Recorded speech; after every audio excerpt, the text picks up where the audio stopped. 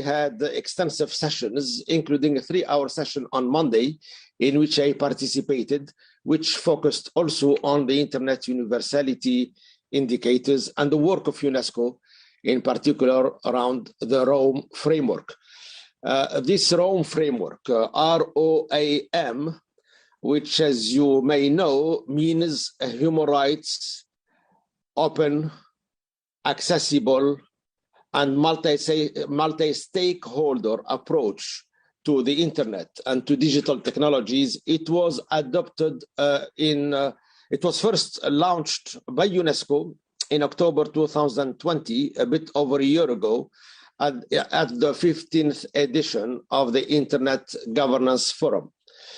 This work of UNESCO is a contribution because we believe that it's very important to have a common objective by placing the internet governance at the center of the international agenda. And we are very glad that we, UNESCO, over the last 15 years, we have been very much involved and strong supporter of IGF and contributing with some content, like the topic of this morning. So the Rome principles were actually adopted by the UNESCO General Conference back in 2015, so 6 years ago to the day almost. And this echo the relevance on a global stage of such an approach in order to inform policymakers and decision makers about the importance of a human rights-based governance model for the internet, but also beyond, for other digital technologies. So the concept here of internet universality and the Rome framework are tangible outputs of the work that we have been carrying out with the IGF community. And here I would like to take this opportunity to thank all stakeholders and members of the Internet Governance Forum community for their contributions, for their inputs, and also the national commissions for UNESCO and beyond for having adopted our Internet universality indicators and Rome framework to conduct national assessment of their digital strategy and their digital readiness. This is obviously a major goal of putting together this type of framework. The dynamic coalition on the Internet universality is a result of our joint work. It is an excellent forum to share experiences, to bring to the fore best practices, and obviously to stimulate and inspire each other about how we can go forward in terms of adoption, use of these indicators and their own principles. So the coalition clearly aims to promote such a free, open exchange among ourselves, and it does provide a multi-stakeholder space for dialogue and also for cooperation. So let me here say that to date we have about 34 countries from all over the world that have adopted and used the Internet universality indicators and our Rome framework to conduct national assessment. The very first country having done that is Brazil. The very latest country having completed that is Germany from a couple of months ago with a publication about the way they want about using these indicators to conduct a national assessment. Other countries are between start and finish in using these indicators for their own national assessment. And clearly, we believe that this approach helps countries to achieve the 2030 agenda for sustainable development. There are many parties that have been contributed, and I want to explicitly this morning acknowledge them. In particular, the German and the Polish National Commissions for UNESCO, the Internet Society, the Council of Europe, ICANN, the Regional Center of Studies for the Development of the Information Society, CETIC, the Association for Progressive Communication, and the African ICT Commission. Going forward, we believe that this dynamic coalition will continue to strengthen the synergies and partnerships among IGF stakeholders, because we do share the same goal, we do share the same purpose, how to create a humanistic and inclusive digital space that can benefit all. And we would like to push for this both at the local, regional, national levels, but also internationally. So we are here this morning to hear from our partners and our coalition members, to hear from them, to seek their inputs and recommendations going forward as far as the internet universality indicators are concerned and the Rome framework is concerned. Again, let's keep in mind, these are important, I would say more than tools, these are important levers that frame discussions, that maybe guide national assessments, and ultimately could shape forming an inclusive humanistic digital environment.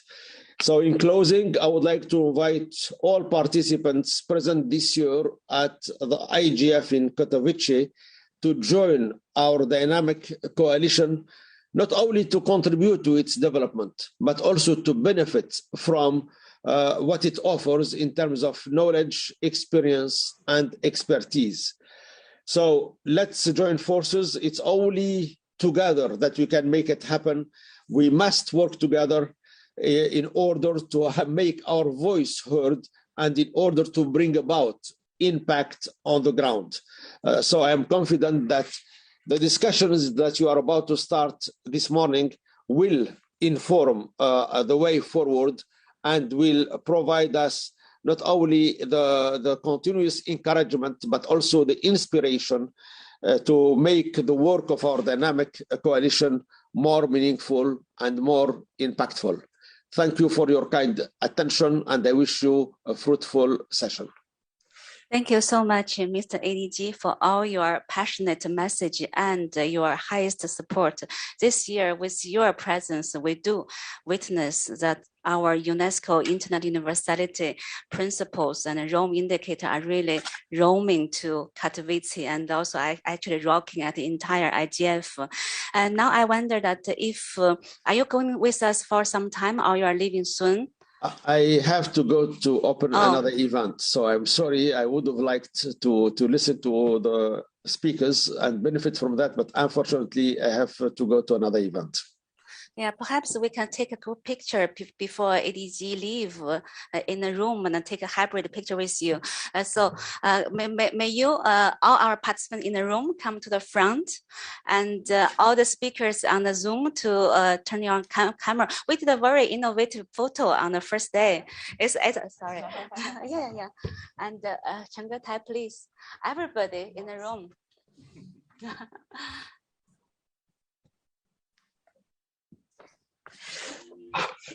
I'll give my, where's, Guillaume, you should be part of us. We can ask them, we have a photographer here. Anybody can take a picture of us. Thank you. And again, please, you are part of it. Yes, I will. Also, we have all the speakers on the full screen. Okay.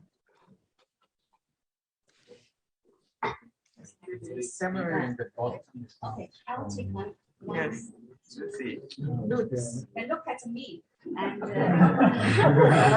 yes, smiling. Exactly. Yeah. Then take off your mask. And just like this angle. Oh my God.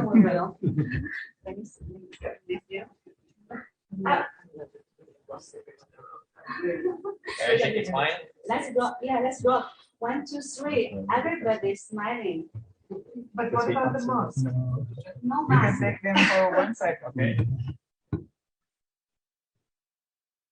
Okay, thank you. You have experience now? Yeah. Thank you. Okay. That's great. Thank you so much.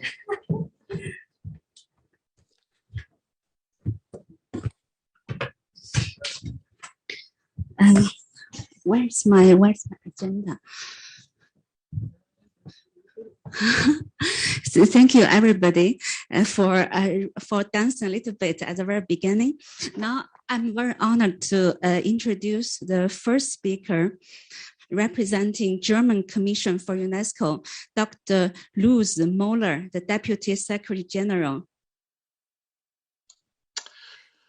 Thank you very much. Moller, we see you clearly. We hear you. Please, floor is yours. Thank you very much. Dear ADG Dr. Celassi, dear colleagues, dear Mrs. Esterhuizen, as chair of the IGF Multi-Stakeholder Advisory Group, friends, in particular friends in Poland, since the IGF is in Katowice.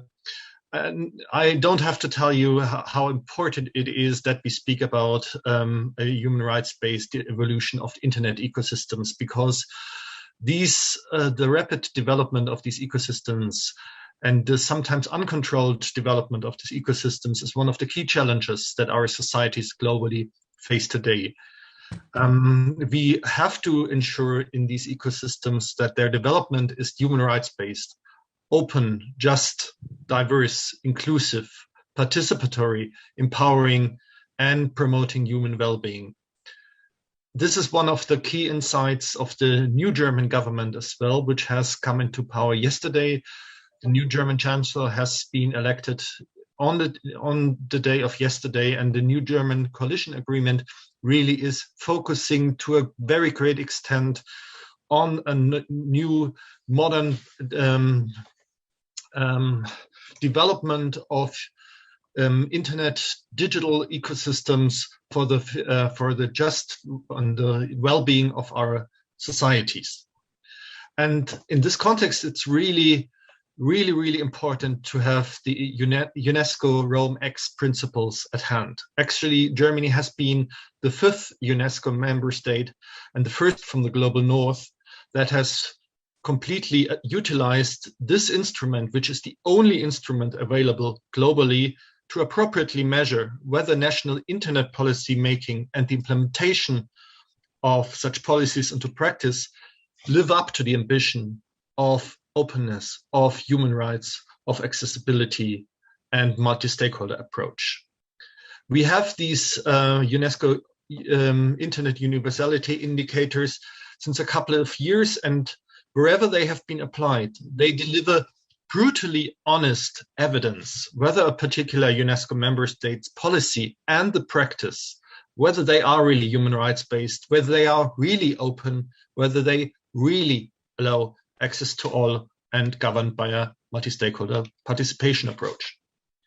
Therefore, in Germany, the German Federal Foreign Office supported the idea from upfront that the German Commission for UNESCO has applied these indicators to German internet policy making, politically and financially. We have worked together over the last 1.5 years with one of the leading research institutes in Germany on this issue, the Leibniz Institute for Media Research, or Hans Bredow Institute, and to conduct a study. And indeed, what we have found out is that in Germany, despite having a very high level of development in terms of freedom of the press, freedom of expression in our country, as well as to access to information, there is still a lot of need for action. And we have found out that the urgent call of the Rome X, the principles that wherever action is taken, that this is based on human rights, that also there is still leeway to improve our action here in Germany. For example, there is still insufficient legal regulation in Germany on how personal rights, that is the right to privacy on online platforms, can be protected without restricting freedom of expression. Another example, there is still insufficient internet access to jobless persons or the elderly here in Germany. Now, none of these insights from applying the internet universality indicators to Germany by itself is entirely surprising. However, the joint application of these more than 100 indicators at the same time, applying them to a country and in all its policy making, in all fields of policy, of internet policy, really provides for the first time a very holistic and integral view and therefore, of course, allows for much more decisive actions afterwards. Therefore, we have seen huge interest in the results of our study. We have presented them in Parliament. We have presented them in many different fora for political, administrative, and scientific stakeholders at all levels. And we have met huge interest because in such an important field as internet policy making, it is not sufficient to focus on one area alone, just focusing, for example, only on the access of people with migration background, but we need an integral approach in order to have really sincere action and to really improve internet policy making for the benefit of our societies. Therefore, the German Commission for UNESCO, as well as that our partner, the Leibniz Institute for Media Research, both of us, we joined the dynamic coalition on the Internet universality indicators from the start to share our experience and to share good practice. We also offer our support to other parties and member states to enable them to apply the Internet universality indicators in their countries in the future. And we look forward to working together with you on the evaluation of the IUI in the upcoming years and really keep them up to date with the ongoing developments. We are looking forward to working with you and sharing our experience. In summary, our experience have been fantastic. Thank you very much for your attention. Thank you so much, Dr. Moeller. I also like to congratulate you and Germany for having conducted such an excellent report. I actually carry the German report with me throughout the IGF in Katowice, and many stakeholders, countries are asking for a copy of your reports, and also many countries also expressing their interest by inspired by German's assessment, also to be convinced by impact you are having through this assessment. Thank you so much. The next speaker I'm going to introduce is Henriette Hussein, Madame IGF. She's representing IGF MAG, and also she's literally the chair and the former executive director of Association for the Progressive Communication. Why I mention this is because APC was implementing partner for UNESCO to have developed this 303 universality Romex indicators. So Henriette, please take the floor. And yeah, I have a microphone here. Thank you very much, Zhang Hong. And Lutz, it's really also such a pleasure to speak after you because I want to refer to what you've been saying. Firstly, my role was really just to be the project manager for the development of the indicators. And I want to just say two things about the indicator development process. It was really intensive. UNESCO committed to developing these indicators in a very bottom-up consultative way. And I think that's actually one of the reasons why it's so successful. The development started with the principles. So even when it came to identifying the Rome principles, that was done in a consultative way. And I think they are human rights based. And I think as Dr. Mulder said, they are the only instrument we really have that is human rights based. But it's not just human rights based and it wasn't just developed in a mechanical sense with somebody looking at material around the human rights based approach. It was really developed with consultation from the stakeholders. So it's fit to purpose. I think why I am personally so proud to have been part of this and to see you use the IGF as a platform is that I think in the whole multi-stakeholder approach to internet governance, we have this very powerful tool that can help us do internet governance better, that can increase accountability of states and of corporations, that create more opportunities for the voices of excluded people and groups to influence policy and practice. But we also have this rhetoric, the multi-stakeholder rhetoric, which often becomes so powerless in a way. It becomes so polite that I think we often stop using the potential of the multi-stakeholder approach to create better governance because we're not applying it. And I'm going to quote Dr. Muller here. We're not applying it in a way that gives us that brutally honest evidence that we need to be able to confront what's not working well and then make changes to address those problems. I think the indicators do that. I think they move beyond rhetoric. They provide learning, evidence, and action. I think that you use the IGF as a platform for sharing that learning and finding new partners that want to participate in applying the indicators is not only really using the IGF for what it was intended for.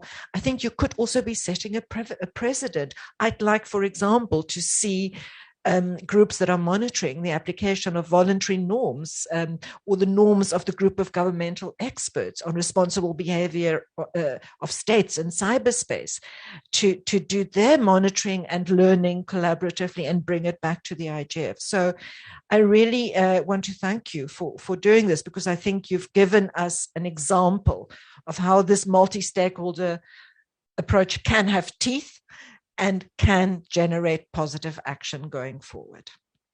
Thank you, Henriette. May I follow up with you for another question? You know, at IGF, the theme is Internet United. For UNESCO, Rome Principle is really basis that the Internet can be united. And now looking into the future, we are looking forward to implementing the UNSG's digital collaboration roadmap and also creating new global digital compact. How do you think the Romex principles, the indicator entire implementation can be instrumental to this future initiative? Thank you. Thanks, Zhang Hong. I think, firstly, when we say Internet United, I think it actually means that we know the internet is not united, and we would like it to be. I think it's an inspirational phrase, but I think we also need to look at what is beyond and behind it. I think the Rome X principles, because they are human rights based, they link to established international human rights standards. They translate those into the internet. They translate the practice of multi-stakeholder governance into the internet context. So therefore, I think they provide the material that we need for the Global Digital Compact. And I think your work with member states develops the kind of bottom-up, or let me say with member states, but at a multi-stakeholder level, support that we need for a global digital compact, which is supported and which has a smooth path that actually reflects these fundamental principles. Because in fact, what do we want to see in the global digital compact? We want to see a reflection of the Rome X principles, or the Rome principles. And I think we want to see a recognition that the internet is a common good and that it should be governed as that. So I think you've done the groundwork that can really inform and build into the consultative process that I hope will lead into a compact that reflects these principles and that uses the IGF community, including the national and regional IGFs, and that can actually, I hope, become a very significant milestone in shifting how we look at internet governance globally. Thank you so much for so strategic guidance. We definitely move in that direction. The next speaker, I really super pleased to introduce is Constance Momler, the Area Vice President, Institutional Relations and Empowerment from Internet Society. Constance, you are with us? Yes, thank you very much, Zhang Hong, and good morning, everyone. It's a pleasure to be part of this important discussion at the IGF, and I regret to not be able to be there with you in person, but this is certainly work that at the Internet Society we have been supporting since its inception. And I'd like to bounce perhaps a little bit on what Henriette was saying. It's very important, this initiative, because it provides the digital community, the internet community, policymakers, leaders, with tools. It's not just a list of principles, beautiful statements. It gives us an opportunity at the local, regional level to be able to assess progress, to monitor where things are in terms of the openness of the internet, the respect of multi-stakeholder principle, the importance of having rights-based approaches, And I can say that at the United Society, the reason why we felt that this initiative was so close to our heart is that the principles, Rome, are very close to the principles that we support. For instance, thinking about access, we have been investing in developing community networks, IXPs, all sorts of initiatives to provide access to people. The multi-stakeholder principle is again something that we have been promoting throughout external engagement, throughout conversations with governments, but also supporting participation of other stakeholders, civil society, technical community, and others, as we believe that unless there's meaningful participation, this whole concept of multi-stakeholder governance is going to be an empty shell. And that's also why we support capacity building, and we're sending people to the IGF. We support e-learning activities. Again, unless there are these concrete steps, participation will not be meaningful, and multi-stakeholder will be an empty concept. So we're very pleased to see that this initiative is now present, active, alive in different countries. We're very happy this year to be supporting some of these local assessments. I think my colleague Dawit Bekele will say a few words about that, including in Africa, but also in other regions. And it's very encouraging to see that there's now a bit of a movement around the principles promoted by Internet universality. And we feel that the team at UNESCO has been doing a wonderful job, really leading on this activity and really making a real value proposition to the Internet community with a concept, but also tools where very strong principles are embedded, something that people can really support and unite around. So thank you very much, Xiang Hong, and the entire UNESCO team, and the Internet Society is thrilled to be part of this initiative. Thank you. Thank you. Thank you, Constance, for Internet Society and also for your personal support. Without the Internet Society in Rome, when we developed the principle, we wouldn't have the openness aspect is so strongly embedded in it. Thank you. The next speaker I'm going to introduce is Suada Hazovic, representing the ICANN GAC Human Rights Working Group Chair. So Suada, are you with us? Yes, I am. Can you hear me? Yeah, I see you, hear you perfectly. Floor is yours. Thank you. Good afternoon, and thank you for giving me here the opportunity to present the work of GAC Human Rights International Law Working Group and our cooperation with UNESCO. Firstly, I would like to give a brief description of the working group for which I am the co-chair. Well, ICANN Governmental Advisory Committee, GAC, represents the voice of governments and intergovernmental organizations in ICANN's multi-stakeholder structure. So the GAC has 179 governments as members and 38 intergovernmental organizations as observers. And there are 7 working groups in GAC. One of these working groups is the GAC Working Group on Human Rights and International Law.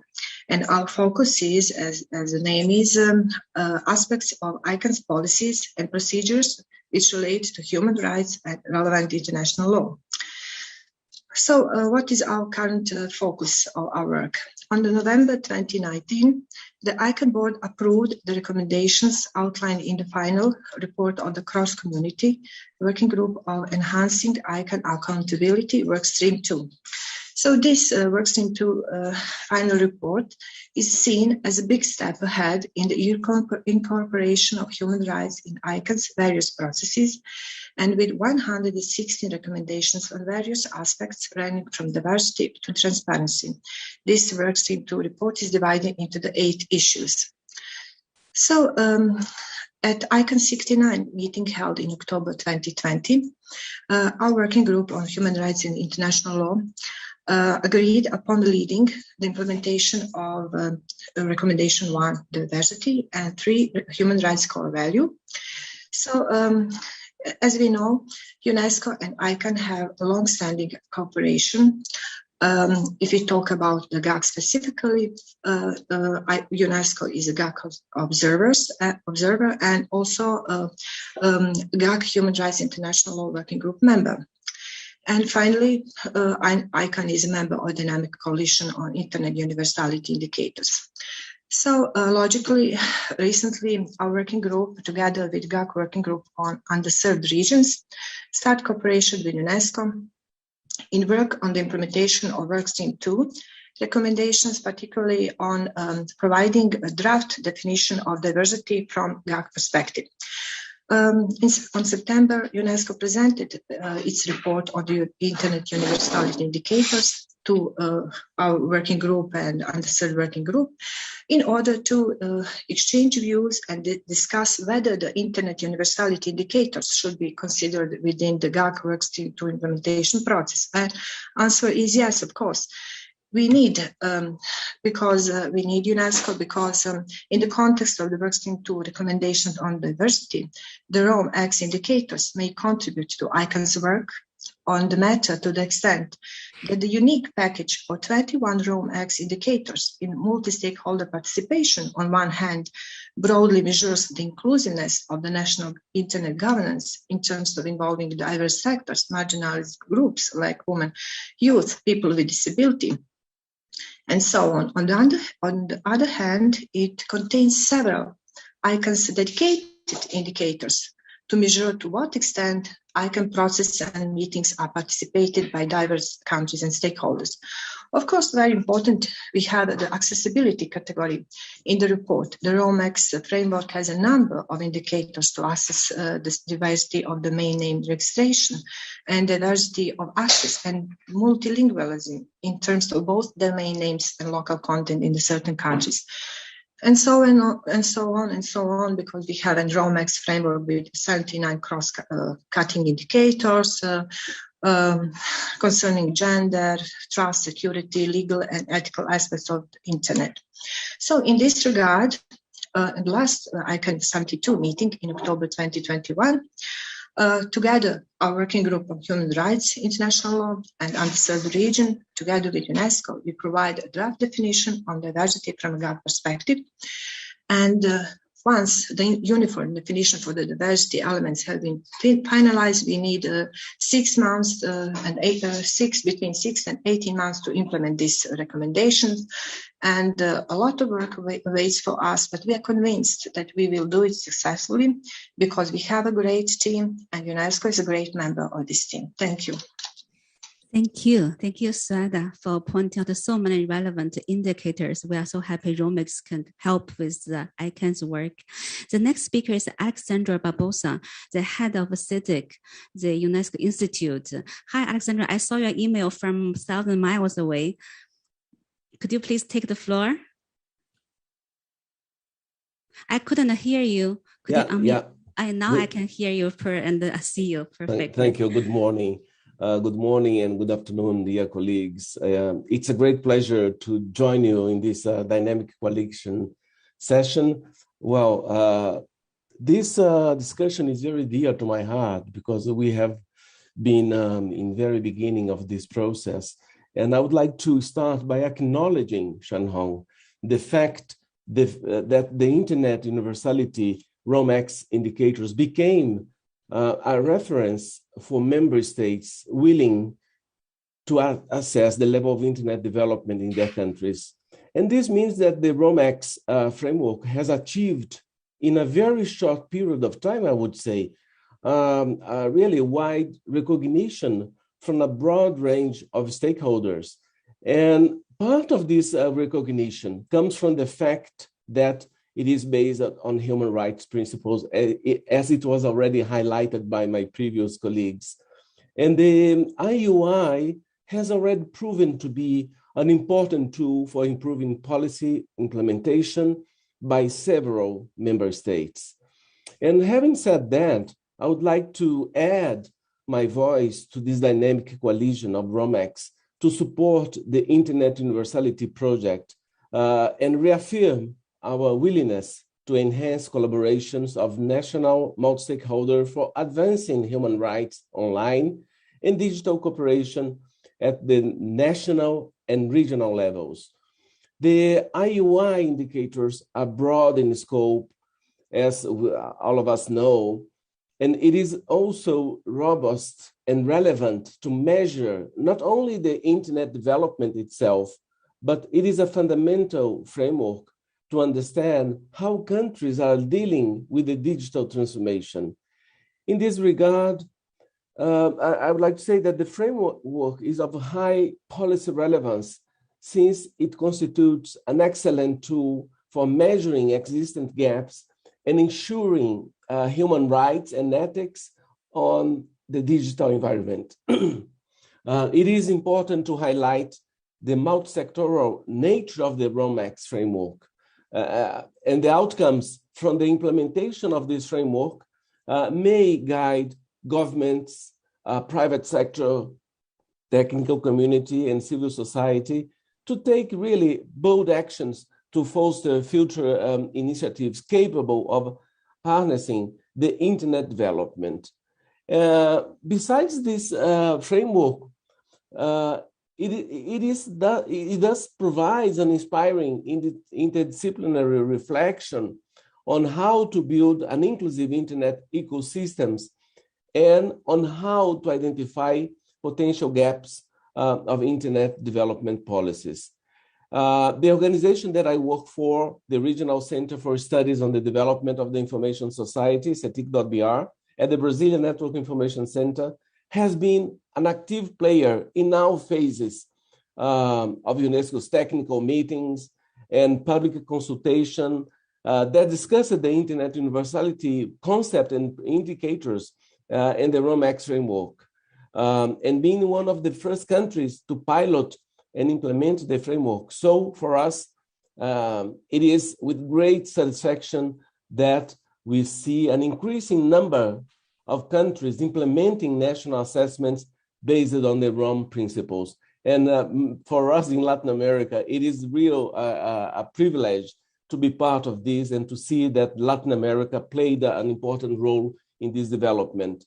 And the dynamic coalition of internet universality indicators should be a platform to allow UNESCO and its partners to create a global support community to tackle challenges posed by the digital transformation and the challenge in making the digital technologies a real driver to accelerate the attainment of the UN Sustainable Development Goals.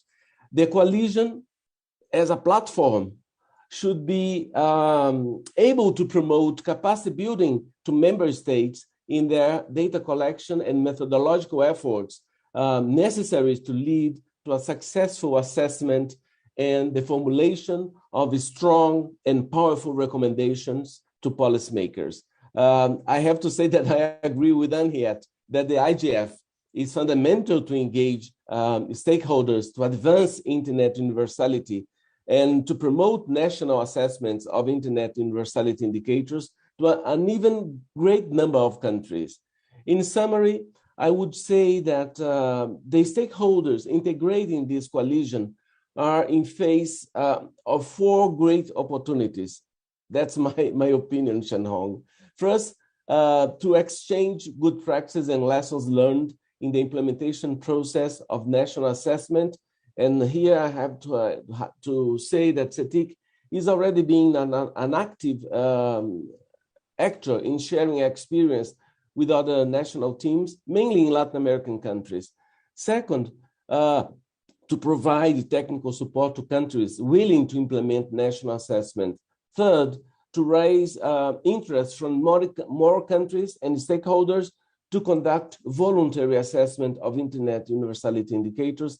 And last but not least, to promote capacity building initiatives to support countries to implement recommendations generated by the national assessments. So Shanhong, with that, this is my main views on the great opportunities that we have having this coalition as a platform to promote this framework. Thank you very much. Thank you, Alexandra. We do miss you here in Katowice, and thank you for all your valuable suggestions. Really well taken. The last speaker from the first segment would be from Madame Dorothy Gordon, UNESCO IFAP Chair. Hi, Dorothy. You are with us from Ghana. Good to see you, Xiang Hong, and good to see all my friends, both online and in the room. Good morning, good afternoon, and good evening. IFAP, as most of you know, is the Information for All program, and it's dedicated to an inclusive and equitable information society, and to supporting member states to get their policies right in that direction. And so for us, it was a no-brainer, as they say in the US, that member states of IFAP, through the IFAP Council and Bureau, supported the implementation of the IUIs and the ROMX indicators. And why is that? Yes, we want to build an inclusive and equitable knowledge society. But to be frank, how to do that is a mystery for most.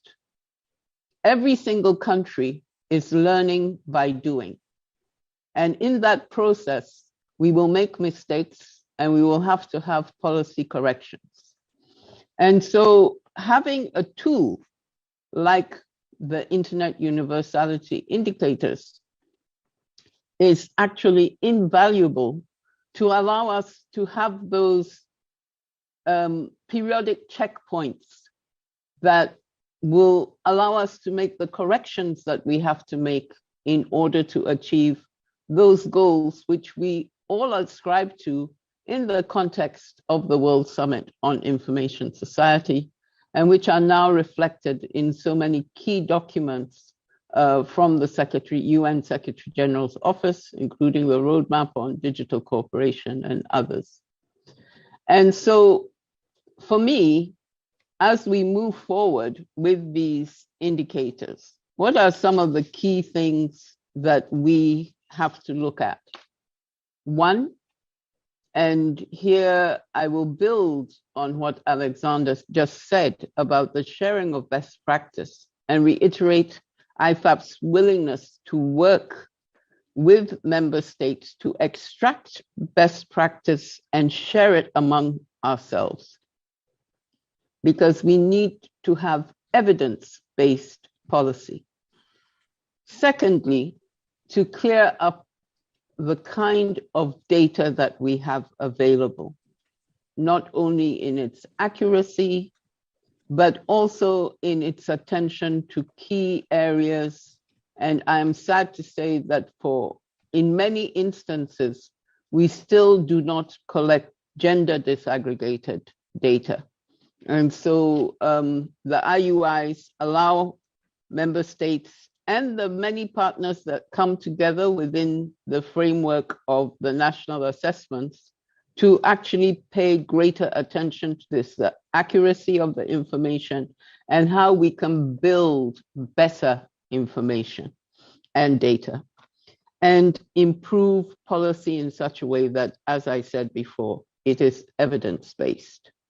And thirdly, let me just say that for me, this whole process is an extremely important process in terms of capacity building. We see that historically, member states all around the world, and I must congratulate my colleague from Germany for his excellent remarks and frankness. So let me reiterate, member states from all around the world, as I said, are grappling to figure out how they can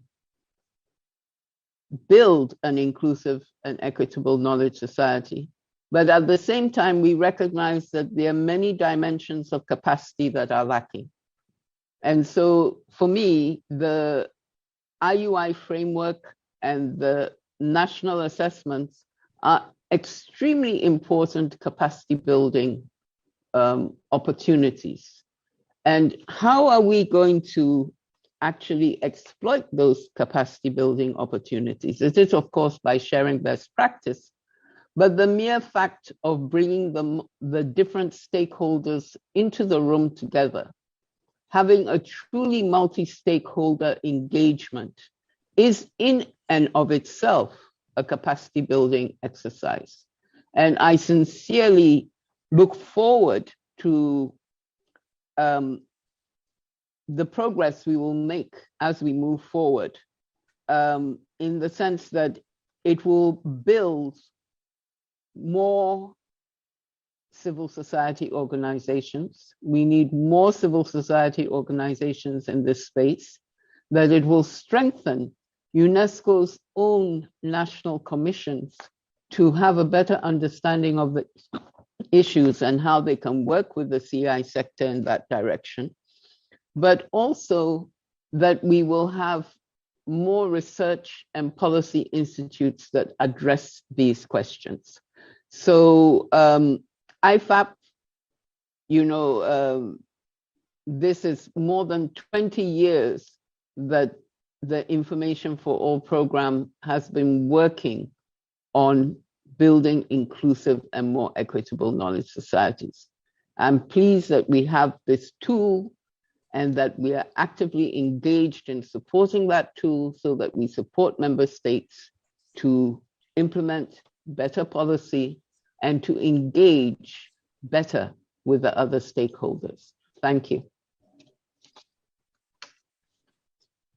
Thank you so much, Dorothy. What you have said overarchingly concludes the first segment. I'm very happy to give floor to Madame Mariosa Oliveira, UNESCO Director in charge of the partnership and the program monitoring, before we start the second segment to give the reaction on behalf of UNESCO to all those supportive statements by our partners. Mariosa, floor is yours.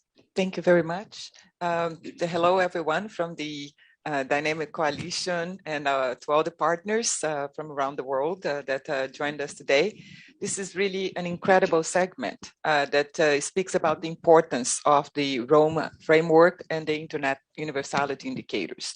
I just wanted to highlight some of the elements that came out of this conversation that we had right now, which start by saying, by Dr. Moeller mentioning how instrumental it is for us to be able to assess digital ecosystems and really see whether our national ecosystems really respond to the ambitions we have for a human rights-based, dignity-based internet. And this is becoming even more important as we learned that during the pandemic, 800 million more people joined the internet. So it's really important that this ecosystem that we are joining, that is right now, counting on 4.9 billion people, really offers everyone an opportunity to access information, to freely express themselves with respect to privacy, but and all the other human rights. So this is the framework that allows us to do that.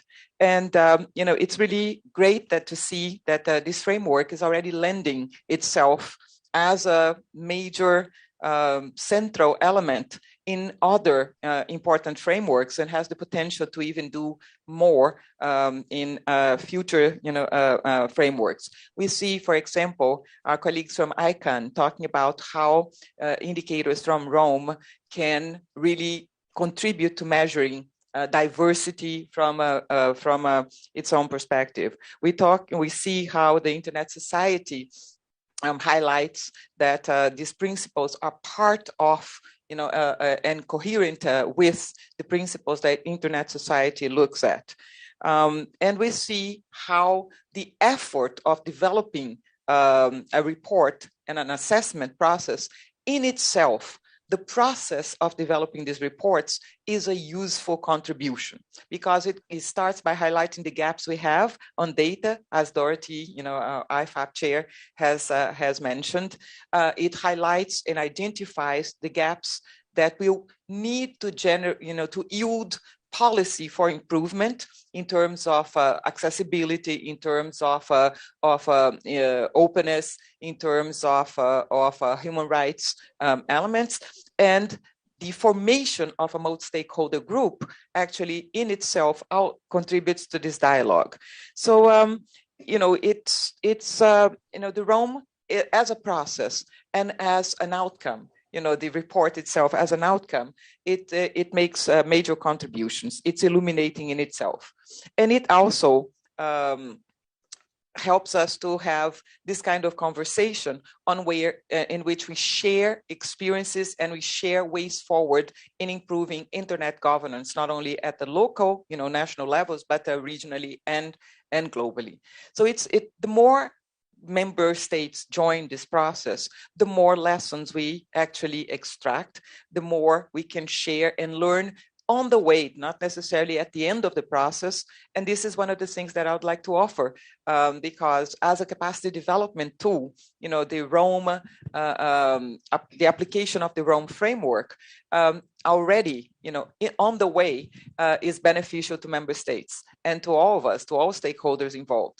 So let me offer the opportunity for us to every year, at the IGF, which is the place where we have these conversations the best, in the scope of the dynamic coalition, we can really, extract the lessons learned from every process ongoing and share those and identify common approaches on capacity development and on analysis that we can take, very practical methods. For example, where are we going to find the data for specific indicators? How can we peer-to-peer, learn from each other and support each other's building of these reports? We have fantastic people like our CETIC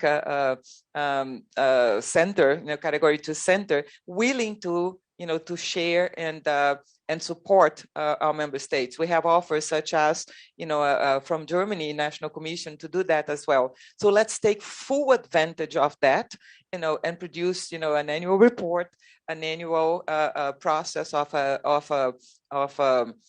lessons learned sharing, in which we can really build upon and enhance the experience for all of us in improving the way that our digital ecosystems work. So for that, and let me just make a plea as well, we do need to improve the funding of these processes. We need to actually look at how we're going to do, capacity development of member states that actually need and are interested and willing to conduct these assessments, but may not necessarily have the resources for that.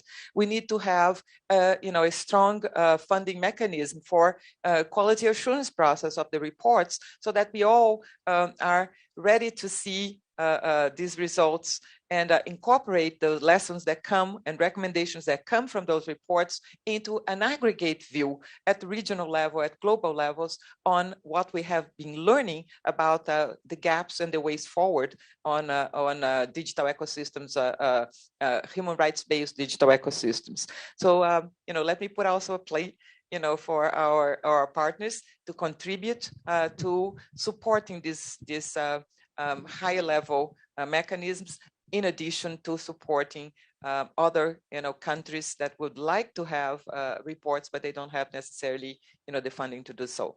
But thank you so much. You do quite a lot, all of you, and so that's why we are here. You were invited to share your views today. Thank you very much. Thank you, Mariosa, for all your excellent points. I just want to reiterate the permanent invitation, just Mariosa said, to invite all of you to IGF and the future IGF to attend our annual reporting events, to share the experiences and the lesson learned at the national level by using the indicators.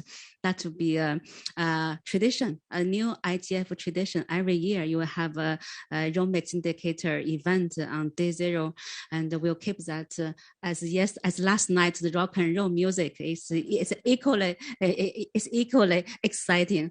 Yeah, you are laughing, right? You agree with me. Now I think we are in a perfect timing to move to the second segment, really to discuss the actions and the suggestions, how we improve the work of Rome, and also how we make the dynamic coalition more dynamic, more useful to support the global and national implementation of Rome in principles and indicators.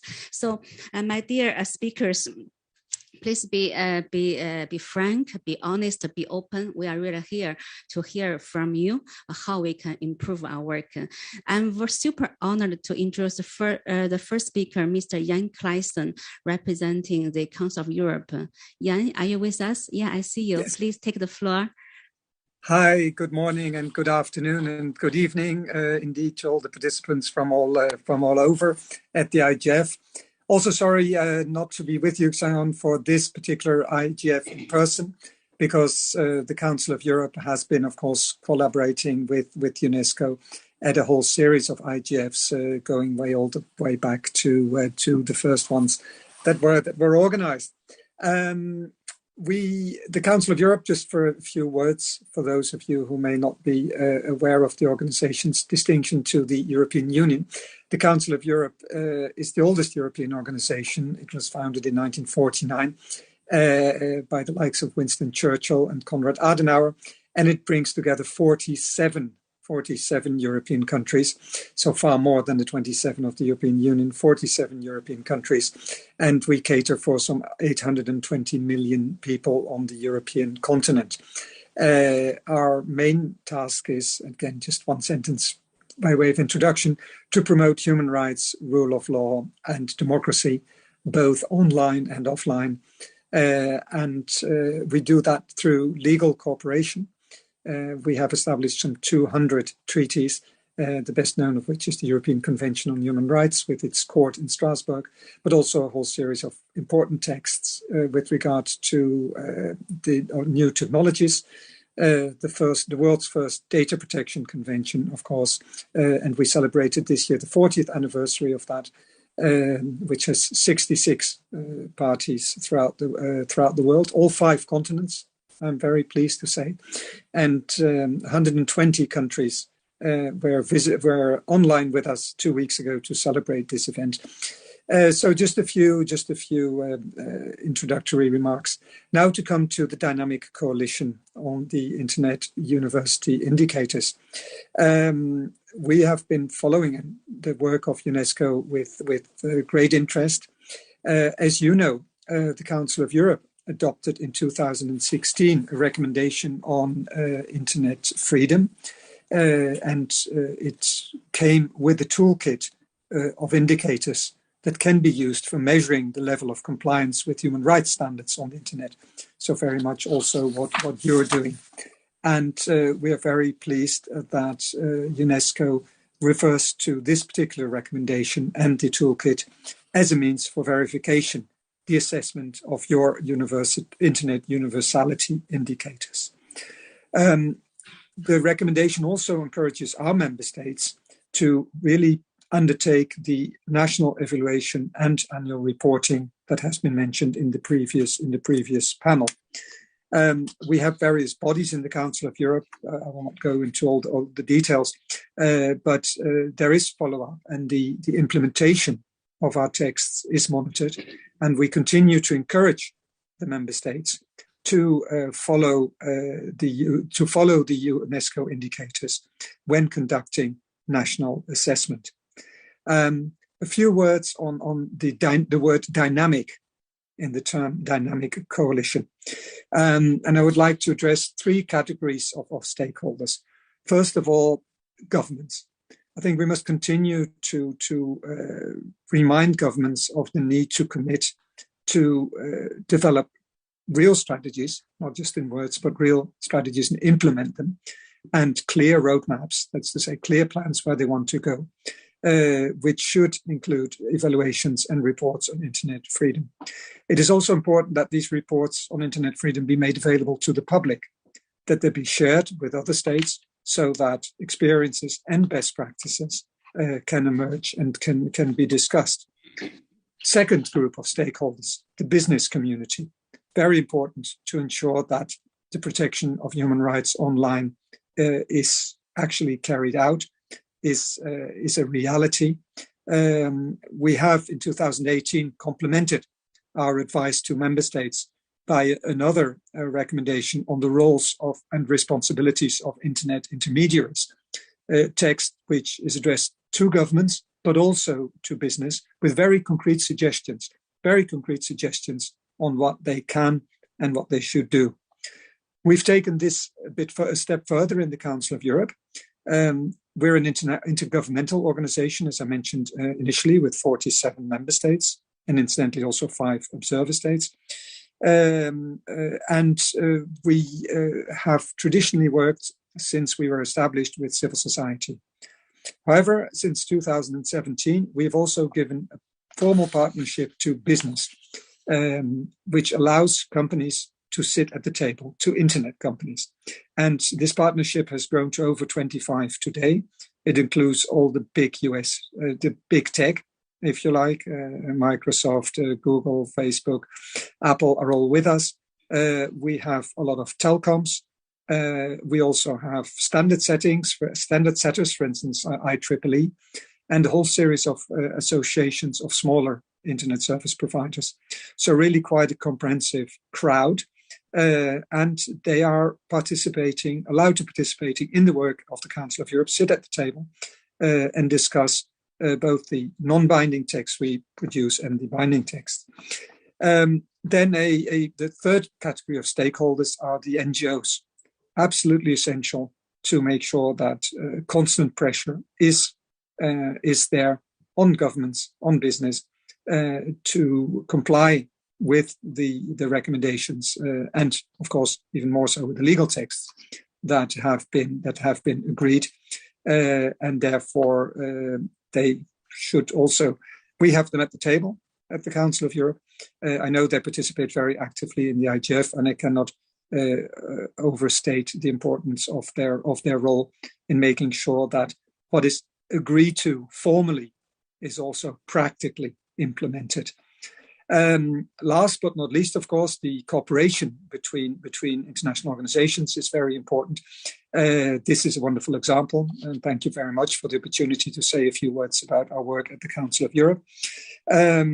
We work with UNESCO also in a new area of, it is not strictly internet freedom, but it is closely related, namely the development of artificial intelligence, where UNESCO, of course, adopted its recommendations recently, and the Council of Europe finalized last week the work on the elements for a future AI treaty, and negotiations on that will start next year.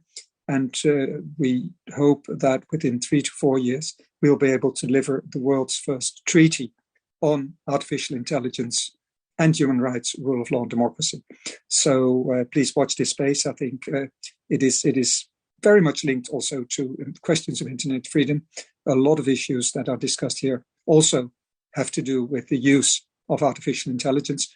It would take me another half hour to set all that out, so you would cut me off, so I won't. I'll just indicate it here, but there really are lots of links. And if you look at the elements that we have identified for the future treaty, you'll see that there are several which directly link also to the indicators for internet freedom. And finally, something that we haven't started work on, but which I would like to highlight here, is an even further new development, is all the work on creating virtual realities. We've all heard, of course, about the projects for a metaverse, etc.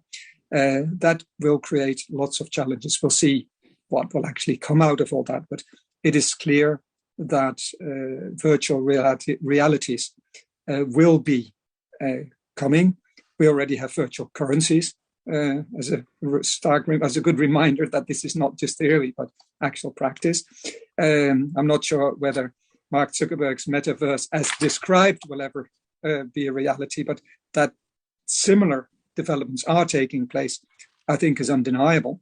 And it therefore, I think, wise to start reflecting already now, and more than reflecting, think very hard on how we can make sure that our standards of freedom, human rights, human dignity are also preserved in that environment. Just something to, some food for thought. So thank you very much for this opportunity, and look very much forward to following the discussion. Thank you so much, Anja. Thank you, Yan. I do enjoy all your presentations. So many educating issues to be signaled by you. Council of Europe and the UNESCO has been working so closely on these Rome principles and also contributing to your internet freedom recommendations. Also, we are sharing in so many member states. We do hope have closer collaboration with you and support from you. And the next speaker I'm going to introduce is representing the media community. Mira Milosevic, are you with us? Yes, yeah, I don't know if you can hear me or see me. Good morning. Thank you so much, Sheng Hong, and Your Excellencies, your colleagues. It's a pleasure to be here, although virtually today. We are so grateful for being part of this initiative for many years now, and of course for the opportunity to participate in today's discussion. The Global Forum for Media Development that I represent here is a network of more than 100 civil society organizations from 50 countries supporting freedom of expression and media freedom worldwide. We are also a founding organization and a secretariat behind the Dynamic Coalition on Sustainability of Journalism and New Media. And establishing this DC 2 years ago was a really big step for our community because journalism and news media perspectives, especially those from small community, local journalism organizations, and when they come from small markets, are often missing from many current regulatory and policy conversations, despite what we see as increasing relevance and emphasis of importance of free spaces for discussion and quality information. And despite what we all call for when we speak about multi-stakeholder inclusion.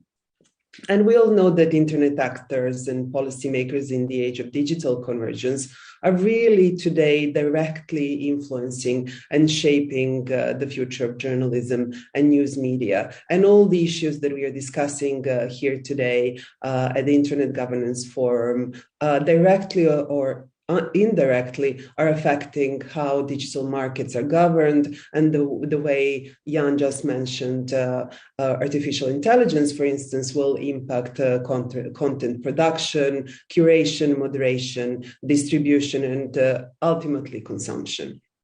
And so what we have seen from recent digital regulatory conversations around the world is that we exactly require more data, more access to data, more access to see what is really happening behind the algorithms, behind the visible architecture of internet. And we also need more rights to do assessments and to see how different actors of internet impact fundamental rights, and especially from our perspective, freedom of expression and access to information. And Henriette has just perfectly summed it up. We need brutally honest evidence to be able to contribute to really informed policies and not to just go after the latest trend. And of course, many other colleagues have mentioned that up to now, we had a number of mechanisms that were monitoring in our sector and measuring the state of rights and freedoms around the world when it comes to press freedom, freedom of expression. However, when it comes to monitoring and measuring the real state of internet, digital spaces in relation to human rights and development, I said it before, we didn't have a holistic approach, and this is we felt that it was lacking. And even within Sustainable Development Goals indicators, there are very few indicators that report on all major aspects of internet, and this is what Rome principles emphasize and bring. And of course, as I said, without measuring what matters, internet will fail to bring more freedom and more access to information. And again, from perspective of journalism and news media community, we are seeing that this current crisis of trust in institutions, threats to democracy and shrinking civil spaces is actually continuing on a downward trend. And is again opening a question of what kind of internet we want. And if we don't gather all together in a true multi-stakeholder manner, we will fail to create conditions not only for Internet United, but also we will fail to be able to respond to new challenges and those that we know about for a long time, like our climate crisis and other sustainable development goals. So just to get to the end, the community that Global Forum for Media Development represents will be using those indicators through all aspects of our work. This afternoon, we will be hosting a session at the Dynamic Coalition for Sustainability of Journalism and News Media, and you will be able to hear this afternoon about initiatives that aim to improve the quality of information, trust, and news integrity, and to try to do that at a scale and scope. And this is one of the areas where we continue to cooperate with UNESCO and other partners and interested actors. And so just to conclude on how we can not improve this initiative, but how we can make it more in touch with other actors that are collecting data and evidence. And similarly, as with what we are arguing in the context of SDG data collection, here we could also look at what non-official data providers can bring to the conversation. And so, for instance, many of our members and partners are following and monitoring different indicators related to media in digital, including IRX, RSF, Ranking Digital Rights, but we also have regional organizations like Balkan Investigative Reporting Network that are monitoring digital rights and their breaches in the region. Then Media Institute for South Africa is doing something similar in Africa, and Sembra Media in Latin America, for instance. And I can also reiterate what our Council of Europe colleague has said and stressed about engagement with other types of actors as well. Thank you so much again, and I wish you a productive and good day. Thank you, Mira, for so many substantial inputs. I just realized time has flown. We are having 4 speakers in the line, so I will move very fast to our next speaker, Tomasz Komorowski, representing the Polish Commission for UNESCO. Thomas, are you with us? Thank you very much. Good morning, good afternoon, good evening, dear colleagues in Katowice and online, and encouraged by Shang Hong. I'll be quite frank and maybe sometimes going into some UNESCO details connected with my perspective. The UNESCO, the Internet universality concept and indicators are very important, as many of us have pointed out, but at the same time and for the same reason for which they are important, they can be regarded in a sense as difficult today.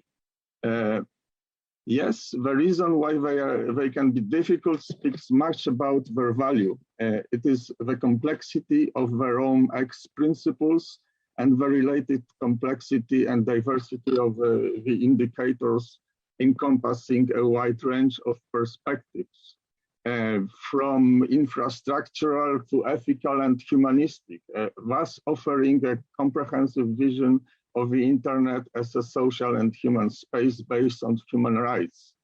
And at the beginning of the 21st century, rather than embodying the ideal of a Renaissance man, we still tend to be professionals or specialists focused on strictly, even narrowly defined areas of expertise. And this is why I think IUIs can be sometimes difficult in implementation.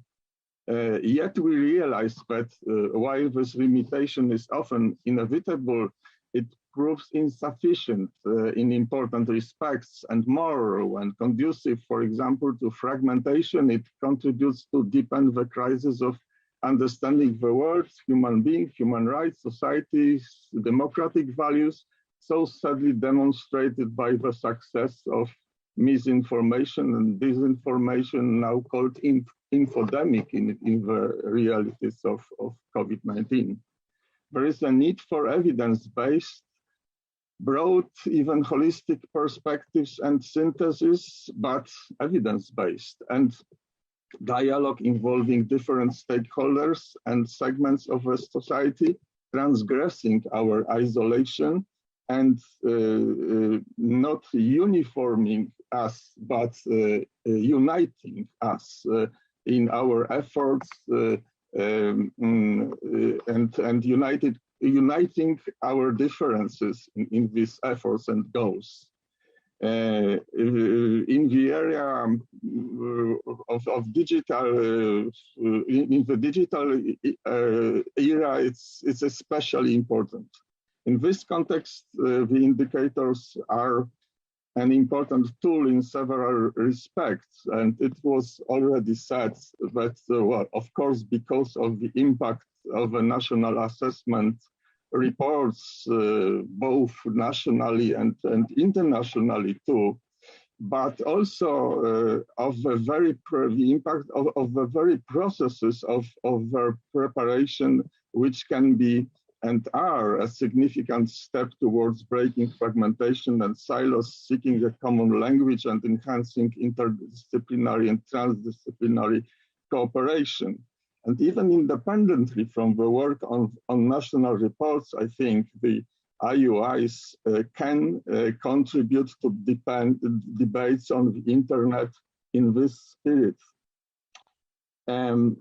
Maybe thus the IUIs could be promoted not only with immediate expectation that further country assessment work and reports appear, but also more generally as a trigger of their own approach, and maybe it could prove to be successful also in terms of increasing the number of country assessment reports.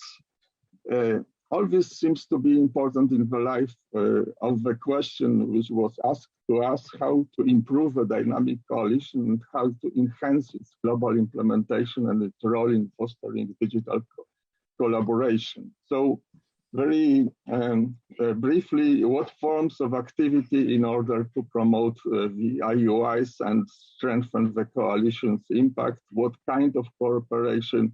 I can speak based on my personal experience as a National Commission for UNESCO officer. And from this perspective, the following suggestions and further questions come to my mind. Firstly, our intersessional sharing of information, reflections, and common engagements. Of course, webinars mentioned in the action plan for the coalition would be very useful. The coalition could try to be present as far as possible in main activities of UNESCO on communication and information. Several occasions and opportunities seem to be awaiting in the near future, such as the 10th anniversary of the UN Plan of Action on the Safety of Journalists, preparations for WSIS +20, UNESCO days, which are several, but for example, World Press Freedom Day is I think, a very important opportunity for the digital coalition to be active, and synergies with promotion of the Windhoek +30 declaration seem especially timely with the concept of information as a common good, as well as the Global Media and Information Week. Secondly, with regards to informing country entities as a means to promote the coalition and especially the indicators, whom to inform and possibly involve. Let me mention just some UNESCO networks present in the member states, so in fields. National Commission were already mentioned by Dorothy Gordon, and with their bridging and convening role. UNESCO chairs in the field of communication and information, but also other fields of competence of UNESCO, like social and human sciences and education. UNESCO programs national committees, such as IFAP, which is obvious, but what about the Memory of the World program, national and regional committees? They might be interested in at least some aspect of indicators relating to documentary heritage preservation and accessibility. What about possibilities also to involve other programs from other sectors of UNESCO? I mean, especially the MOST program, Management of Social Transformation. Excuse me, Thomas, yes? may I interrupt you for 1 second? You know, we are really lagging behind, and also technician just informed that we cannot go over the schedule for only 2 minutes. So could you please wrap up a bit, because we have your written contribution. Yes. Thank I'm you. very close to the conclusion. Yes, of course. So the projects of IPDC, I will not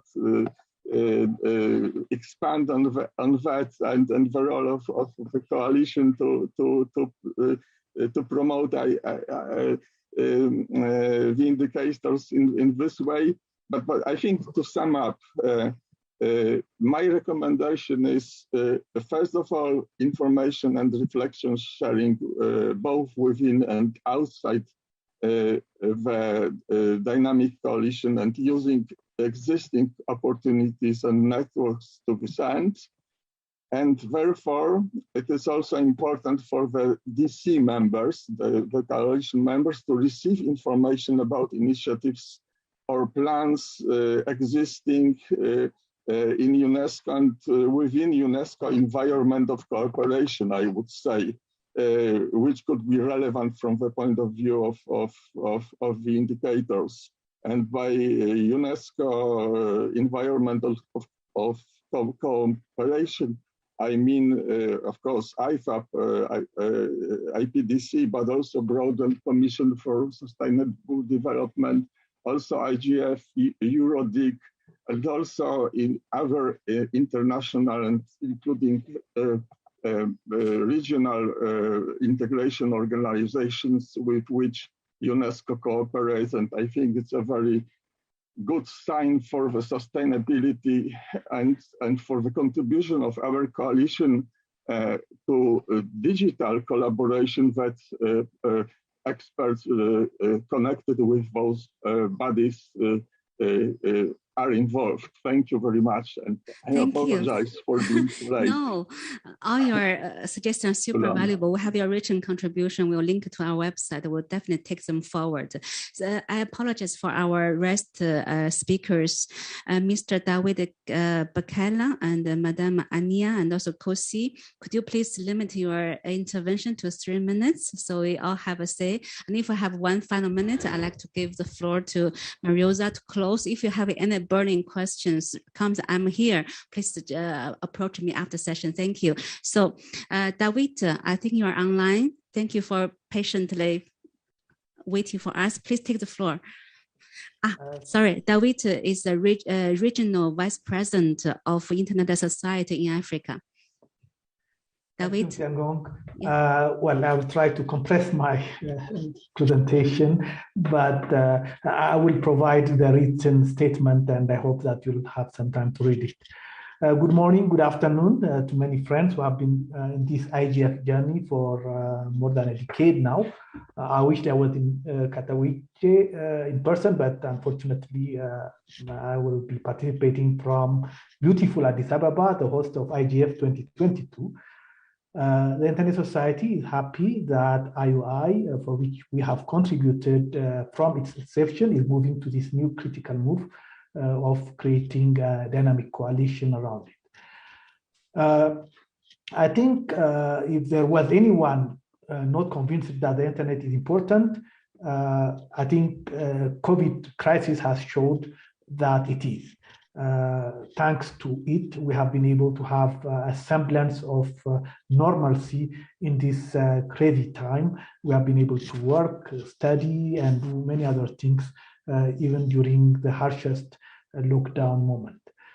But all internet access are not the same. In some countries, you might have nominal access, where you have many barriers and these limit what you can do to improve your life using the internet. We often use the environment as an analogy for the internet. We all love our environment. We like the air that we breathe. We need it, the water that we drink, and so on. We want to have quality environment. Unfortunately, not everyone has it.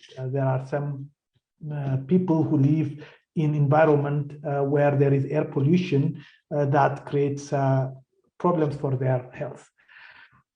And it's the same thing with the internet. We need an internet that enables us to live a healthy digital life, if I may say that. To continue with this analogy, if we don't understand enough our environment, we risk spoiling it and lose the very things that we need for our life. That's why we need to measure our air and water qualities.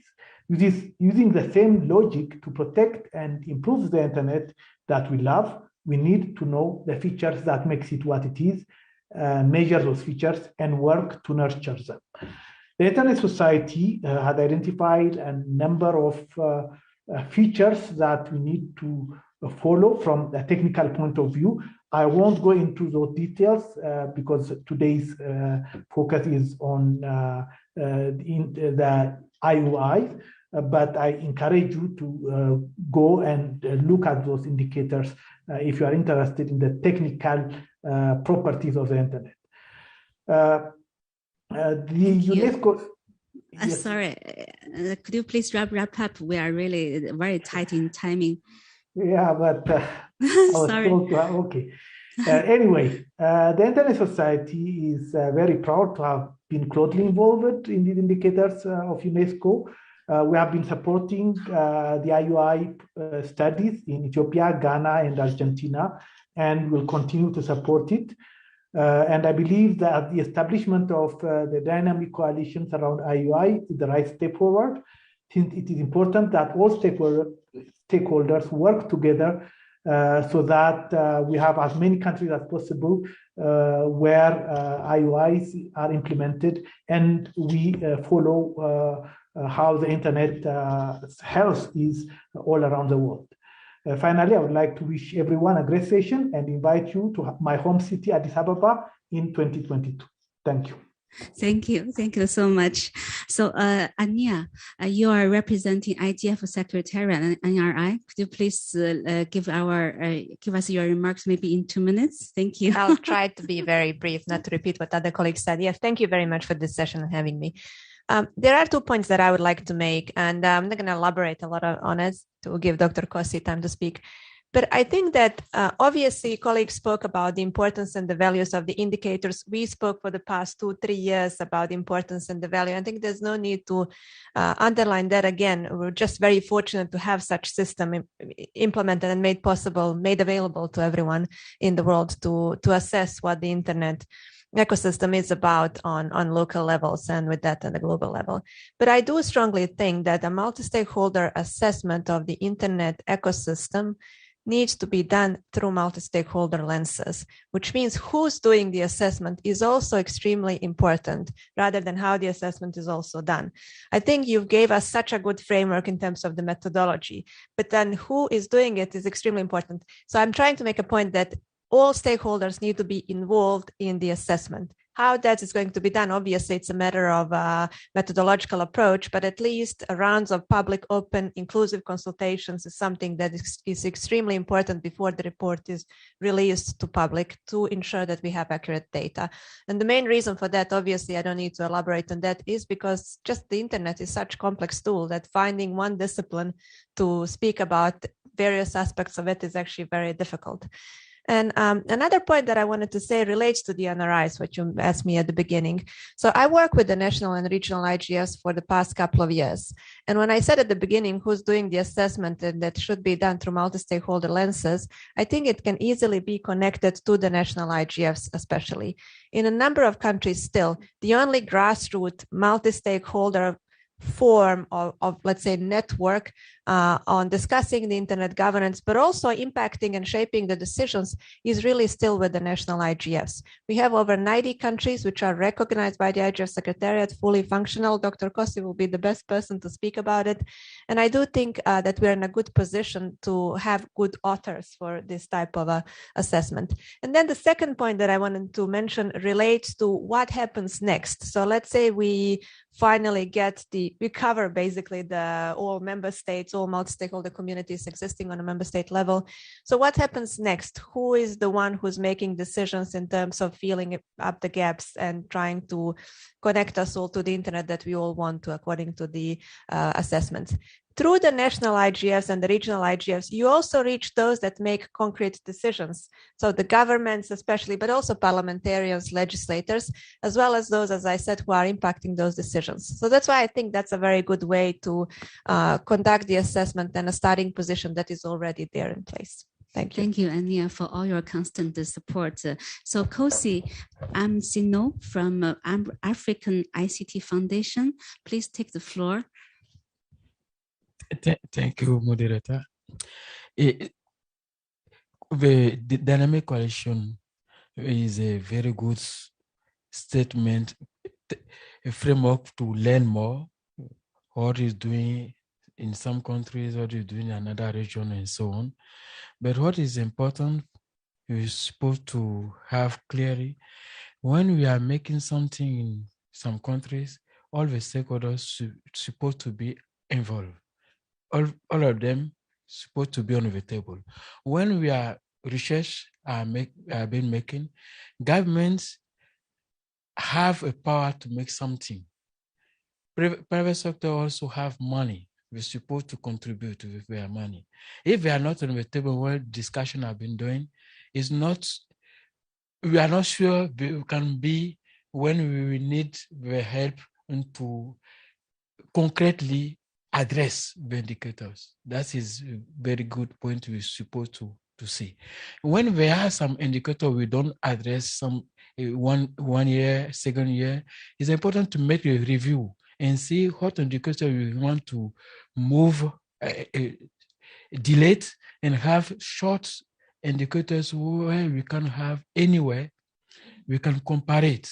What I'll be doing in Benin, what I'll be doing in Ivory Coast, what I'll be doing in Ghana, and so on. It's sometimes better for decision making to know that what I'm doing is low or is going through for myself, for my region.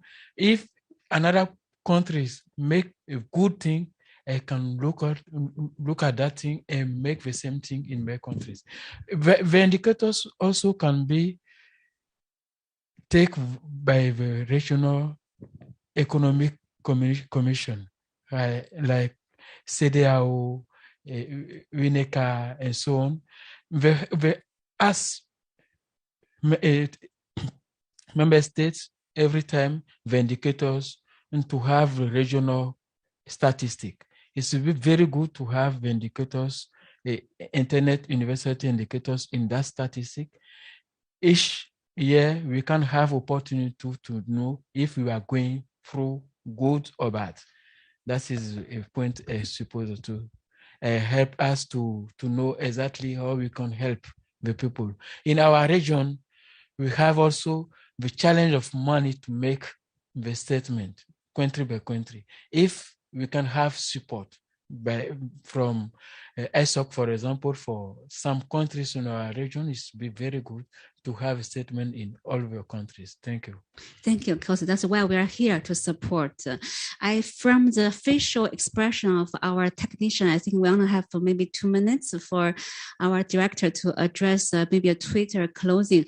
But nevertheless, I'd like to thank all of you, our technicians, for excellent help, and also my colleague in Paris, Karen, and also Stephen, for helping with this organization, and also all the speakers. So, Mariosa, please take the floor and address your final remarks. I'm going to actually take 30 seconds to say, it's was a fantastic discussion. Thank all of the people who contributed to that, all the organizations that are now partners on that. Let me just say that, the a Roma approach applies to other technologies as well. We've already applied it to artificial intelligence. We look forward to applying it to virtual reality, to quantum, and to other, and invite you to contribute to that effort as well. Digital ecosystems of all kinds need to be assessed for how they impact human dignity, human rights. Let me highlight the importance of the multi-stakeholder approach that the Dynamic Coalition represents and that everybody mentioned as the key element for really taking it forward. And to say that, the Rome assessment is the first step. What we really need is the capacity to implement the changes that the internet universality indicators point to us are necessary to really enable human rights approach, open, accessible, multi-stakeholder governance internet ecosystem for all of us. So thank you very much for all the contributions. Thank you all.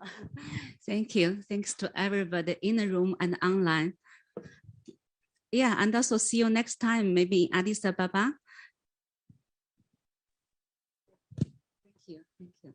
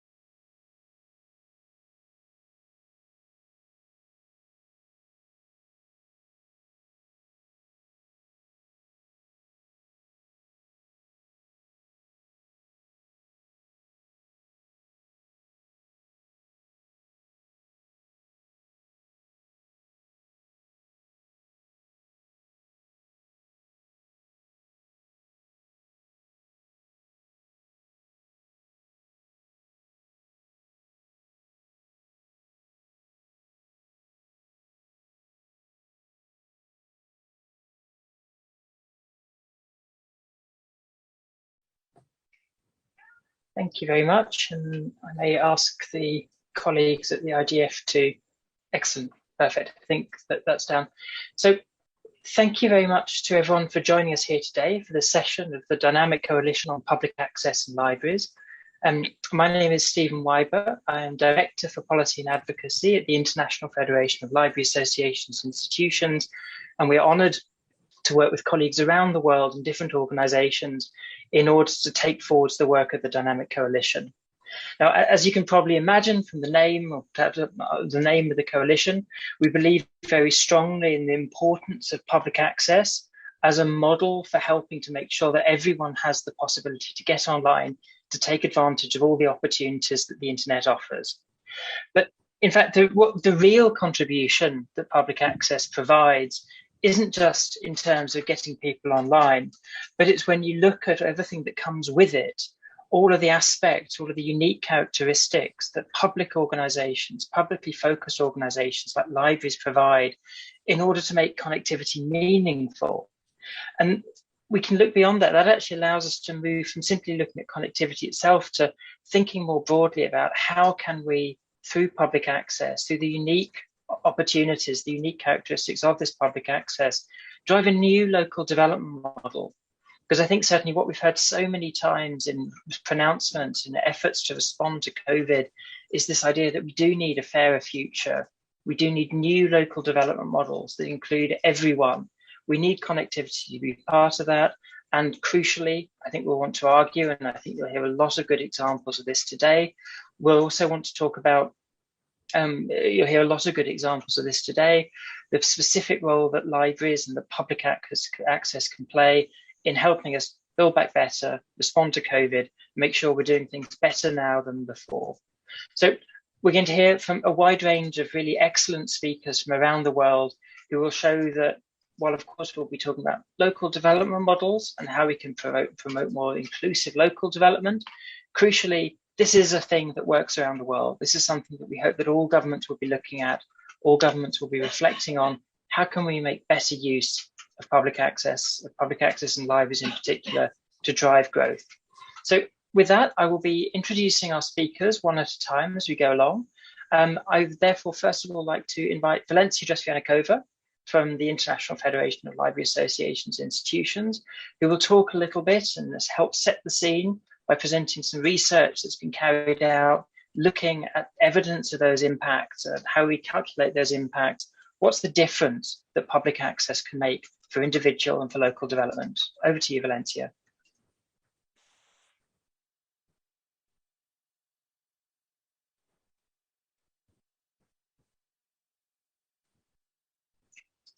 You're muted, Valencia. I'm sorry. Oh, I'm so sorry. This should work now, hopefully. Perfect. Thank you very much, Stephen, and hello, everyone. It's great to see both new and familiar faces here. Well, indeed, when we talk about the link between public access and connectivity and development, one of the fundamental questions at hand is, how does public access make a difference?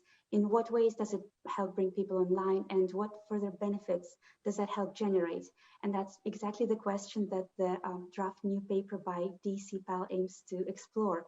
It looks at recent evidence in studies and reports produced in different parts of the world, which document the impacts of public access, some at national levels, some at local, or at the level of individual libraries.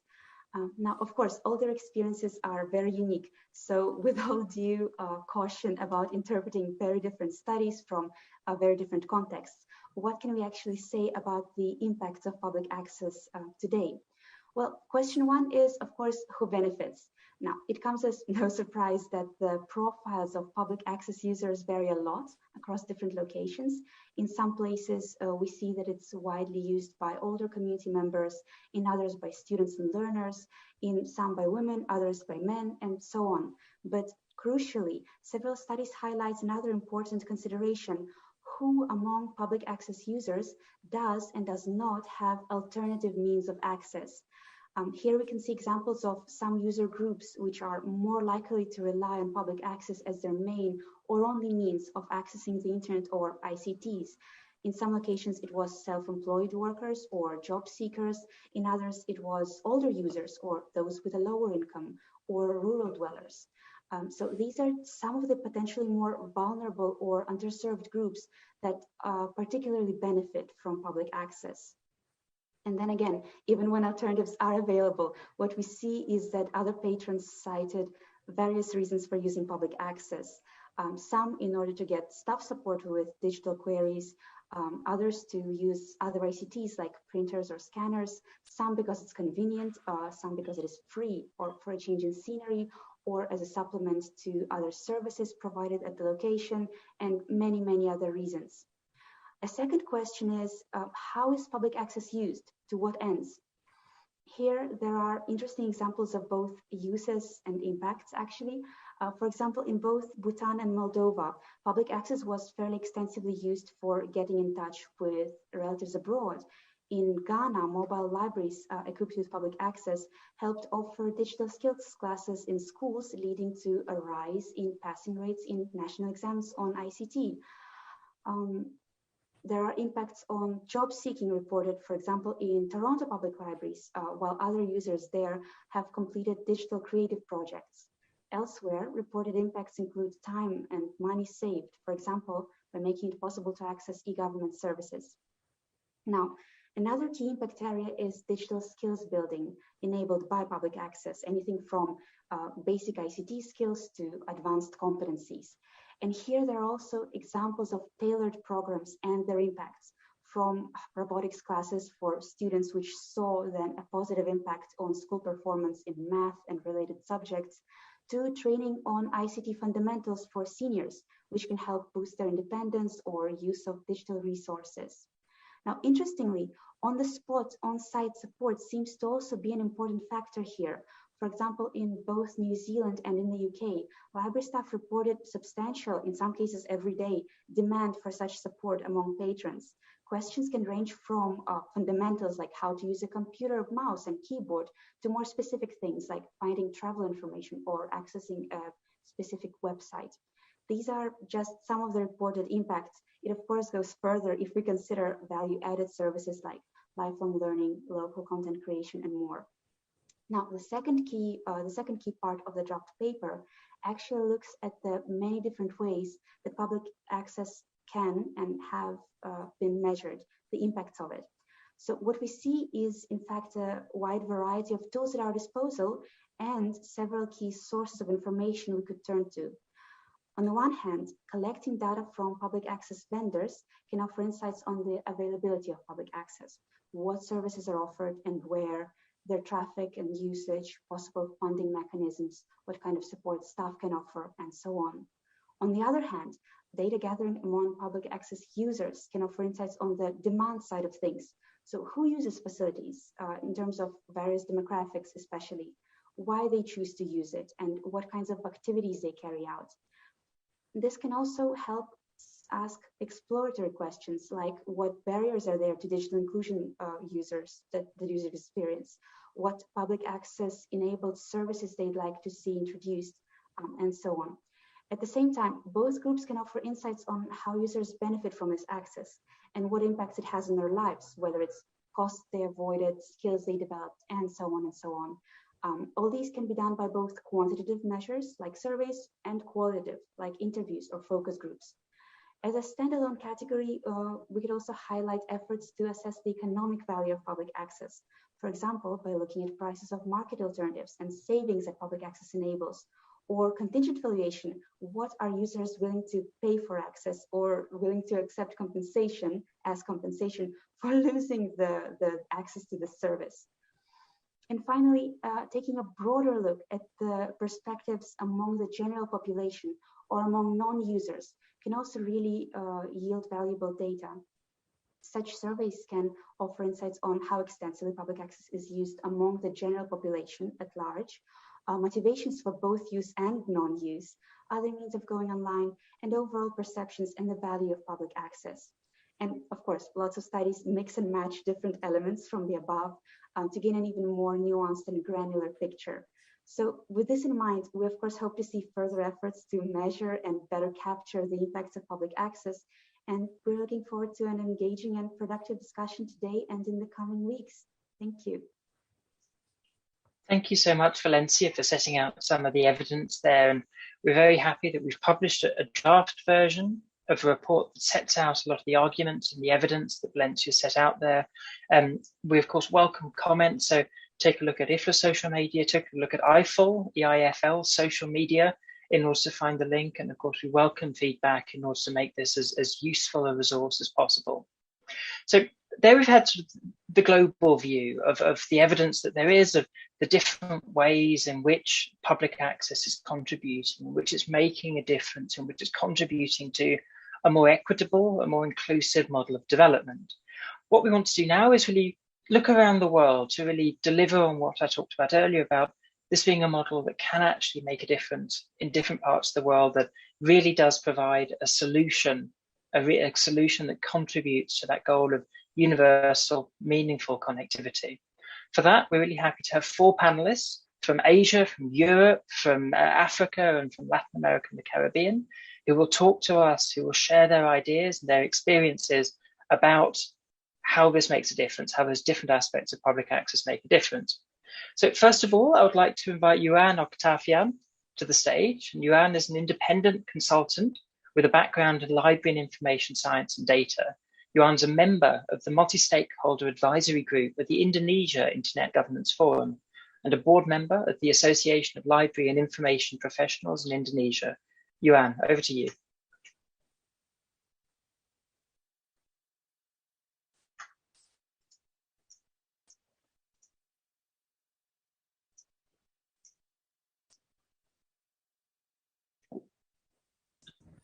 I was looking for the microphone. You found it. It's yes. Good.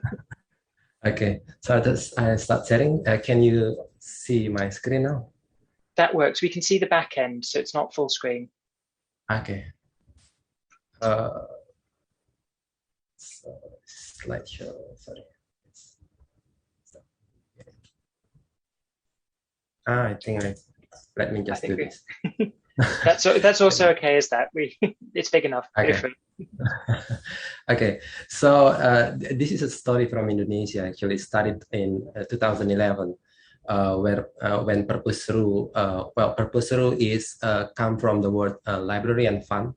Perpustakaan Seru, so in short is Perpuseru, is a program organized by the Coca-Cola Foundation alongside with the Bill and Melinda Gates Foundation support. So the aim of this program is developing the public libraries into a community learning center and by providing information technology-based services. This program is led by Erlyn Sulistianingsih. She's a wonderful and passionate lady, and the strategy is not really that complicated. Actually, it's quite simple. The strategies. It has 3 strategies. So first, the program improve the computer and the internet services. Second, it's conduct community development. The third, establish library support system. So to simple action, sometimes it's just redesigning the layout to make it more comfortable. Sometimes it's just increasing the internet bandwidth so it can be faster. Sometimes just providing wireless access point, just a Wi-Fi or additional computer so more people can use the resources. And then the other strategy is the most important one, actually, the community development. It can be very sewing, knitting, or a simple digital literacy and how to use Google Maps, access YouTube, understanding and using AdSense, how they decide which kind of training or which kind of community development need to be conducted is they do a need analysis. They also do an assessment. Is there any local resources that can help, can share their, so like a champion, a local champion, if they cannot find it, they will look further. So it's connecting the dot. That's what's happening in the community development, assessing the need and connecting the dot. Then establish the support system. It's easier because the library already conduct the training, said they already do all the tasks. So it's just about writing what they do, develop a proposal, develop a work plans, and then being assisted to get support from the local district, private sector, or others. So those are the three strategies actually. And then the statistic is in 2011, after about 8 years, there are 768 public libraries in the village, and 2/3 are being supported by the local district, the budget and resources, so they can sustain. And then the program ends. But the success need to be continued. So is also get a full support from the National Planning Agency, Bappenas, and become Indonesian national strategy as part of the poverty affiliation. National Library as the leading sector also expand the network and involve other ministry. It get a new name, Literasi untuk Kesejahteraan, Literasi for Well-being, because well, in Indonesia, the middle class is quite vulnerable actually. We consume a lot, but we produce very few. We import a lot. So that's why, okay. The other part is the National Library also add a new color to the program. It called the information literacy. It wasn't really introduced in a systematic way previously, but then the National Library add this. So in short, for those who's not familiar, the information literacy is using information as basis to make decision and solving problem. So basically, it's a set skill to become a lifelong learner. So and one of the skill is to evaluate. The evaluation skill can be used to determine information qualities. That can also be used to identify hoax or misinformation, something that we see like almost every day. And it's take it to another level. It's not just identifying, but also use the information to solve problems. And the Indonesian IL model is aiming to produce goods and services because we are trying to get to have more products and to have more services, not just spending or shopping. What else? Okay. This is one of the success story. There are plenty actually. This is one of the success story. Asnawati was invited to give a training, a sharing session to the community, how to make songkok. And then the library also helped to promote in social media and website. And previously, Asnawati only sell it through local stores, but then she see new opportunity. She see after being promoted, after being introduced to the community, it's get expanded. Requests are coming from all over the place, and then she have new customer from outside her district. So it's kind of simple actually for most of us, probably for most of you from the more developed countries, but this sort of thing can make a lot of difference actually. I think that's it from Indonesia's story. Thank you so much, Johan. Perfect. So thank you very much. I might ask you to take down your slide, but I think already there's some incredibly rich examples in there. I think your point about this combination of connectivity, but also the specific space and skills that the library can provide. So as a space for the community, that as a community institution, but also the fact that it's a place staffed with people who really can assess those local needs, and that focus on needs assessment as a key driver of how a program is put together is a really interesting one. And of course, it's such a great evidence of impact when the program is so successful and it makes such a difference that it's taken on as a public service, that it continues to be supported. So thank you so much for that. So I think now we're going to move on to, we're going to move back to Poland, in fact, physically and in terms of the stories that we're talking about here.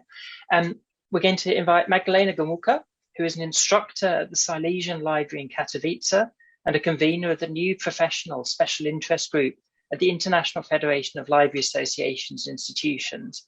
So Magda, over to you. Thank you, Stuart, for having. Hello? Oh, yeah, this one is right. Okay, thank you. So, thank you, Stefan, for having introduced me as a Pole and resident of Katowice. I would like to warm welcome you here in my city as well as online. I'm honored to take part in this session as a Polish representative and consider it as an appreciation of our work. I hope and believe that this event will be a place of open debate, and we will make it possible to share our experience. Today, I will be talking about Polish libraries and how they support digital inclusion. Let me first give you a brief overview of my presentation. I hope that you see my presentation. Oh, yes, thank you. And I'm going to present a history, some statistics and examples of activities in libraries. Then my colleague Agnieszka Koszowska will present a short video prepared in public libraries. It is known that contemporary library changes its image. It has been associated with lending books for decades. Today, it is transforming to a library media center which meets different needs of their users. Computers appeared in Polish libraries at the beginning of the 90s. They helped readers to find information about collections quickly and easily. The internet helped to find information not only quicker and easier, but also from around the world. IT equipment in Polish libraries has developed with a big support from ministries of digital affairs and culture, as well as foundations. From 2004 until now, librarians applied for funding grants, allowing them to provide computers, internet networks, as well as printers and cameras. In this slide, you can see names of projects which helps libraries to meet community needs and promote science. Access to information became more direct, which means librarians could be a kind of internet resource guides. Okay, now let me leave the history and move on to my next point. According to a 2020 study conducted by the Statistical Office and National Library in Warsaw, there are over 900 libraries in total, 7,782 public libraries and 1,413 scientific and professional libraries. Moreover, as you can see, over 5 million readers, almost 6 million readers were registered, including almost 5 million in public libraries. I would like to direct your attention to this table with numbers of computers with internet access available to readers. This service is offered in 78% scientific libraries, 87% public libraries, and 98% of pedagogical libraries.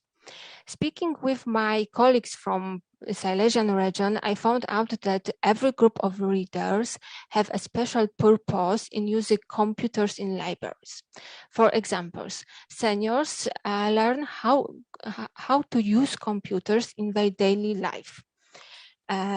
So they prepare bank transfers or fill in documents for City Hall. Teenagers spend in library time between school classes and extra activities.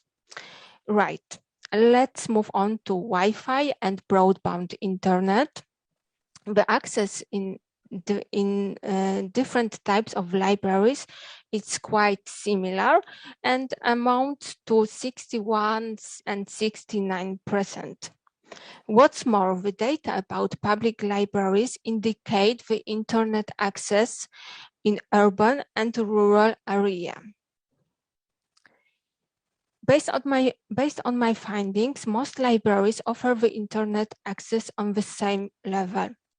In order to explain the issue in a better way, I would like you to show the latest ACT for public administration research. This study stated that there is no difference whether you live in a city or village. On the one hand, almost all houses with children have the internet, so this might be something obvious for teenagers. On the other hand, 27% of seniors do not have such access, which reminds me that this service in libraries could be still needed. I would like to stop for a moment and concentrate on academic libraries. They have a huge impact on developing open access and digitalization. Add to this, forming coalitions with NGOs and institutions support the creation of open educational resources and promoted best practices. Developing digital library allows not only to protect documents, but also to integrate institutions and people. A few examples here. Federation of Digital Libraries brings together over 150 registered digital libraries, and in the digital library, in the Silesian Library in Katowice, produced over 1,754,000 scans. And let me elaborate a little further on training librarians and library users. There are a few ways in which librarians can develop IT skills.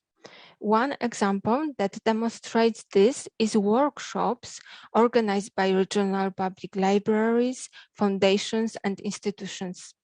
Librarians learn how to use tablets, apps, and robots, and then they share the experience with the users. Another example is a project that allows librarians to be IT advisors in the local community. Polish readers attend many campaigns promoting digital skills such as Hour of Code, Safer Internet Day, Open Access Week, as well as All Digital Week. To bring my presentation to close, I would like to recall words from many IGF sessions here. We are surrounded by technology, and we definitely live in a world of over-information. Library as a trusted places for a community give a possibility to learn, develop skills, and find the truth. With this in mind, I would like to give the floor to my colleague who will present the video showing the experience of library users. Agnieszka, please come in.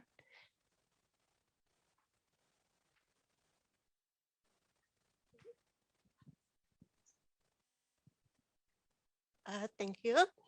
This is Agnieszka from Information Society Development Foundation. It's a great pleasure for me to present you a short movie which illustrates the data about public access to the internet and to technology in public libraries in Poland, and examples of digital education activities that libraries are doing. It is very important to stress that public libraries, especially in rural areas, are usually the only places that are available free of charge to everyone. They are open to all, to various age groups, to children, youth, adults, seniors, including vulnerable people who do not know entirely how to use the internet and public services and various online services on the net. So on this movie, I really hope that we will be able to show it. You can see the examples of the library's activities, and also people, the residents, who show what they have learned in the libraries and how beneficial it is for them.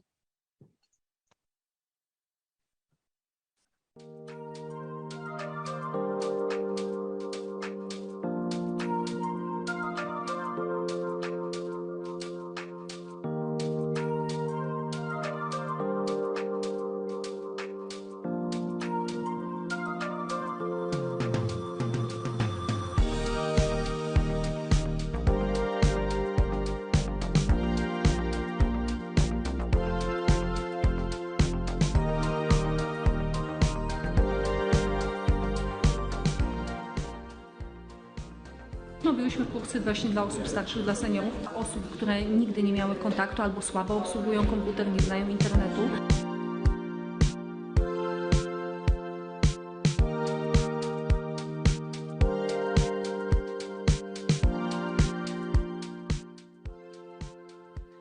W bibliotece korzystałam ze szkolenia z obsługi tableta, komputera, co przełożyło się na sprawniejsze poruszanie się w internecie w tym zakresie.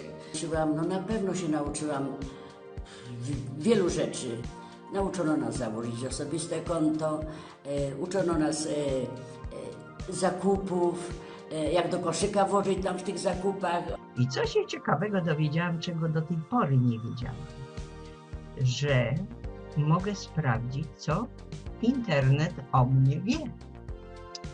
No i się okazało, że trochę za dużo. Był też kurs połączony z telefon, tablet, robienie zdjęć, wchodziliśmy na narzędzia, bibliotekę, robiliśmy filmy, robiliśmy różne kolaże.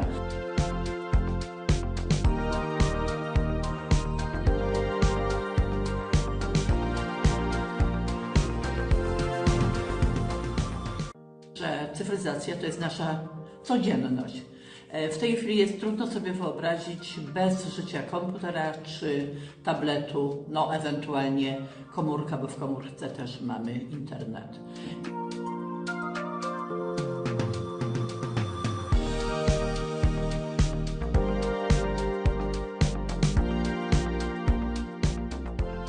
Nasz projekt więc miał na celu przede wszystkim pokazać, że internet jest dobrodziejstwem XXI wieku, ale też musimy się nauczyć mądrze z niego korzystać.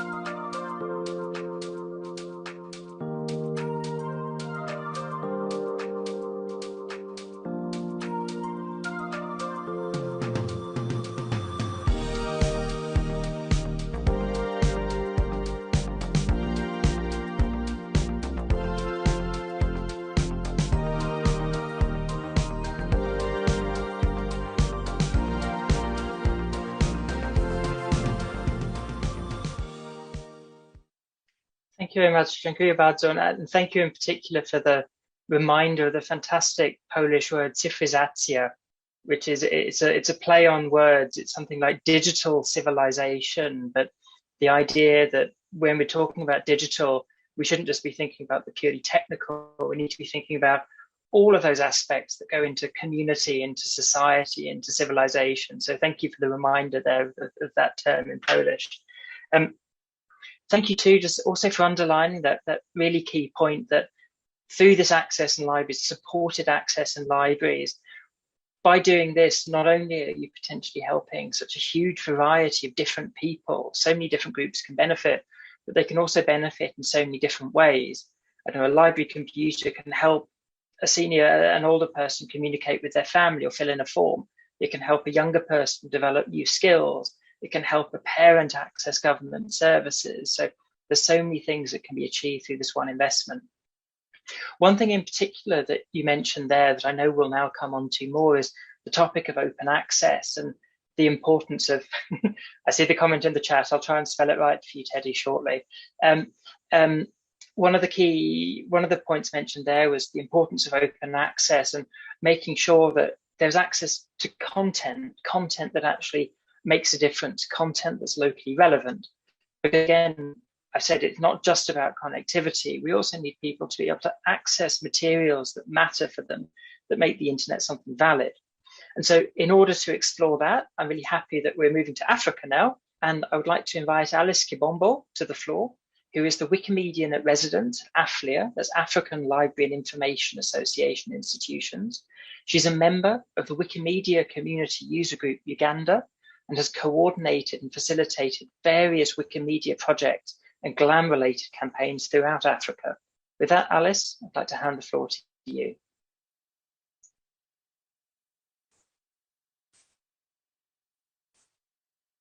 Okay, thank you very much.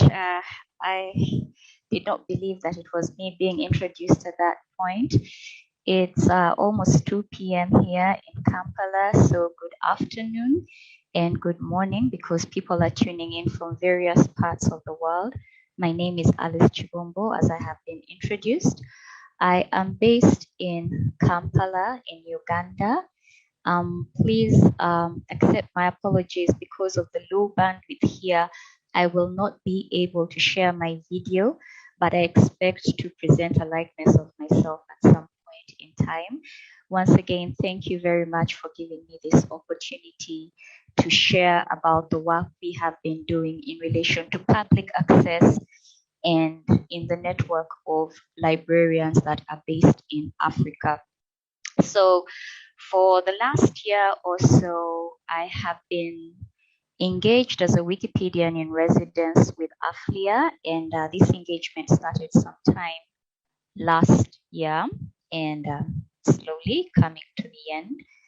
And first, I will let you know what the project was all about, the rationale for the project, the situation that existed before the project, how we executed it, what happened in there, and then what's happening now that the project has been is coming to its end. I've also shared a link in the chat area to the report of this, my Magnus Opus. I hope you'll be able to read it. I'll be making a lot of reference to it.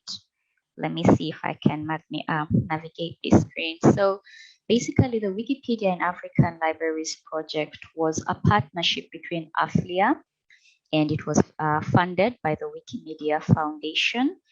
And it was the rationale behind that was that AFLIA, it's a not-for-profit organization, same as the Wikimedia Foundation. It's based in Ghana, but then it provides some form of oversight, and it is present in over 30 African countries. And it has as many as 208 member institutions. Those are just the member institutions in all areas of the information sector. But the numbers there are quite much more than the 208 member institutions. And it also caters for Anglophone, Francophone, and Lusophone speakers. But never before had there been an engagement to introduce the network that AFLIA had to the resource that Wikipedia was. I use Wikipedia very carefully and not Wikimedia, because Wikimedia is the mother of them all and it has so many projects. But as AFLIA, we chose to specifically cater to the encyclopedia project, which is Wikipedia. So that was the existing situation and the network that AFLIA had to offer. And before we could actually unleash this next big thing onto the African Information Society, on the collective of it, we did a pre-course survey, and we had a number of respondents. There were over 400 respondents before we started, and 80% spoke English. French were 9.1%, and the Portuguese were relatively fewer. And I'll tell you the relevance of these statistics because they were very crucial when it came to planning. And then we also realized that 63% of over 400 respondents were not aware that there were any Wikimedia affiliates in their countries. And 70% were reliant on mobile data. There were more females than male, and the demographic was between 31 and 50 years. So this brought we had to design materials for English speakers primarily, and then translate to French, and then also look at ways of connecting the open knowledge movement affiliates in local countries to these respondents. And because very many people were reliant on mobile data, we had to look for user-friendly options. The gender gap will come in later, and also the fact that they were between 31 to 50 years. These are people who have been practicing for quite a while, and they actually hold some kind of influence, not just on national policy, but on institutional policy and how such programs can be embedded in the work that they do. So what happened over the next months that came? We adapted the OCLC curriculum. We put it into 5 sections that could leverage participants' existing skills and also show them how they could practically apply them in their communities of practice. And we divided the course into 3. We had a pilot group and 2 cohorts with 150 participants each. And because very many people were reliant on mobile data, we used email, but then we used a lot of WhatsApp and Telegram. WhatsApp is actually more popular in Africa than Telegram is. And then because still people say that their information literacy was low, their digital literacy and technical literacy was low, we had to use country champions to act as community liaisons. These were people that were responsible for relaying the sort of information and could actually be relied on to teach in case people had not turned up for class. And then we also used experienced Wikimedians to facilitate learning, because it's one thing being a literate librarian, you're literate in the information world, but in the wiki world, your literacy is found wanting. And then we also delivered this in French and English. We did not deliver this in Portuguese because the audience just did not turn up for the party. So when all this was done, we found that from AFLIA's network of 30 countries, we actually got 469 participants from 34 African countries, as well as Asia, India, and Pakistan, to be very specific. And the course had been divided into 5 sections that are based on information literacy, the mission alignment between the resource that Wikipedia is, as well as the work that librarians do and the relationship in there. And then part of the course completion requirement was to create quality articles on the project that is Wikipedia, meaning that, you know, you look through the process of how does content get onto Wikipedia, adhere to the content principles, adhere to things like the principle of notability. Also know that Wikipedia is an aggregator, yeah, it's not the be all and end all. So over 843 quality articles were created, pages. And then also because there was a digital skills gap as well as a gap in terms of the content we had on African information institutions, the visual content. The participants kindly gave us 2,560 images, and this was actually in appreciation of the Creative Commons licenses, because everybody thought they could go onto the internet, download a stock picture and upload it. So the fact that we had this number of images being accepted is testimony to the fact that people were now aware of the Creative Commons licenses. And also because we know that Wikipedia is only as strong as its references, we had over 670,000 references added. But that is just in terms of the content generated. We also had to look at the quality of the impact on the participants and the skills that they had. So previously, very many of them said that, you know, we don't know if there are any communities, local Wikimedia communities in our countries that can help us. And that number actually shifted. So you see that the bottom half that I'm presenting now are the results that we got from the post-course survey. Again, we had 400 plus respondents, 403 respondents to be very clear about that. And so 42.7 of these 403 now say that, yeah, we know our local affiliates. We've contacted our local Wikimedia user groups and chapters, and we're now doing some work with them. And 85.1% had never hosted a wiki event before this. But that number has since dropped to 73.3%, and I'll be giving you a little bit of the details on that. And then before that, there was this perception index. Wikipedia has a bad rap for a number of reasons, you know.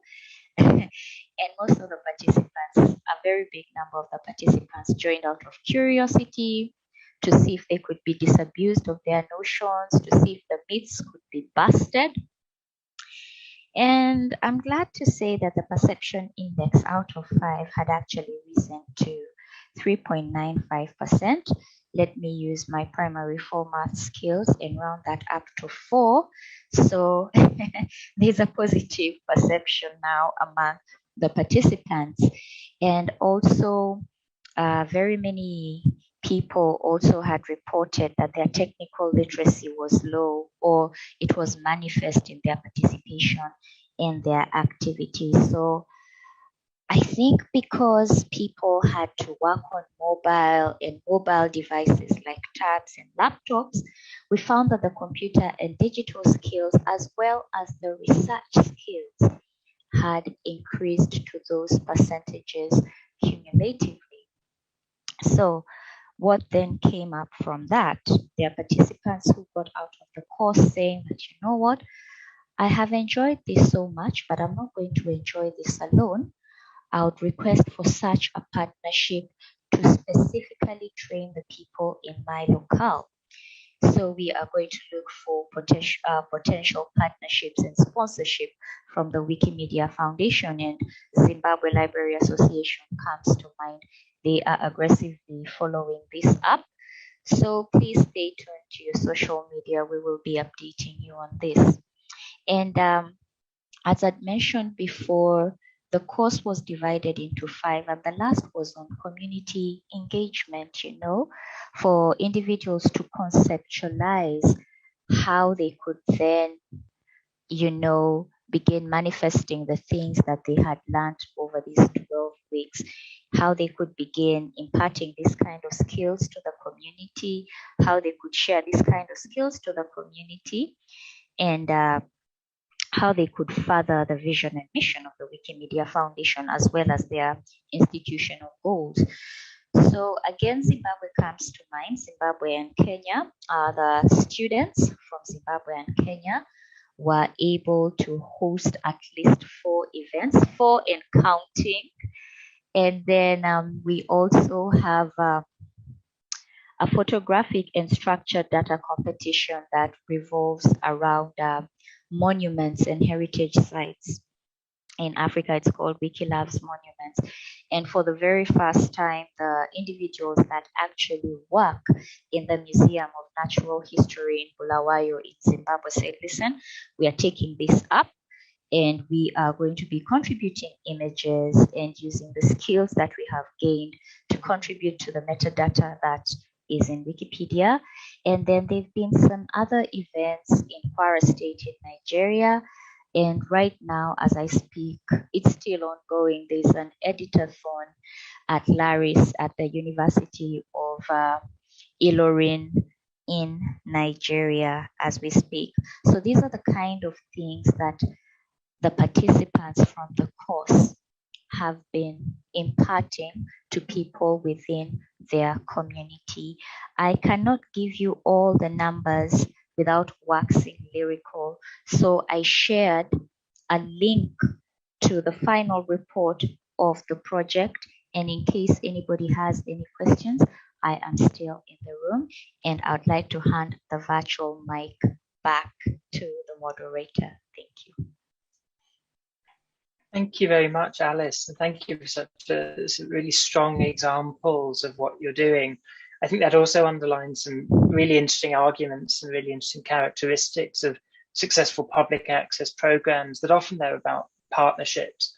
It's not about libraries trying to do everything themselves. It's rather about libraries bringing the skills, the characteristics, the qualities they have to the table and combining them. So in this case, the existing knowledge around information literacy, the outreach, the knowledge of communities, the knowledge of information, full stop, of librarians, combining that with the platform, with the support that Wikimedia Foundation can provide, the platform that Wikipedia is, in order to help correct that imbalance of content of the internet, to help people see themselves as creators of information and make sure that their communities find materials that are relevant for them.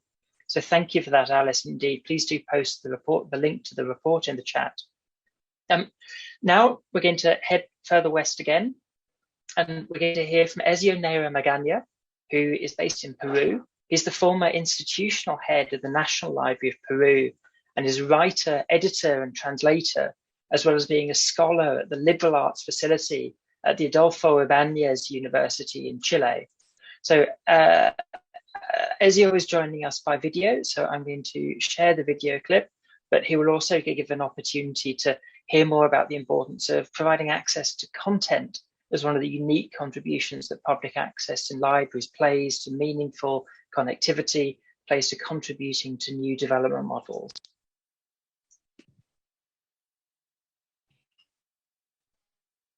Good morning, my name is Ezio Neira.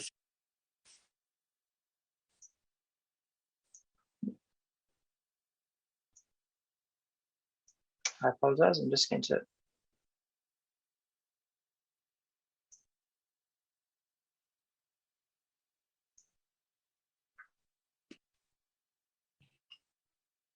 Good morning, my name is Ezio Neira. I'm the former institutional head of the National Library of Peru. And it is a great honor for me to be part of this roundtable and to be able to share some of the library services that we developed at the National Library, mainly during the pandemics, and of course, making use of information communications technology. I like to share my screen so I can share a PowerPoint presentation with you. This very short talk is called Public Access for Development in Peru, Remote and Vulnerable User Groups in Focus. And to begin, I like to give some context about the access to internet in Peru. As of the last quarter of 2020, it was estimated that 70% of the population accessed the internet through smartphones. At the same time, at the beginning of 2021, only 40% of Peruvian households reported to have access to internet. That's why we decided at the National Library to migrate towards what we called a strategy of multi-modality of library services, mainly because, as you could see, there is an important gap that we had to take into account in order to fulfill the institutional mandate. As a consequence, we developed a multi-modality strategy to bring the National Library closer to the public. This strategy made use of 3 different environments: the remote, the face-to-face, and the virtual. And of course, I will be focusing on the latter. We developed 2 kinds of actions using the ICM. In the first place, what is related to actions of access to information, culture, and knowledge, and secondly, actions for the promotion and diffusion of heritage. First of all, I'd like to speak about the Biblioteca Pública Digital that was launched in July 2020, and in almost a year and a half of operation has about 30,000 active users and more than 60,000 loans have been made. It is also a digital library that contributes extensively to the national education system, mainly due to the lack of a digital school library here in Peru. One more action is this website created to provide access to a great variety and relevant information resources regarding the 17 development goals of the 2030 agenda. We also offered courses in Peruvian native languages, as well as classes of both mathematics and Spanish grammar in order to help students that are applying for college. Also, within actions of access to information, culture, and knowledge, I like to speak about the academic programs that consists of keynote talks offered by academics and experts from different countries, from different parts of the world. The programs have been truly successful, with on some occasions as many as 3,500 people watching the talks live. It also allowed people from different parts of Peru and from different parts of the world to access high quality contents for free. Now, on the second kind of actions, I like to talk about the actions for the promotion of heritage. First of all, I like to talk about Memoria Perú, Recorridos por el Patrimonio de la Biblioteca Nacional, that offers a tour of the different collections that the National Library protects. These are grouped into 4 major routes: creators, imagined communities, views from art, and transitions and social transformations. It also incorporates, to begin with, 15 specific microsites that allow access to very important materials that are protected at the National Library. Finally, I'd like to speak about the transcriptome that consists of making all materials from the National Library available to the public. So after taking a free course in paleography offered by the National Library, they could transcribe the handwritten texts into contemporary Spanish. Until now, about 1,000 transcripts have been made. About 900 participants have taken part into this action. More than 10,000 people visited the website. Of course, more than 60,000 people have been part of the reproductions of the different events related to the transcriptome. Well, Thank you. Thank you very much for your attention. I hope this presentation was of your interest, and I like to send my best wishes for all of you. Thank you very much.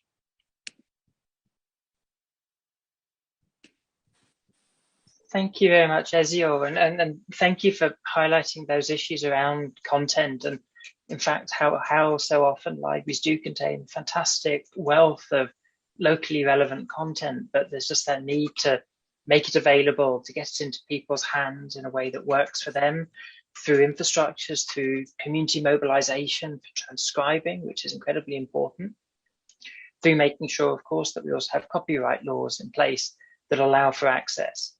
So with the examples that we've had so far, we've heard some really good cases of existing initiatives that are taking place. And while these are initiatives that very much are focused on responding to local need and having a local effect through the combination of internet access and the unique characteristics of libraries, we've also seen that these are initiatives that can scale up, that we can plan for effective public access that supports local development at the regional level, at the national level, as Alice said, at the continental level. There's so much potential in there that we can already see on the ground. But now what we want to, in the final section of this, before we go to the opportunity for questions and answers, is think rather about what are the next ideas, what are the new ideas that we can be thinking about, the new possibilities that there are, so that we can really go one step further, get even more people connected in a way that's meaningful, in a way that really supports inclusive, sustainable development going forward. So with that, I would like to first hand over the floor to Deborah Prado, who is from the Association for Progressive Communications, and she's in Community Networks. So she's Community Networks Project Communications Associate. Deborah has a background in communications and human rights, particularly women's rights and freedom of expression. Her work at APC focuses on developing and implementing strategic communications plans, spaces, and outputs related to community and local networks. So I look forward to hearing your ideas for the future and your open horizon work. Deborah, over to you. Hi, thank you, Stephen, and thank you all. I'm very glad to be here today to discuss the community-based development model. Could I say, you're a little bit quiet there, Deborah. Are you able to speak a little bit closer to the mic or a little bit louder? Can you hear me better now? That's better. Thank you. Sorry. Okay. No problem. I will be holding the mic, so it's better. No, I was just thank you for the introduction and the opportunity, and say that I'm very glad to be here today to discuss this topic and learning from such impressive experience. As I have been introduced, I'm Deborah. I'm based on Brazil, and I have been working with strategic communications with the Local Networks Initiative. This is an initiative led by APC in partnership with Rhizomatica to contribute to an enable ecosystem for the emergence and growth of community-based connectivity initiatives in Africa, Asia, and Latin America. And from our experience, we know that digital inequalities are persisting and even increasing in different dimensions. And with the current approach to connectivity, we have seen the importance of a complementary approach towards universal and meaningful access. And the context of the pandemic pointed out to the urgency of ensuring the right to information and made its relation to connectivity even more visible to the world. And working with strategic communications in an international network allowed me to know more about innovative experiences happening in different countries. And I would like to briefly share a bit on 3 of them with you today. The first one is from the Democratic Republic of Congo, where La Difference partnered with the chiefdom of the island of Fiji to build Pamojanet, a community-owned network that provides internet access to an average of 150 people per day. With a complex story of rights violations and natural disasters, internet access could become another missing piece in a complex puzzle of absence in the region, but the community approach have tackled that. In South Africa, Zenzeleni Community Network is building change with access since 2012. This community network has been growing its capacity to provide internet connectivity while generating a local source of income alongside community members in South Africa. This is a region also crossed by historical discrimination and profound inequalities, and Zenzeleni networks, community networks, build a model that seeks to address local needs and put community members at the center. Nowadays, it offers mobile charging stations and runs a quality high-speed internet service, and it has connected more than 13,000 people in 10 institutions and provided important support in the face of the COVID-19 pandemic.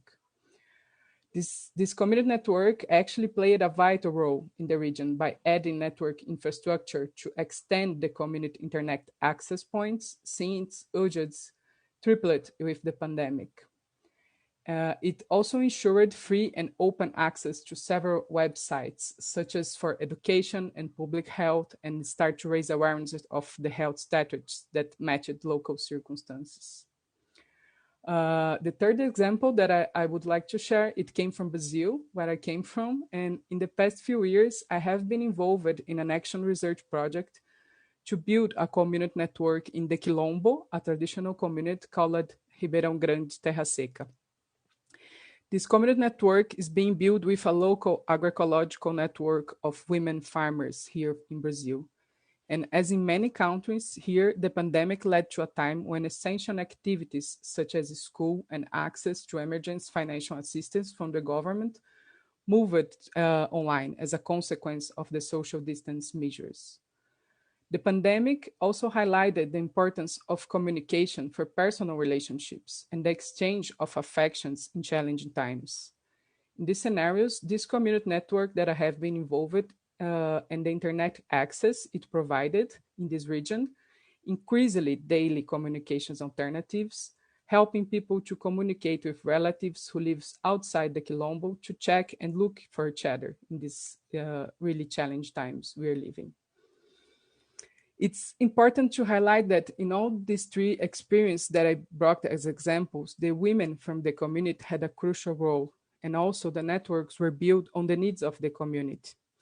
Experiences like those show us the importance of public access, of models and places where people can access information and public services, including in vital situations as the one living worldwide now with the pandemic. They allow local communities to develop their digital skills and technologies, to share their stories and develop local content, as others in some sessions that you could watch here in IGF yesterday. They can be an opportunity to support women and other often marginalized groups. But these stories are also about our own right to information, because without public connectivity, all of us on those kind of projects will not have the chance to listen and learn from multiple communities living in different contexts. We would not know about lived and concrete examples where access is linked to many other fundamental rights. And also, public connectivity is an enabler to look at what is around and to the local experience, and not being a reproducer of structural silences and inequalities. So to support development of digital skills and technologies local, to allow a bottom-up approach to build a more effective and inclusive approach on connectivity, we need public access. With it, we can all learn together. And I want to say that by listening to the great interventions here today, I could see many synergies between community networks, this kind of community centers and libraries experience around the world. This made me to reflect on how could community centers collaborate with libraries, or even what the centers could learn from the public libraries' experiences and strategies. And I know that we share the commitment to build a community-based development model and a more inclusive future. So I'm really eager to engage in the dialogue with you here today. Thank you very much for your attention, and also the opportunity to be here learning from you today. Thank you so much, Deborah. And I'm not even going to try to paraphrase what you said, because you said it so well. I think simply just to echo that point at the end, that there's so much in common between the logic, the spirit that drives community networks, and the logic and spirit that drives libraries. So I think certainly it's probably one of the questions to look at subsequently is how can we make sure that all the different movements working towards an inclusive model of digital development are able to work together, that libraries can be mobilized as partners within this and contribute effectively. So now, finally, I would like to hand over to Don Means, who has extremely kindly stayed up until stupid o'clock in the morning in order to join us from the West Coast of the US. Don Means is, as many of you may have heard from him before, he's been an extremely long-time friend of libraries, an extremely effective advocate for connectivity in libraries because of the unique potential that this provides. And as a practitioner, he's run so many different projects showing what can be done, making things happen. And today he's going to join us and he's going to talk us through a particularly interesting model now for making sure that libraries are connected and able to support inclusive local development through low Earth orbit satellites. So Don, over to you. Thank you, Stephen. Good morning from California. It was not a problem to schedule this. I was otherwise free. But it's great to be back at the DC PAL for, I'm lost count of how many years now, but it's important work. It's underappreciated as a general concept, public access, and yet it's essential to general participation. There's no way that everyone will be able to participate without a public access component of any strategy. And we've been championing that for a long time. Your partnership point is well made, Stephen, and you remind me that we are engaged in a partnership for public access, and that can be found at P4PA, P4PA.net. You'll see an approach there that discusses public access, community networks, libraries, and other community centers, and also offline internet, which we haven't really talked about, but is an alternative until connectivity arrives. And it's really connectivity that we're focused on as the Gigabit Libraries Network, an open collaboration of innovating libraries doing a range of interesting projects. There have been so many points made today during the session about the services, the environment, the skills development, and so on that libraries provide. And it reminds me of what the former head of the World Bank said recently, was that connectivity is essential, but it's insufficient. And that makes a really strong point, that just a raw connection, a number of people, of course, can use that, but we're talking about 3.5 billion people yet to be connected to the internet in a meaningful way, and these people are going to need support to make good use of this amazing technology that's emerged here in the last quarter of a century. So I'm going to chat briefly here, I know we're low on time, about a new connectivity technology that has arrived. It is arriving, should I say, in the form of low Earth orbit satellites, so-called LEO. Most satellite connectivity, as many of you would be aware, comes through geostationary satellites, which are a good distance out, some 40,000 kilometers or more away from the planet, that reduces that increases the lag time, so-called latency of a signal. And these are, they're like the last resource for people that need a connection. Low Earth orbit satellites are only at about 500 kilometers up. So they also have other advantages of speed. There are a number of efforts to put these satellite constellations in orbit. The first one up is from a SpaceX subsidiary, Starlink. And they're adding these at a phenomenal rate. They're launching like 50 satellites per launch, and they have roughly 2,000 up now of a planned 12,000 or so, or more if everything goes well. We just don't know. What we want to do with this is advocate for libraries to be among the first users. Now, what the process is that these enterprises have to get permission from each national regulator, communications regulator, for permission to operate. And so far, Starlink, as I said, being the only one that's really up yet, has obtained that in some 20 countries. Most of those are in the EU, but they're growing rapidly. What's impressive about this is the connectivity rates are advertised at around 100 megabits, but we're seeing speeds of 200 and even 300 megabits, which is what Starlink has promised this year. That's a phenomenal. I mean, that's ordinary high performance broadband, even with fiber connection. So traditional economics, infrastructure economics, says that the farther away you are from the core of the network, anything, electricity, telephone, gas, water, the more expensive it is to deliver services just because of the distance. And the population you get farther away from these core networks is more distributed and typically has lower incomes, all of which contributes to the fact that we have this digital divide. That's why 3.5 billion people are not connected. They're too expensive, according to the business plans of the traditional providers, to serve. With the satellite connections, the cost of delivery is essentially the same.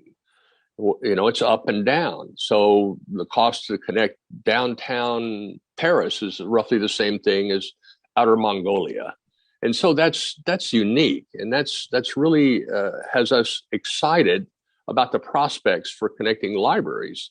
And then the other question, of course, is affordability. Currently, the cost of this is roughly $100 a month or 100 euros or so for a subscription, which is going to be well out of the range of affordability for large numbers of people. Hence the library in its classic model of pooling resources at the community level and then sharing them, even on a limited basis. So it's not broadband in every home, but it's, let's say, broadband in every community, which should be a primary goal, is that everyone should have proximate access to the internet. There's another aspect of the conversation which hasn't been touched on, of all the valuable things that libraries provide in terms of public access to their services. Resilience is another one. That is to say, an ability to respond to a range of crises. We thought mostly climate-driven extreme weather events, which are happening more often and more extreme. But we've also experienced now a crisis in a global health crisis. All these things refer back to the library as a responder, which it is. It's even more important. I mean, when these things happen, these events happen, you have to find out what's going on. You need to go somewhere if the connectivity is out. Even if you have an internet connection, it may be down because the electricity is off. So a library which has a source that's not susceptible to the local electrical outage, namely with a backup source and a satellite connection, could be an incredibly valuable source in a time of crisis. And that's a big deal. So let me post that real quick. We have started this project with a grant, a grant from the U.S. Libraries Agency, the IMLS, to test this out. And so the first libraries connected with this LEO technology are in the Mountain West of the U.S., New Mexico, Montana, and Utah. And they're getting these kinds of speeds in places which they had, it was a big deal if they had a 25 megabit connection. And now they're suddenly with 250 megabit connection. So this is a dramatic opportunity to shift the equation. And we think that it's not going to happen without this kind of technology, that the traditional infrastructure creeping along the landscape, adding more towers or running more wires, is just not going to get far enough, fast enough for people who need this kind of information and services to be able to get it. So we hope that everyone will search this technology out. We hope that you will make inquiries in your country with your national regulator.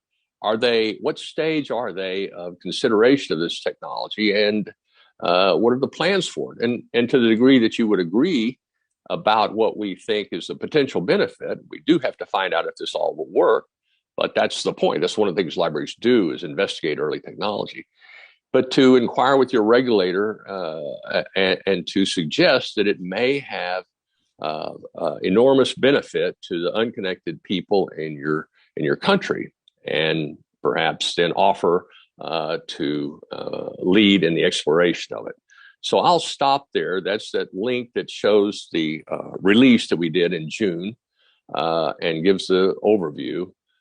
And you can all search Starlink and LEO satellite technologies and satisfy yourselves as to the various technologies and business models and so forth that are involved in it. It's really complex, but it seems to be done. It seems to be happening, and our early results are very positive. So we'll hope this may really goose up the distribution and the availability of this resource we've discovered has become critical to participation in the modern digital society.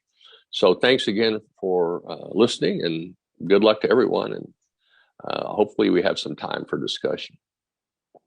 Thank you very much, John. Indeed, we do have some time. We have got about 10 minutes for discussion.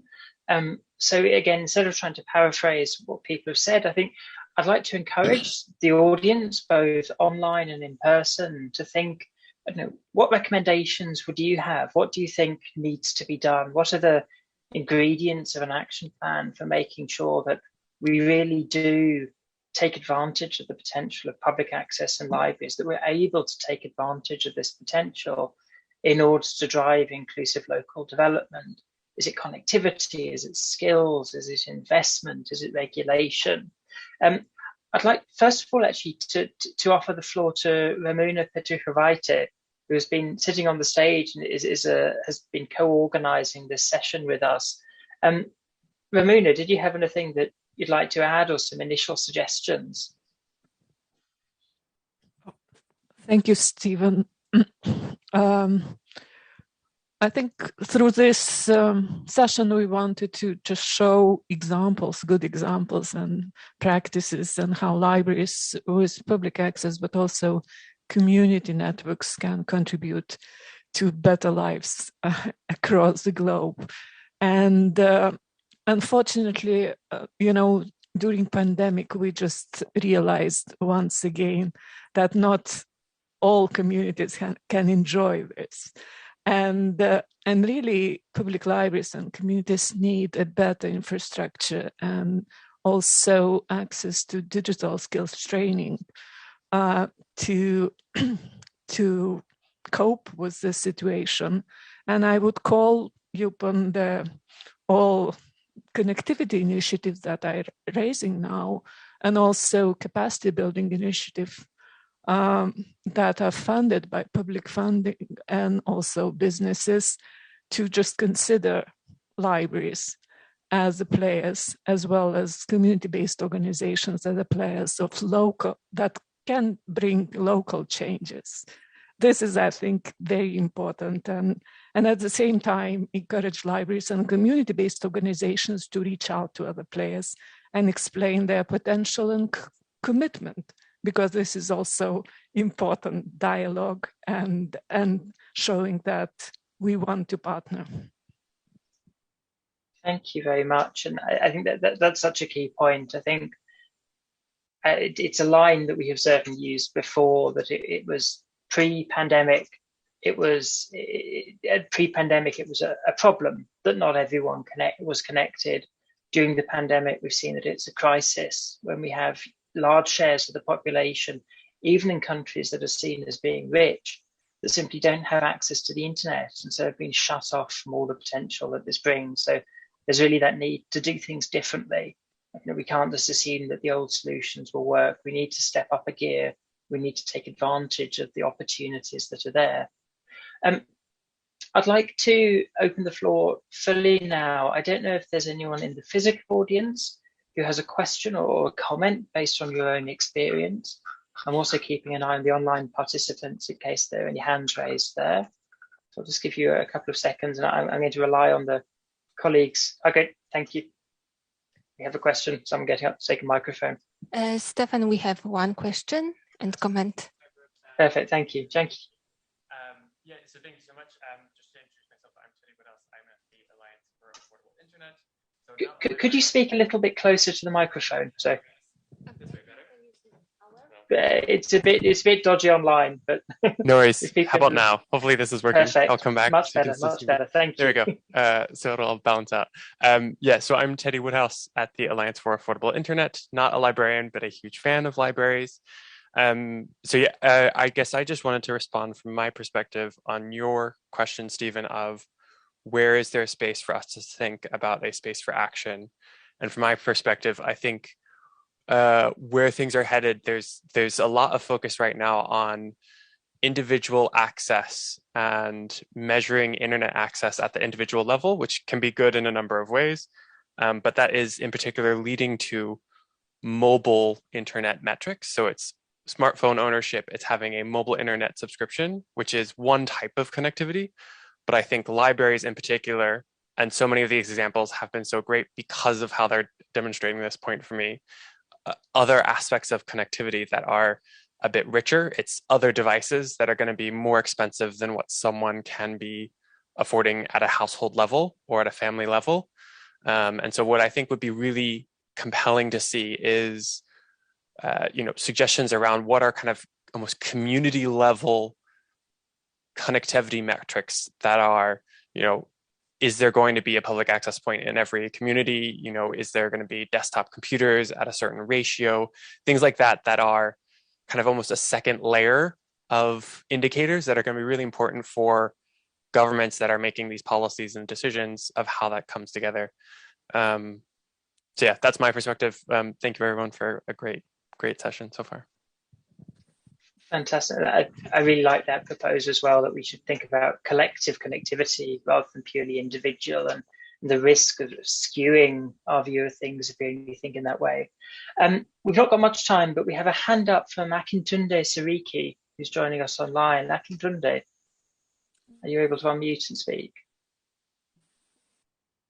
Hello, good afternoon, good morning, good evening across the world.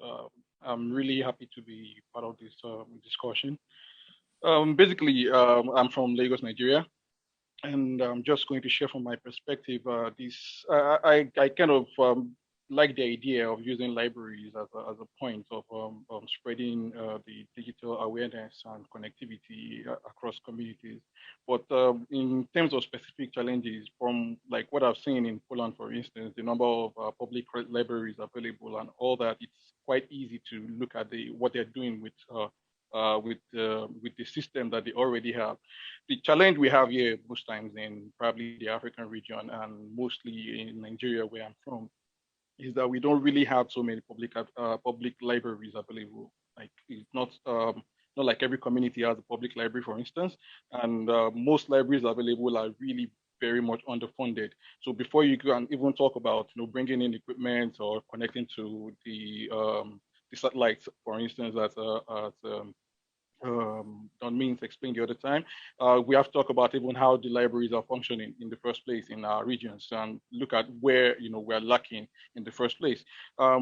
What I feel is an access for us is that places where I know we can easily have access to libraries are in schools, at high schools and different primary schools and all that. And I'm looking at if there is a kind of consideration to tap into that segment rather than just looking at community public libraries. Maybe we could talk about going into schools and getting them to like probably open up sometimes for people around them to just around the area to come in and use their libraries sometimes, and also build something around the students to ensure that the access to internet using those libraries are also part of the plan in the entire project. That's just my contribution. Thank you. Thank you very much. And it's an extremely powerful point about we already see there are some fantastic examples of family literacy that are driven by the engagement of school libraries. And there are places where school libraries effectively then do open up to the community as a whole using that possibility. So we've come to time, and I think it's good practice, obviously, to end on time, so we don't hold people back from moving on to the next event.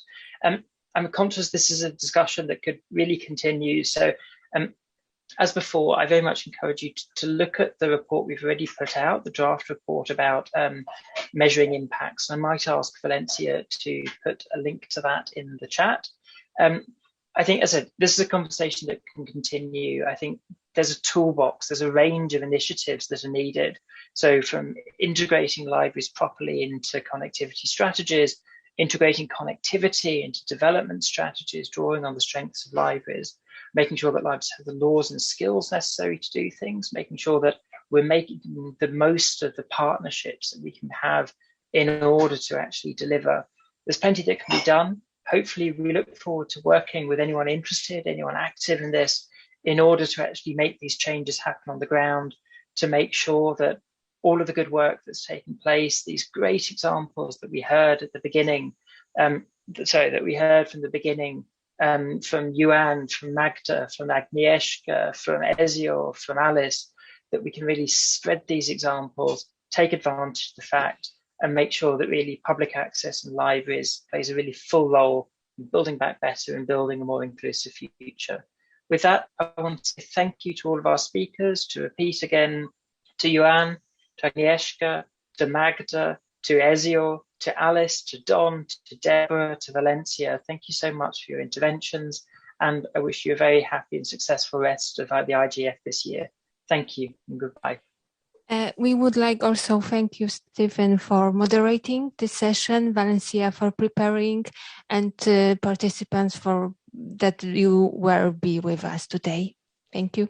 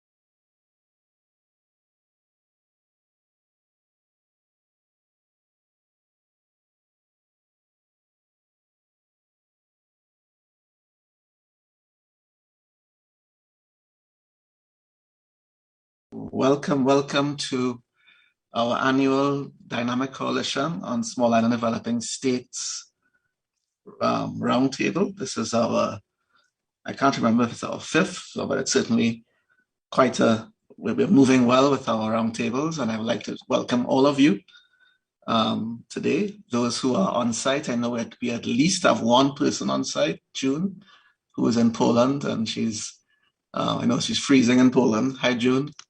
I'm not sure who else is on site, but welcome whoever's in that room. And we have quite a few people online. Welcome all those who are online. And this is, as you know, the hybrid approach. So everyone is being treated equally, whether you're on site or you're online. And given that majority of us are online, we may have a bias to those who are online. So let's see how that goes. So welcome. I'm Tracy Hackshaw. I'm one of the co-chairs or coordinators of the DC SIDS. I'm joined by my colleague, Maureen Hilliard, who is my fellow co-coordinator, co-chair. Hi, Maureen. Hi. All right. Hi, everyone. That's all right. Yes, what I'm going to do is quickly get to it. So I'm going to share my screen just to show you the planned agenda. If I could find it, I think this is it. Yes. Just let me know if you're seeing this. I've lost the screen. Are you seeing my shared screen now? I can't see it. Yes, we can see it. All right, good. So as you can see, I'm just doing the welcome now. I'm going to quickly toss to Maureen, who will do the welcome introduction. Then we're going to have, because our Pacific colleagues are it's really early for them, we're going to ensure that we get the Pacific agenda dealt with as quickly as possible in case our colleagues fall asleep. And so get them dealt with. And then we hopefully will have our Caribbean interventions. And of course, as usual, we will have our discussion on the various issues. So this is a fairly informal and unstructured approach. As you know, we normally take it like this. And based on what happens in the discussions and the reports, we're going to be dealing with the issues as they come up. So without further ado, I'm going to toss back to Maureen. I'm going to stop sharing my screen and hand over to Maureen. Maureen, go ahead, take it away. Thank you so much. Kia ora, everyone. So good morning, good afternoon, and good evening, wherever you may be. It's sort of like interesting to sort of hear where, there's lots of online participants, which is just fabulous. Thank you for being with us today.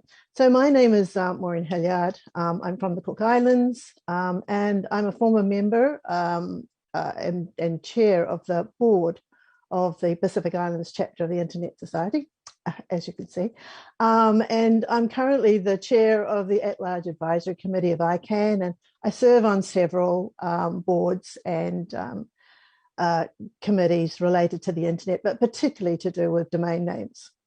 My role is pretty minimal, but it's at this time to introduce you to the speakers that we have from the Pacific, who will speak on activities that we've been engaged in within the Pacific region during 2021, despite the pandemic, and very much related to, our theme, which is, to do with the pandemic and ensuring that the small island developing states aren't left behind. So without the benefit of any face-to-face meetings, we've been very fortunate in the Pacific Islands, PCISOC, and that we've worked very hard to maintain dialogues with each other by way of an active mailing list, which all PCISOC members are enlisted to on becoming registered members of our ISOC community. And one of the things that we've sort of like often spoken about with respect to the dynamic coalitions is, like how do we maintain contact with each other? And I think that this mailing list has enabled our members to network, but also to participate in conversations and discussions on whatever topics of interest are raised and discussed by members from across the region. And this happens continually during the year. So while we've not been able to meet in person, the internet has provided us with a means of continuing contact and dialogue between our members.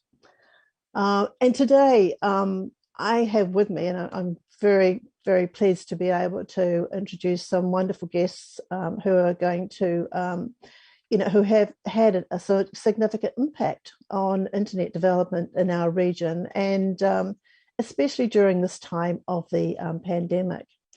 And my first speaker is going to be Cherie Langakali, who is from the Fiji Islands, and it's 1 o'clock in the morning for her.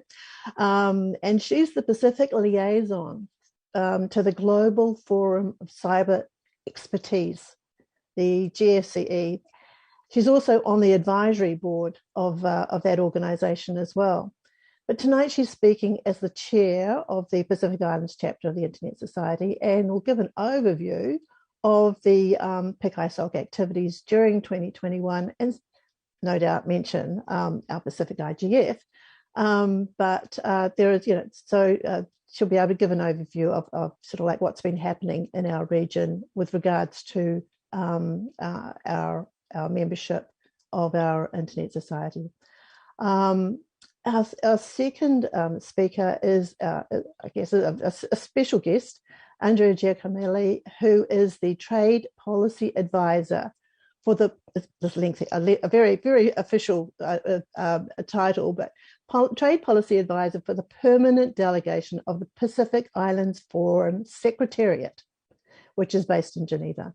The Pacific Islands Forum is a group, is the regular gathering of the leaders of all the member countries from around the Pacific who make decisions relating to their 2050 strategic plan for the Blue Pacific continent. And Andrea has been part of a very exciting Pacific e-commerce initiative, which came about after more than 6 months of public consultations, which included the full range of stakeholders required to discuss how we might implement a more effective exchange of goods and services across the Pacific, something that is only done with a great deal of hassle, involving currency exchanges, online purchasing, delivery of goods across the region. The Secretariat in Geneva and Fiji work on behalf of the Pacific Islands Forum leaders. And they, we're very honoured to be able to have Andrea with us during this session because to get an update on this important initiative and sort of like what development. So thank you very much, Andrea, for being with us. I know that I was sort of like hoping we might have another speaker from the Pacific Islands Forum. I'm not quite sure if, because it is so early in Fiji, but I know that she is. I just noticed in the list, she's here. And this is Elise Tuka, who is from Fiji as well. Another long-term PIC-ISOC member, and who in 2005 established the Women in ICT Research section. And Cherie has very successfully re-established this group, and it's very active today. Elise is she was, first of all, the CEO of the Pacific Islands private sector organisation for several years, before she moved to the Pacific Islands Forum Secretariat, where she's the program officer and team leader of the private sector development section. She will be able to update us on some of the other IT developments that the forum is engaged in with regards to their strategic plan. And we have another speaker, and at the final of our formal speakers anyway, from the Pacific, and this is our current Pacific IGF MAG member, Dulcie Baniala, who is from Vanuatu. Again, has been very active in the PIC-ISOC area, and we're very pleased to be able to have her with us. But Dulcie was the former telecom, radio communications and broadcasting regulator on Vanuatu. And I believe she's the only Pacific woman to have had this role in our region, and she's absolutely amazing. She now shares her knowledge and expertise in relation to telecommunication and regulatory issues right around the Pacific as a consultant. She's been found to be very valuable in what she knows and what she can offer a lot of our Pacific nations. So we're very pleased to have Dulcie with us this evening and to update us on ICT issues related to her work. So I'd like to thank, before they even start, thank our Pacific participants today for taking time up at an ungodly hour of the morning for them. But thank you so much. But all these speakers are will be, the work that they've done is very much aligned with the topic of our session today, which is to ensure, as I said, that small island developing states do not fall behind during this pandemic. So I'll start off then I'll pass the floor over to Shri, whom I also neglected to mention, has just been appointed to the IGF MAG for this upcoming term. So she'll be joining Dulcie and others within the Pacific who've actually been in this role. And it's very important that we have the Pacific voice in the MAG. And June, I know, has been very active for the Caribbean. And I think that's, we're very fortunate in having these wonderful people representing us in the IGF. So over to you, Shri, for your update. Thank you, Maureen. Thank you, Tracy, for having me. This is my second roundtable discussion. I remember presenting like this about exactly a year ago. And it is 1 a.m. here in Fiji, so please forgive me if I do fumble in my update. ISOC actually started this year on a high note after a series of what we called e-Talanoa discussions last year. These were online virtual Zoom sessions with topics that were selected by the community, topics of following issues and of relevance to the community, where we invited speakers and we just had these sort of roundtable informal discussions. And then because we had received chapter funding from ISOC, we were able to send out funding and support some of the activities that were happening on the ground in some of the Pacific Island countries. So we sent funding to the Vanuatu ICT Day that was held in May. We also helped send funding for the Girls in ICT Day that was held in the Solomon Islands by the Women in IT Solomon Islands. And then Tonga Women in ICT relaunched later this year, and we were able to send funding for that. And then we had, like Maureen mentioned, we had Pacific IGF. And Pacific IGF had about 637 registrants from about 36 different countries. We had 9 in-country hubs, what we call them. 7 of these hubs had it was a 4-day event, so 7 of these hubs had as much as 100 participants at a time. And we had the Pacific IGF session had about 124 speakers with 2,041 minutes of content. And some of the takeaways from the Pacific IGF was the need to have more of these discussions, to bring the community together for conferences, for discussions, for engagement. And in fact, there has been a lot of that. Fiji has been on lockdown for about 6 months. And we've only just opened to travel on the 1st of December.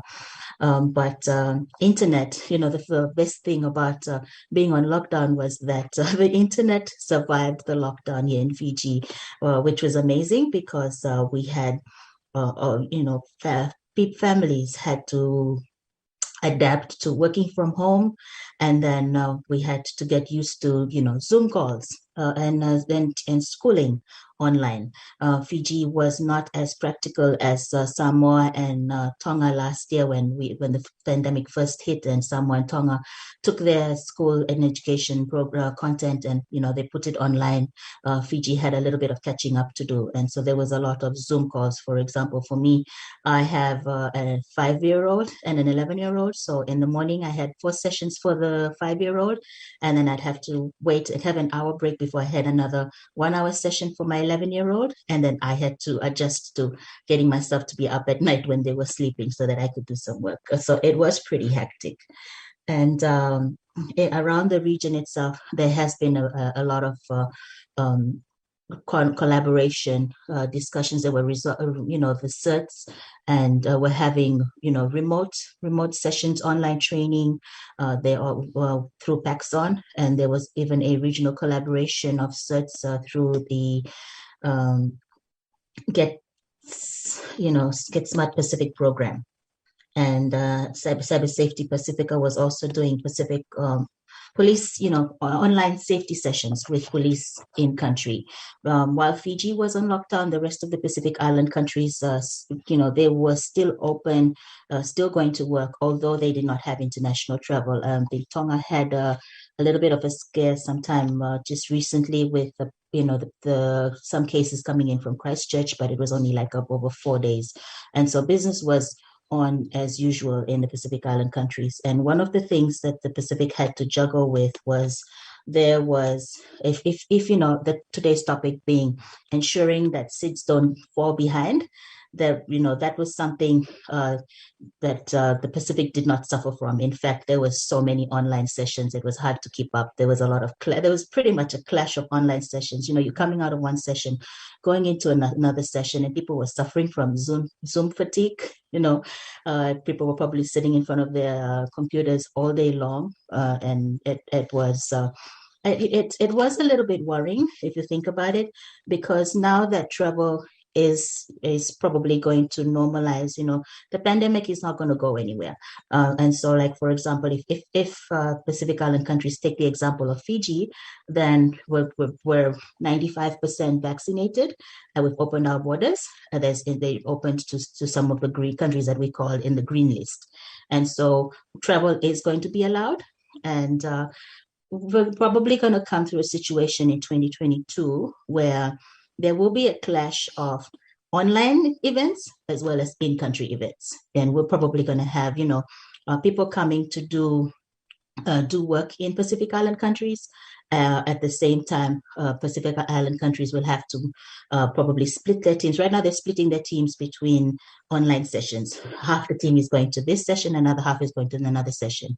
And we're looking at in 2022, there might be a situation where a team has arrived from one of these countries that implement things in the region, and the teams on the ground in the Pacific Island countries would have to figure out, are they going to accommodate the people who have shown up, or they're going to have to attend the sessions that they have registered for online, which is something to start thinking about for next year. With PKISOC, with our board members, we've had to juggle with, like I mentioned, working from home, being at home, juggling family. We were also, we got lucky. We got to be a part of the e-commerce roadmap that discussions that Maureen had also mentioned, that was being organized by the Pacific Island Forum. Through my role as the Pacific liaison for the Global Forum Cyber Expertise, in the past 2 years, I was able to help facilitate for bringing the Pacific together for a Pacific session. As the Pacific liaison, I have been analyzing and scoping for a potential GFC presence in the Pacific. And there is a GFC Pacific Hub for Cyber Capacity Building coming in 2022. And last week, we had a Pacific session, we called it Cyber Capacity Building Hour. What is your recipe for effective cyber capacity building in the region? Where there were experts from the region, from the Pacific. Now Asia is also part of it. Just talking about what are some things that they've done that they found successful to implement programs on the ground. Also, for next year, 2022, in fact, this week, we've just been confirming PICISOC has received grant funding from the UNDP for a first of its kind Pacific Civic Hackathon to be held in February 23rd, 2022. And just today, we've just received verbal confirmation from the University of the South Pacific. We partnered with the University of the South Pacific for Pacific IGF in September, and we've just received confirmation that they're keen to collaborate with us to provide the venues as well as support for having a hackathon, since they've done one locally before, and so we're looking forward to that.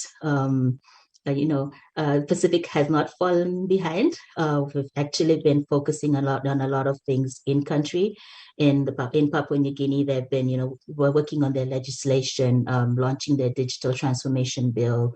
Samoa recently launched their CERT. So there's a lot of focus in country. And we're pretty excited about what's about to happen in 2022. Looking forward to it. Also just, at the back of your head, worrying about how is everybody going to juggle trying to do things in country as well as adjust to online learning and collaborating. Well, I think that's it from me. Thank you, Maureen.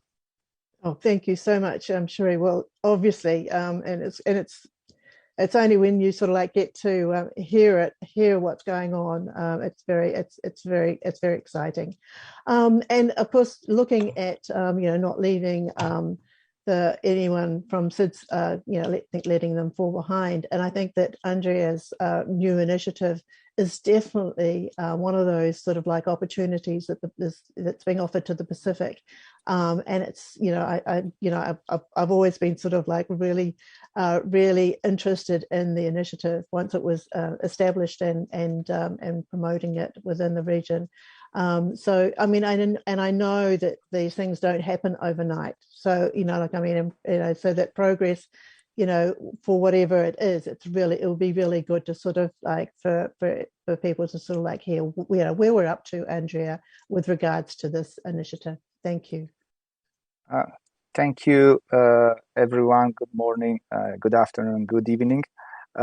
Thank you, Maureen, for your nice introduction. And like Sherry was saying, just to remind us that COVID pandemic is not going to leave us. As you can see, I'm wearing a mask because since last Friday, the Swiss government has imposed mandatory use of mask back again in office. So yes, we can all concur that this is going to stay for a while.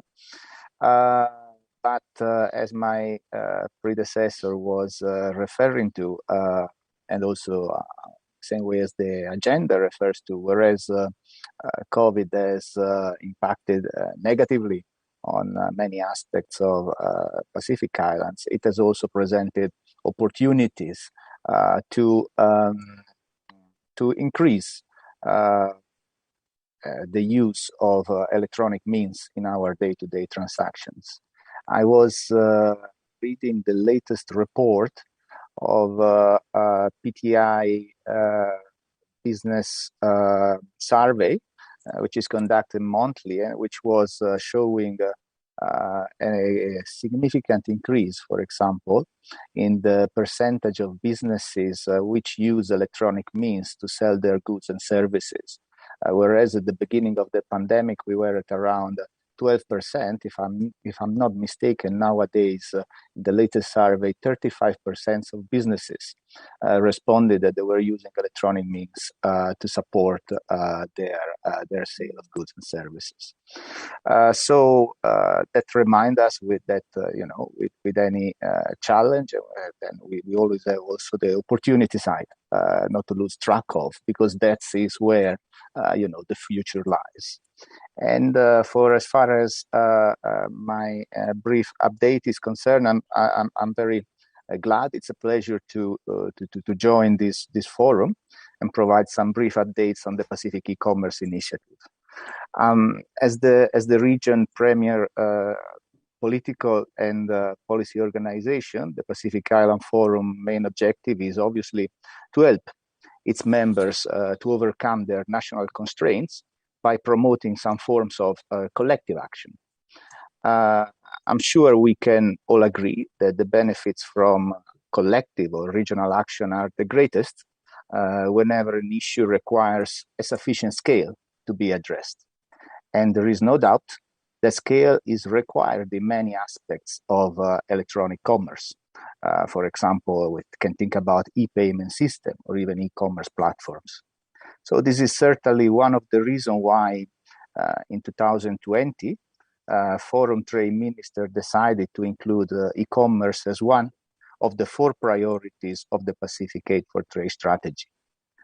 The other reason, I believe, is also linked to the development potential of e-commerce, especially for a region like the Pacific, but also the Caribbean, with their small population, which is dispersed over hundreds of islands, which are scattered across a vast ocean space.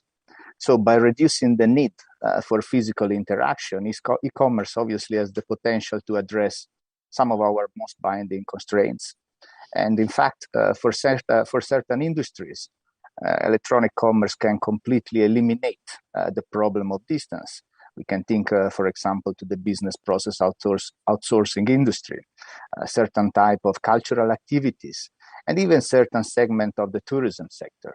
I've heard, for example, even in the tourism industry, not necessarily in the Pacific, but during the pandemic, interesting forms of virtual tourism started with personalized way of doing tourism online. So the Pacific E-commerce Initiative, which was established by the forum members back in 2018, is the forum attempt to increase the region readiness to trade electronically by promoting targeted collective actions. As of December 2021, under the umbrella of this initiative, national e-commerce assessment have been undertaken in 11 forum island countries. These diagnostic assessments, which are freely available on our website and are based on a methodology developed by the UNCTAD, have informed the subsequent development of a Pacific regional e-commerce strategy and roadmap, a strategy that PICSOC representative and Maureen in particular have strongly contributed to develop. Now, the Pacific Regional E-commerce Strategy and Roadmap is the document embedding priority collective actions to improve e-commerce readiness, and as such, represent a true agenda for regional change. This agenda was endorsed by our members in August this year, after having benefited from input by 174 stakeholders and validated at a workshop attended by around 250 participants. Now, leveraging the UNCTAD methodology, the Pacific Regional E-commerce Strategy and Roadmap prioritizes regional measures in 7 policy areas, which includes national e-commerce readiness and strategy formulation, ICT infrastructure and services, trade logistics and trade facilitation, legal and institutional framework, electronic payments, e-commerce skill development, and access to finance for e-commerce. In total, the strategy identifies 54 priority measures, including one specific measure which is very much related to the work of PIC SOC, which is the establishment of a Pacific domain, something that we will have to look at in the following months. So in total, I was saying the strategy identifies these 54 priority measures, which are costed at around $55 million, excluding the cost of infrastructure-related measures. Now, after approval of this initiative, after this journey, which has started with the diagnostic and which is now culminated in a regional strategy, the Pacific E-commerce Initiative is now entering its second phase, which is obviously focused on implementation of the regional strategy and roadmap. An implementation framework of the Pacific Regional E-commerce Strategy and Roadmap is being established in this very moment to ensure that the strategy is duly monitored, the resources for its implementation are mobilized, and that partners are coordinated and the regional ownership is maintained. As part of this implementation framework, the PIFS is in the process of establishing an e-commerce unit with resources from like-minded development partners. I do expect that the unit will be up and running by the second quarter of next year. The Pacific Island Forum Secretariat is also implementing in this very moment some projects which are aligned with the measures recommended by the regional strategy and roadmap. This includes the development of a Pacific e-commerce portal. Second, the development support to our members to develop national strategies, which are based on a methodology which is aligned with the strategy that we have used for the regional one. And thirdly, we are currently preparing a regional training program on e-commerce for Pacific negotiators. These activities of the Pacific Island Forum are in addition to all the other activities that the many partners of the Pacific e-commerce strategy and roadmap are currently implementing to support e-commerce readiness. Now, by the end of 2022, we should have developed the first annual report on implementation of the Pacific Regional E-commerce Strategy and Roadmap. And obviously, we will be happy to share further updates at this important forum if you would like us to do so. With this, I thank you. Thank you so much, Andrea. And of interest to the ICANN people, it was, Andrea mentioned that it was suggested that .Pacific, which isn't currently allocated yet, but that .Pacific may be an appropriate domain name to be used with, for this initiative, or for the forum, Pacific Islands Forums, to actually have to consolidate a lot of their initiatives under a Pacific domain. Something to look forward to. But moving on then, we don't want to use up too much more time, but we've got, first of all, Dulcie Baniala, who is our MAG member. And just looking through the chat, there's been some interesting news just in the chat, Dulcie, but I'll leave it up to you. Thank you. Okay. Thank you, Maureen, and thank you for the invitation. Can you hear me? We can. Okay, very good. So first of all, yes, I have been a member of MAC, but my term has ended in 2020. However, I am still involved in many of these internet forums, including Asia Pacific Internet Forum and the Pacific Internet Governance Forum. And I also want to contribute and update everyone on what and where the regulatory in the Pacific are heading in terms of internet governance. So I think in my observation and my experience in the last 3 to 5 years, it was kind of very minimal involvement in internet governance, like, in the contributions and being part of the discussions. And also, at least in the discussions at the policy level, there is minimal mention of internet governance activities. But since the pandemic, has picked up in the last past months, especially in 2020, then you will now realize that, the regulators are also talking about internet governance. How do we have to address going forward, especially looking at the regulatory aspect of it? But at the same time, in the Pacific region, for example, I think it's still too early to start off where is the right regime, to come in and do the regulatory. And I want to give you an example.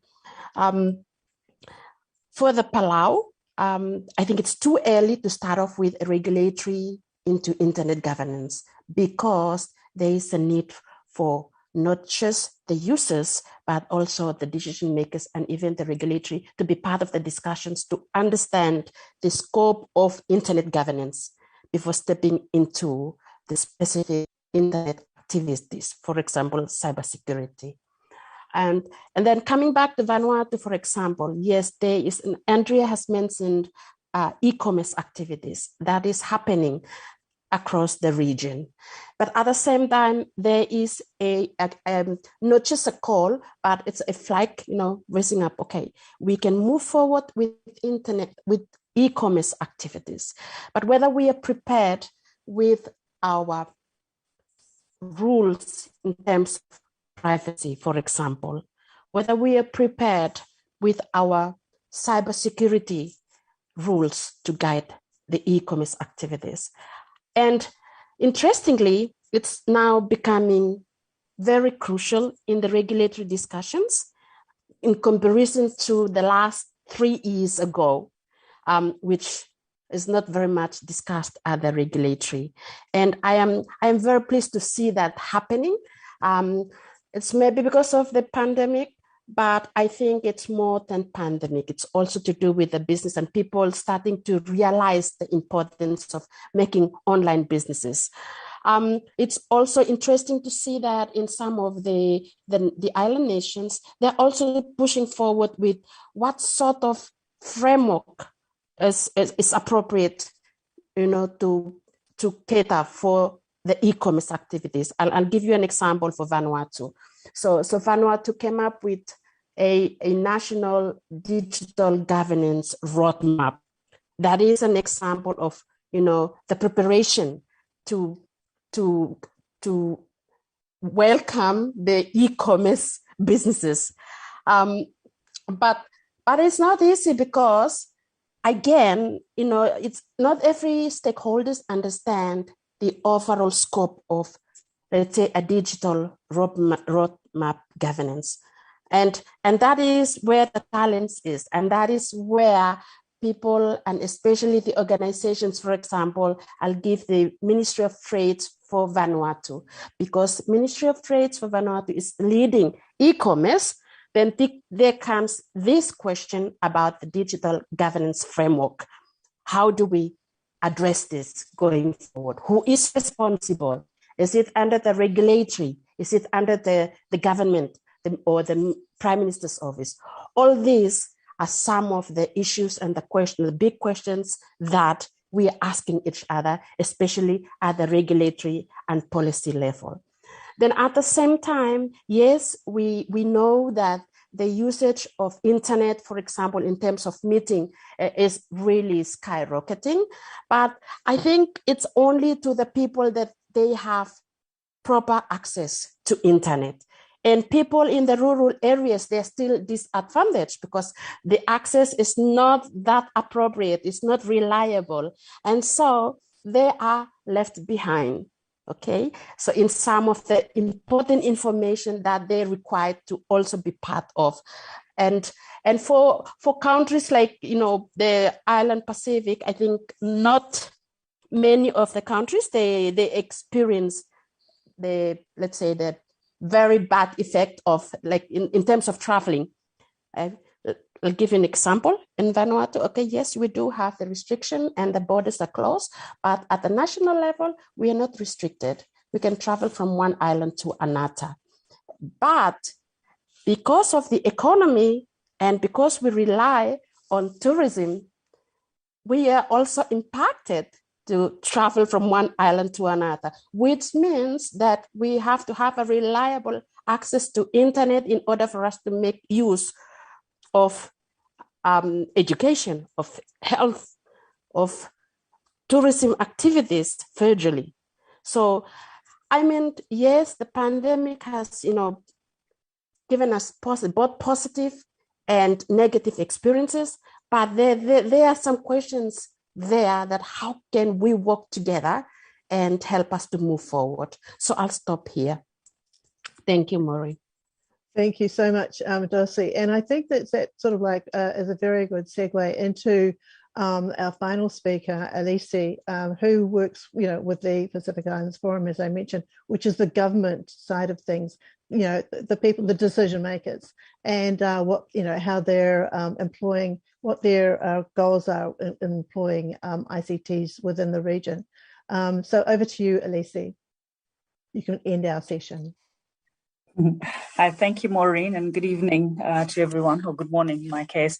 Thanks again, Maureen, and to Tracy and the session coordinators for including Andre and myself in this segment. I won't take very long, and in fact, very, very brief, just to really add on to what Andre has already said, and more to just, I guess, provide some background to some other complementary work that's going on in ICTs in the Pacific.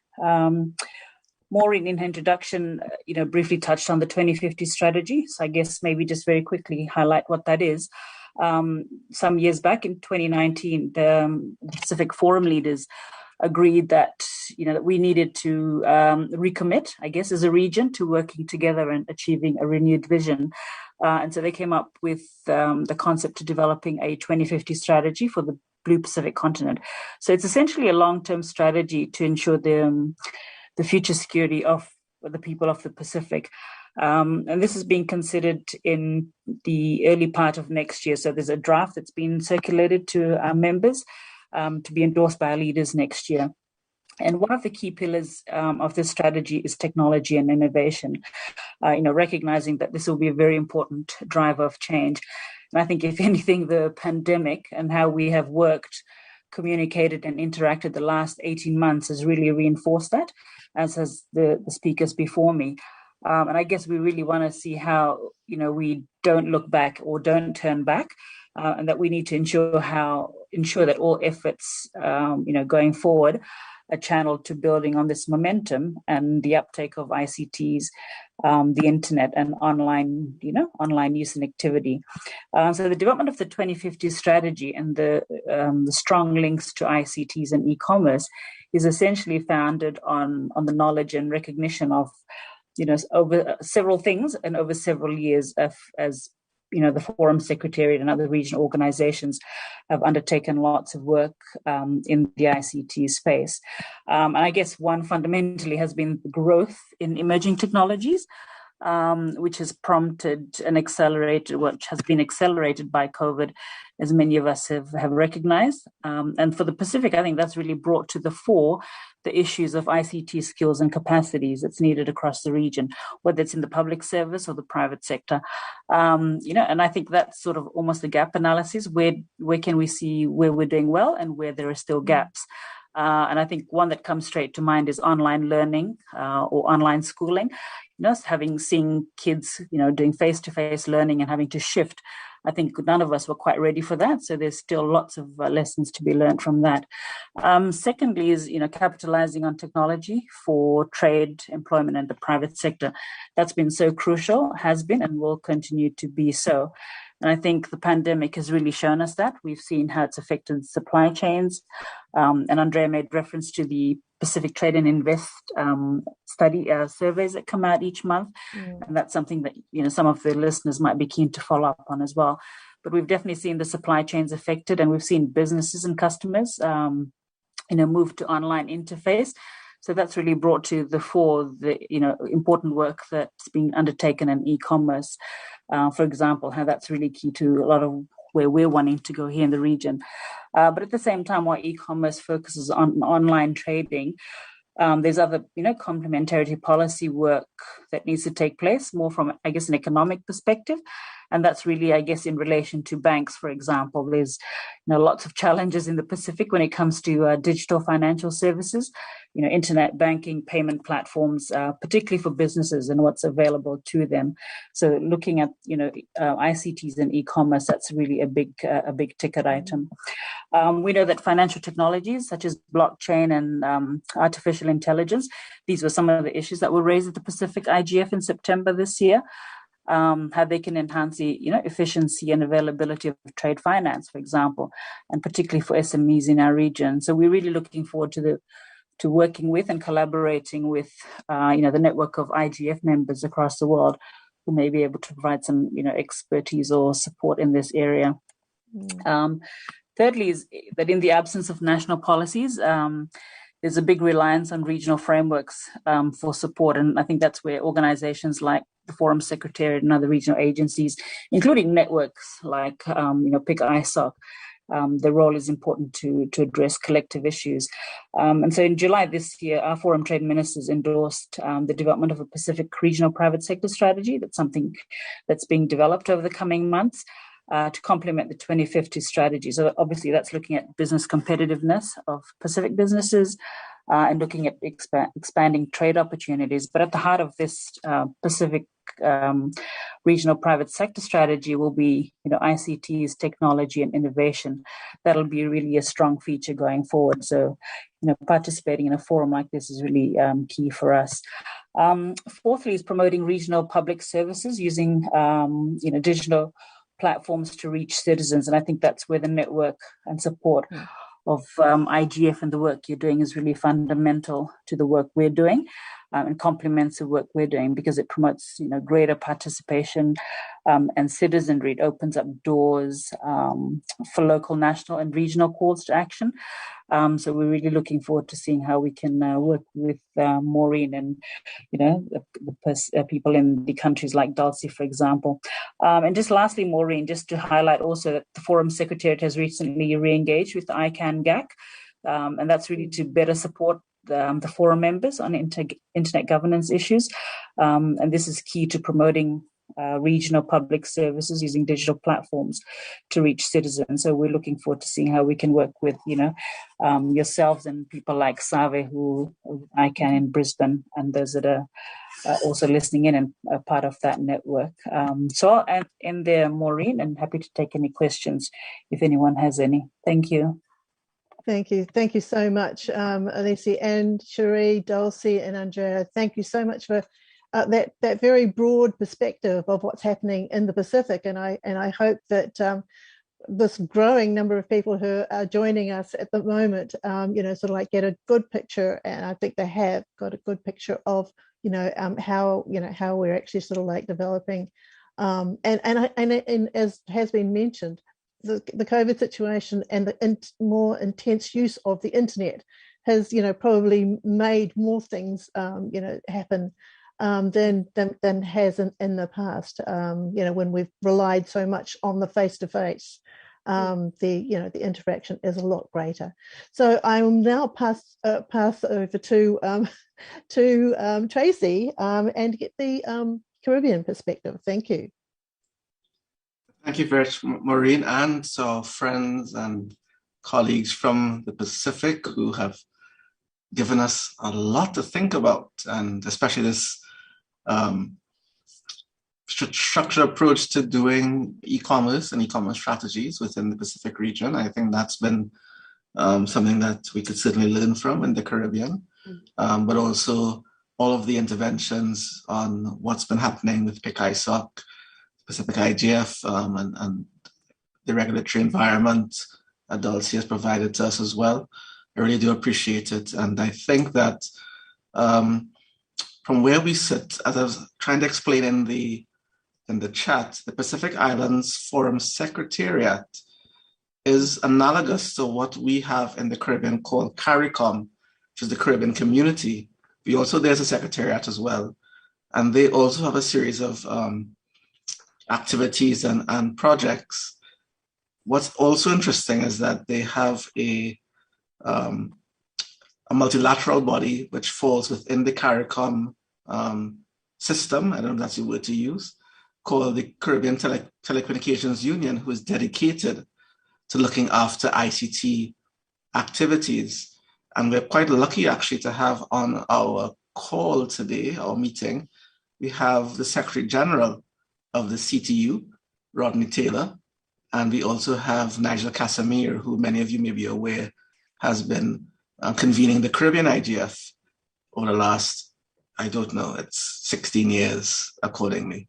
So what I'm going to do, without trying to take up too much time and summarizing and so on, and I'm hoping that our Pacific colleagues can stay up for this as well, I'm going to ask Rodney.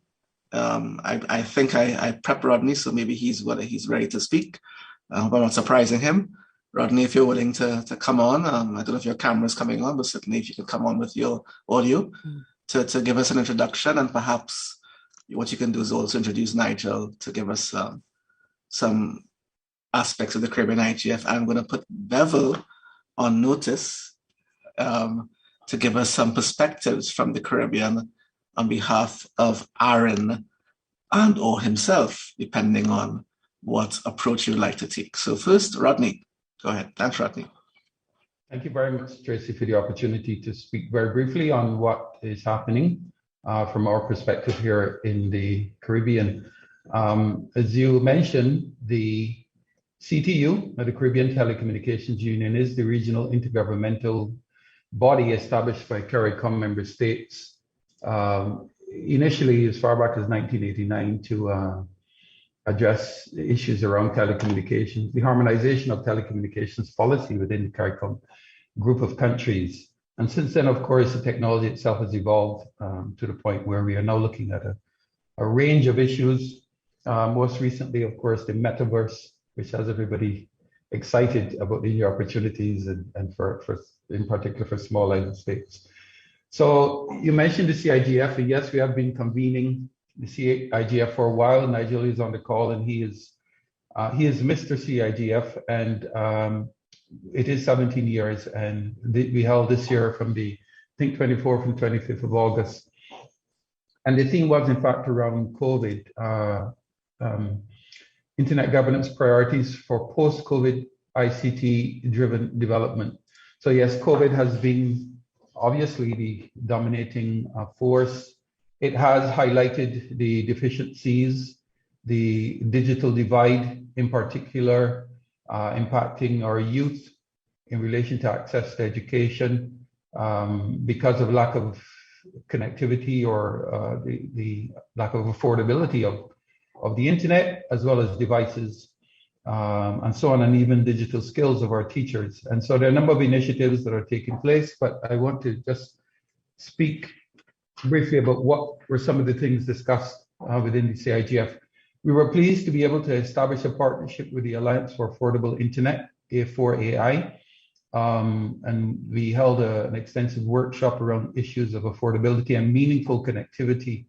And we highlighted the need for better research to identify the gaps, the need to establish affordable and meaningful targets that would help to inform and for policy interventions to help in areas such as device affordability, affordability of data and services, digital skills and content, and focusing on closing the digital gender gap. Some of the policy recommendations included a plan to have inputs from a diverse and representative set of players across the private sector, public sector, and civil society to develop a plan to address these gaps, to agree on targets across the various countries of the CARICOM member states, and to establish funding commitments for transparent assessment and review every year.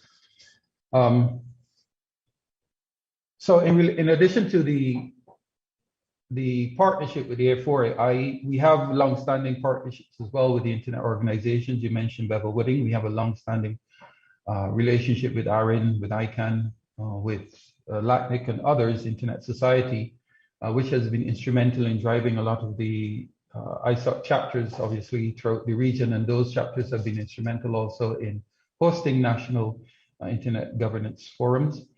And ISOC has also been instrumental in conducting research to help us understand the connectivity gaps. They have also been advocating for community networks to help bridge the gap for rural communities that don't have a meaningful connectivity. And this is an area that they've even provided funding for NGOs that are interested in doing research or building community networks. We've also been at the CTU in terms of the broader global discussions around internet governance. We've been seeking to strengthen the voice of SIDS, and I'm actually very pleased with the work you've done in this area, Tracy, in terms of highlighting and building that coalition of SIDS within the IGF. We are seeking to do the same thing to build that coalition within, say, the ICANN process, for example, and we have put forward a concept we presented to the global stakeholder division within ICANN. I've had several conversations with the representative who actually happens to be on the call as well, Mr. Albert Daniels, and how we can increase regional participation within not just the GAP, but within across the ICANN communities. And we recognize that there is significant lack of resources. There's a small group of players within the region, and I think the same can be borne out in the Pacific Islands. And so how can we build and how can we strengthen the voice of SIDS? We know that there's a mechanism within ICANN, for example, for underserved regions, but SIDS itself is not considered a region. And therefore, special consideration needs to be given based on research and to how we can improve. And ICANN recognizes, while I can't speak on the behalf, there is a strategic plan that does acknowledge that there is a risk to the multi-stakeholder model if, in fact, small island developing states don't have a voice in the table or at the table for whatever reason, lack of resources, lack of interest, whatever the reason is, there is still a risk, and we need to address that risk if we are to have meaningful participation of small island developing states.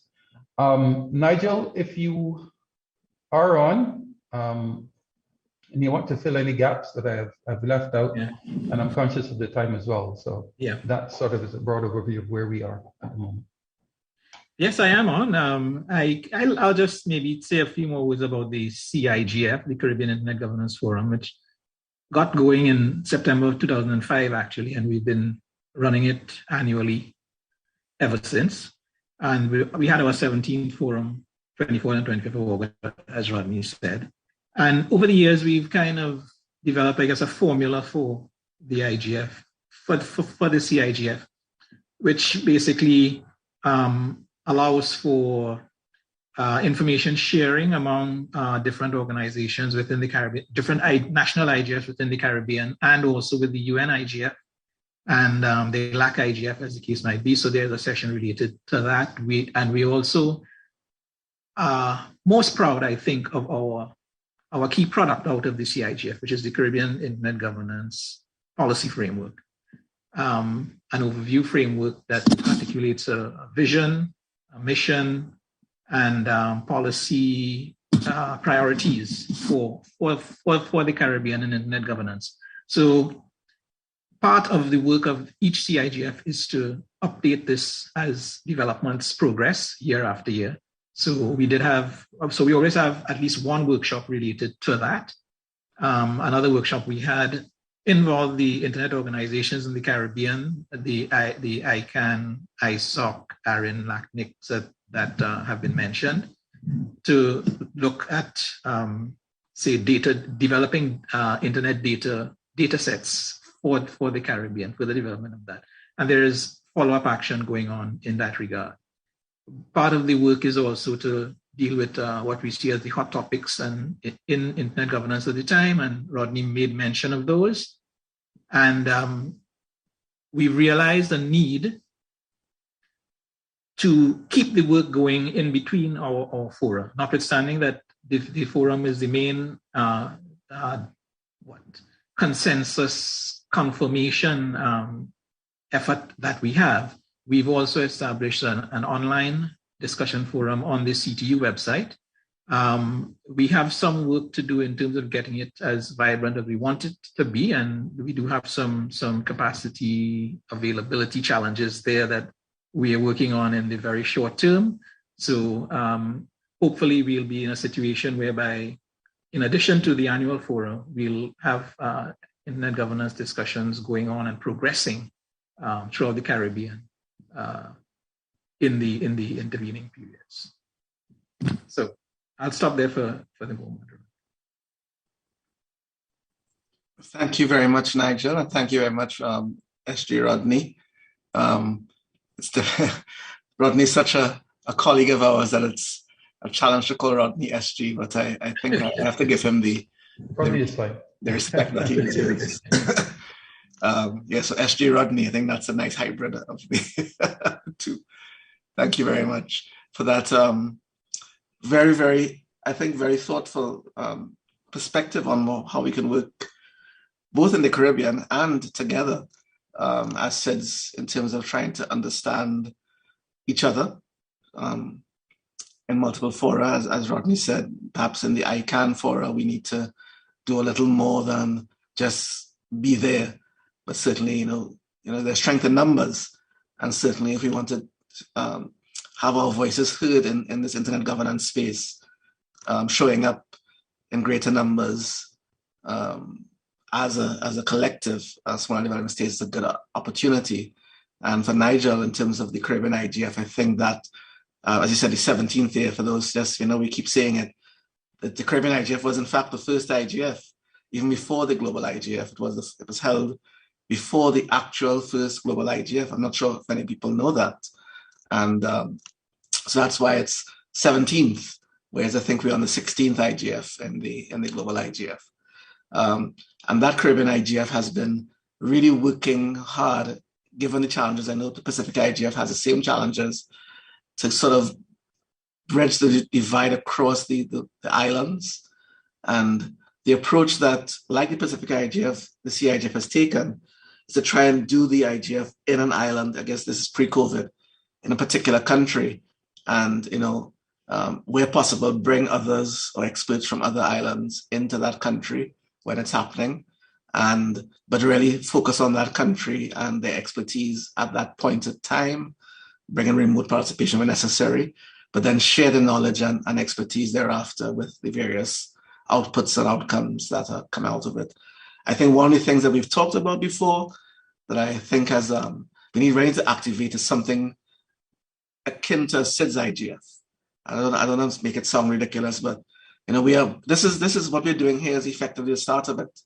And it'd be really useful if we could sort of co-locate, perhaps even within the UN IGF or maybe separately, a way to collaborate across the water, because as many of you are aware and are hearing, our challenges and concerns are very similar across geographies. So it's not just about geography, it's about common historical backgrounds, common economic background, shared experiences. And I think that's something we need to push forward and really tie that together. Unfortunately, the pandemic has created the challenge in working in terms of how our modalities are not working as well as they probably should. But given that we are working remotely, we probably should use the opportunity to do this more and not just talk about it. Maybe we should just do it. And then maybe I'm going to reach out, given that we have folks from the Pacific Islands Forum and from the CTU here. Perhaps this is a good opportunity for you to touch base with each other and maybe work with the DC SIDS to get something like this going. Yep, and Rodney is saying, I see he's in the chat, SIDS IGF 2022, count me in. I think I'm happy to hear that. I want to hear an amen from the Pacific. Let's see. Bevel, I know I put Bevel on alert, and I think Nigel and Rodney put Albert on alert. So I think what we can probably do now is get some insight from Bevel and Albert, and then after that, what I would propose that we do is open the floor to have input from the wider DC SIDS roundtable. And I'll also ask June if I know June has said there's some people in the room, and which is quite interesting at Katowice, if there are any questions or inputs from the room as well. So first let's maybe hand over to Bevel for his inputs, and then Albert, perhaps you can jump straight in after without me having to introduce you. You can probably introduce yourselves. Go ahead, guys. Good day all. Good night, good evening, good morning. I wanted to just start by endorsing that idea for some form or forum for this discussion to go even deeper. So much of what has been shared by the Pacific colleagues resonates extremely well with us here in the Caribbean. These are common experiences, and these are also common models that apply perfectly to the dynamics that we are seeing across the region. One of the things that I think everyone will recognize is how much the pandemic has put a spotlight on the work that we've been doing over the past many years. And there is a far greater appetite for coordinated approaches because of what has been exposed in terms of the gaps that exist, in terms of the vulnerabilities that we are subject to. And I think also in terms of the fact that when it comes down to it, the resilience and security depends on local or indigenous capacity development.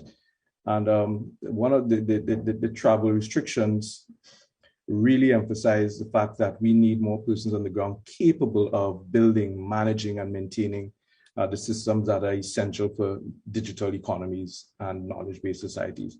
And I think that's a good thing, because it means that the work that we have done over the years now has, you can say now has found its time and its place. And I just want to use that to give an update on some of the areas where either as ARIN, the American Registry for Internet Numbers, and I'm not sure if Kevin, my colleague from LACNIC, is on the call, where we've been seeing certain developments. But I also want to share some of the interesting things happening in some of the other related areas. SG Rodney would have put his finger on the increasing collaborations between the regional internet registries, ICANN, ISOC, and some of the regional bodies like CaribNOG and the Caribbean Peering Forum to ensure that there is a coordinated approach going forward. There are four things that I see as emphases that are, I think, noteworthy for this conversation. One is the emphasis on research and the recognition that the way to engage stakeholders who may have up to this point been ambivalent or just outright unconcerned is to put in front of them the numbers, whether it's qualitative or quantitative, an indication of the state of the Caribbean internet, which was the name of a symposium that we kicked off in 2019, just before the pandemic, that was intended to trigger very specific research on areas of internet and internet development and internet governance using Caribbean models, but based on international practices, most notably the OECD's digital agenda framework for research. That exercise is now in the hands of, I think, between the CTU and some of its regional partners. And the idea is that we would be taking a very deliberate effort in the coming year to put out some of the research material and some of the findings to better inform decision making. I think we've gotten to the point in the Caribbean where the same story is on repeat, the same messages are on a recurring cycle, and now the trigger, if we have to build on the attention that COVID has brought, the trigger has to be some very clear metrics that define the next step of regional action. The second emphasis that I've seen, this is on all fronts, whether it is the RIRs looking and listening to the noises coming out of the technical community, or on the public policy side, listening to the conversations amongst governments in the region. There is a renewed interest in funding and financing mechanisms for supporting innovation or ICT-based ecosystems. There's no shortage of ideas, business ideas, product and digital service ideas. What there is a glaring lack of the supporting environment for those ideas to really take root and to grow into proper, full and sustainable enterprises. And so the UN ECLAC, CTU again, as well as some of the banks, the central banks in the region are looking very particularly at this issue of funding innovation ecosystems. And I think that's a very important development that is taking place. There's a report that is due out at the end of this year that will indicate some of the findings of one of the surveys that were done. But again, listening to the reports coming out of the Pacific, I do not believe that those findings will be fundamentally different from the findings that came out of similar studies in the Pacific, nor do I believe that the recommendations will vary widely from those recommendations that we heard earlier. This is one of those areas in which the innovators will innovate, but they cannot create public policy. They cannot mobilize the levels of funding necessary to build and establish those kinds of businesses. And so this issue of the emphasis on funding and financing ecosystems, I think, is a very positive step that we're seeing coming out, not just of the financial services sector, but out of the governments as well.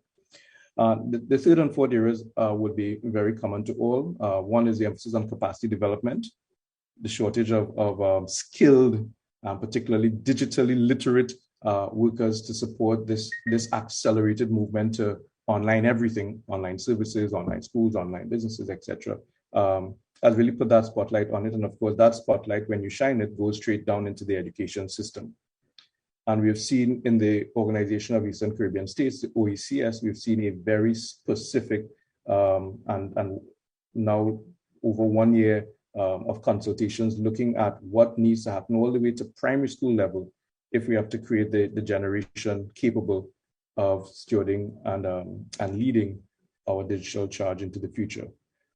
But of course, it also affects the work that CARIBNOG is doing with the technical community, that the CTU is doing with its member states. And the idea is that capacity development is not just technical skills, it's also awareness, it's leadership awareness, it's understanding how the dots connect, it's understanding what the overlapping areas are.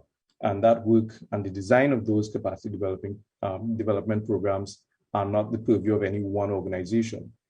But having a conversation like the one we're having here helps the various groups to synchronize their approaches. And I think that's the thing that I'm seeing emerging is at least the inclination or the desire to be more synchronized in the approach to tackling some of these complex and nuanced issues. And then the last area I want to put my finger on in terms of emerging or renewed emphasis is the emphasis on internet infrastructure. This is a common one for this group. We've spoken for years about the importance of critical internet infrastructure located within our regions, internet exchange points, autonomous networks, etc. And we are at that point where we are in what we can call our second or third wave of emphasis on internet infrastructure. There is a massive push now to look at existing internet exchange points and to create new internet exchange points. There is an interest in optimizing the interconnection agreements between not just the commercial internet service providers, but also introducing new players, non-commercial network operators into the mix so that content and digital services can be more effectively moved within countries and across the region. And again, I think this is an excellent development that we're seeing. More work obviously needs to be done, but the process is thankfully on the way.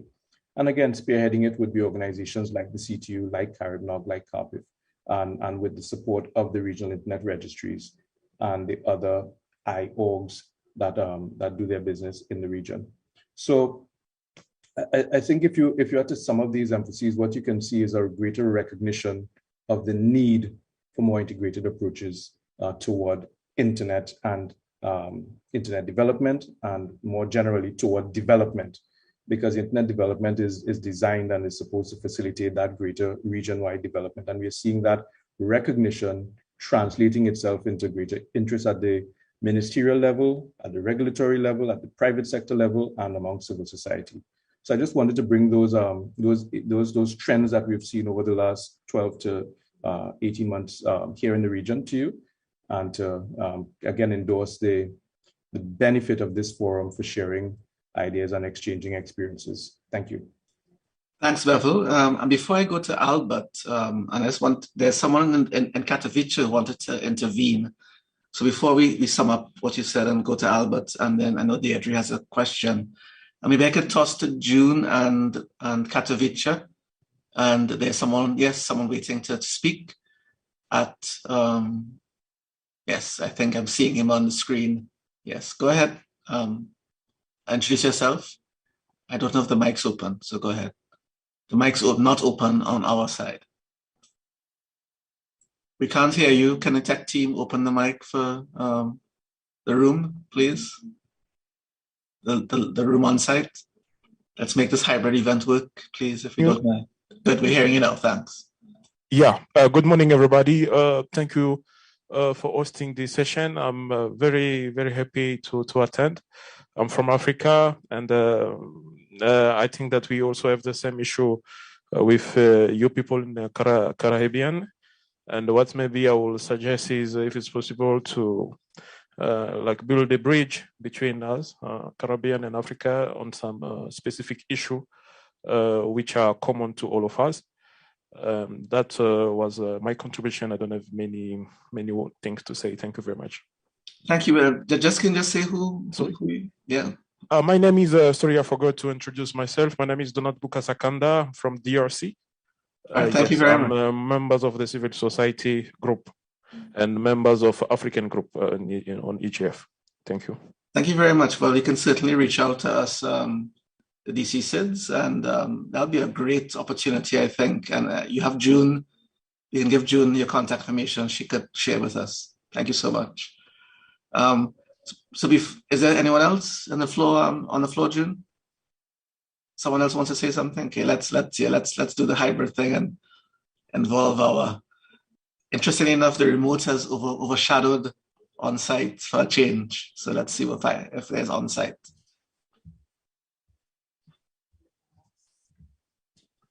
Yes. Hello. Yes, my name is Amado Espinosa from Mexico, and also representing the RULAC region here at the IGF from the private sector. And certainly for us, it's a great pleasure to hear how active are you right now at the Caribbean, and how you are facing the different challenges that you have there. And of course, we are looking forward to build up a prosperous region here, which voice can be heard at these levels of discussions. And yes, as one of our colleagues mentioned, this is an important opportunity for us to not only to learn from best practices already ongoing at the EU or at in North America, but also how our realities and how the perspectives of our economies can be represented in this decision-making process of data framing, data regulations, platform regulations, cybersecurity, digital human rights, how to support for the deployment of infrastructure and so on. And just by keeping together and exchanging this kind of experiences, I think is the only way how can we make it possible to succeed as a group. Thank you. Thank you very much for Mexico, sir. And I really appreciate that intervention. And I think the message really is collaboration and sharing, and really trying to find a way to, as you said, build those bridges. And that's sort of echoing what Bevel, so that's linking back to Bevel, what Bevel said. Oh, there's the room. That's interesting. It's a hybrid room. So linking back to what Bevel said in terms of the overall way we need to work together, and the fact that the commonalities are very clear. It's entirely possible, as Bevel has quite rightly suggested, that the reports are going to look very similar when you produce them on paper. The research frames, the challenges, and hopefully the solutions. So why do we do all of these things independently? We certainly need to work together and share this. And as we said before, there's a significant strength in numbers. And I think if we forge this relationship across our countries, as has been happening on the climate side for the SIDS, on the IG side, I think we're going to really be a force to reckon with. And we can share knowledge, expertise, and experiences. And as Rodney was saying earlier, in terms of getting these voices heard and to avoid the fatigue of the individuals who are currently, in the trenches doing the work. I know Carlton's here, and Carlton has been speaking about this for several years. We can get that wider base to get the message across and to get the inputs in, both from a wider catchment pool, from a deeper pool, and certainly from the newer members that may come up through that pool. I know Deirdre wanted to go next. So before I toss to Albert, so Deirdre, I know you had something to intervene with. So Deirdre, please proceed if you can. Deirdre is not in Katowice. I think Deirdre's online. So Deirdre, go ahead. Deirdre is in St. Lucia. Deirdre is speaking from a civil society point of view, and Deirdre wants to remind people of the ones who are being left out. In St. Lucia, we have an old calypso about I go sing for the Malawi, and I go sing for the Malawi. Darcy mentioned them, they exist in the Pacific as well. They don't have a voice in this particular space because very often they don't have technological capability. And the fact that they can't keep up at school because they don't have a device or the internet breaks down, or it has begun to be something that doesn't matter, and it does matter. It matters a lot. So I go back a long way. So I go back to Joni Mitchell in the 1960s and looking at things from both sides now. Could we please remember to look at the technology from both sides so that we see the bad things as well as the good things? And can we please balance the whole world together in our perspective? Zoom is wonderful. Facebook, social media is wonderful. Everything is wonderful, and it uses an awful lot of electricity and an awful lot of power. And we don't seem to think about that. We want the classes to be, let's do classes on Zoom. Let's jump online with our teaching. I'm a teacher. It doesn't work. You can't just jump online. So I think my question is, how much is this group in SIDS keeping in mind its Malawi? And for those who don't speak Creole, the Malawi are the disadvantaged of the world. Thank you. Thank you very much, Deirdre. And yes, I know Deirdre she has been speaking about this for several years in terms of those who are, we talk about as a group that we are underserved as, SIDS, as islands, but certainly within our own countries, there's quite a substantial digital inclusion problem that we need to solve, digital literacy problem as well. And of course, the physical issues with infrastructure and devices and essentially skills. So I think that's something that in the SIDS IGF that we talk about, maybe that's something we really need to put on the table as a way to solve that. How do we solve those problems? Time is running rapidly out on us, and I do want to take as many inputs as we possibly can. But I do know I had Albert on standby. So Albert. Thank you very much, Tracy. Hello, everyone.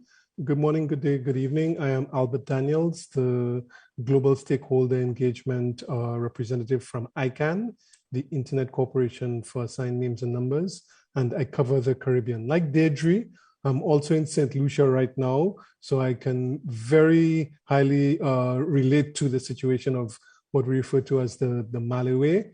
And I think it's interesting that that comment came because from an ICANN perspective, and I'm sure from other international organizations, we can look at the Malawi as some of those voices which are not being heard as far as they can be currently.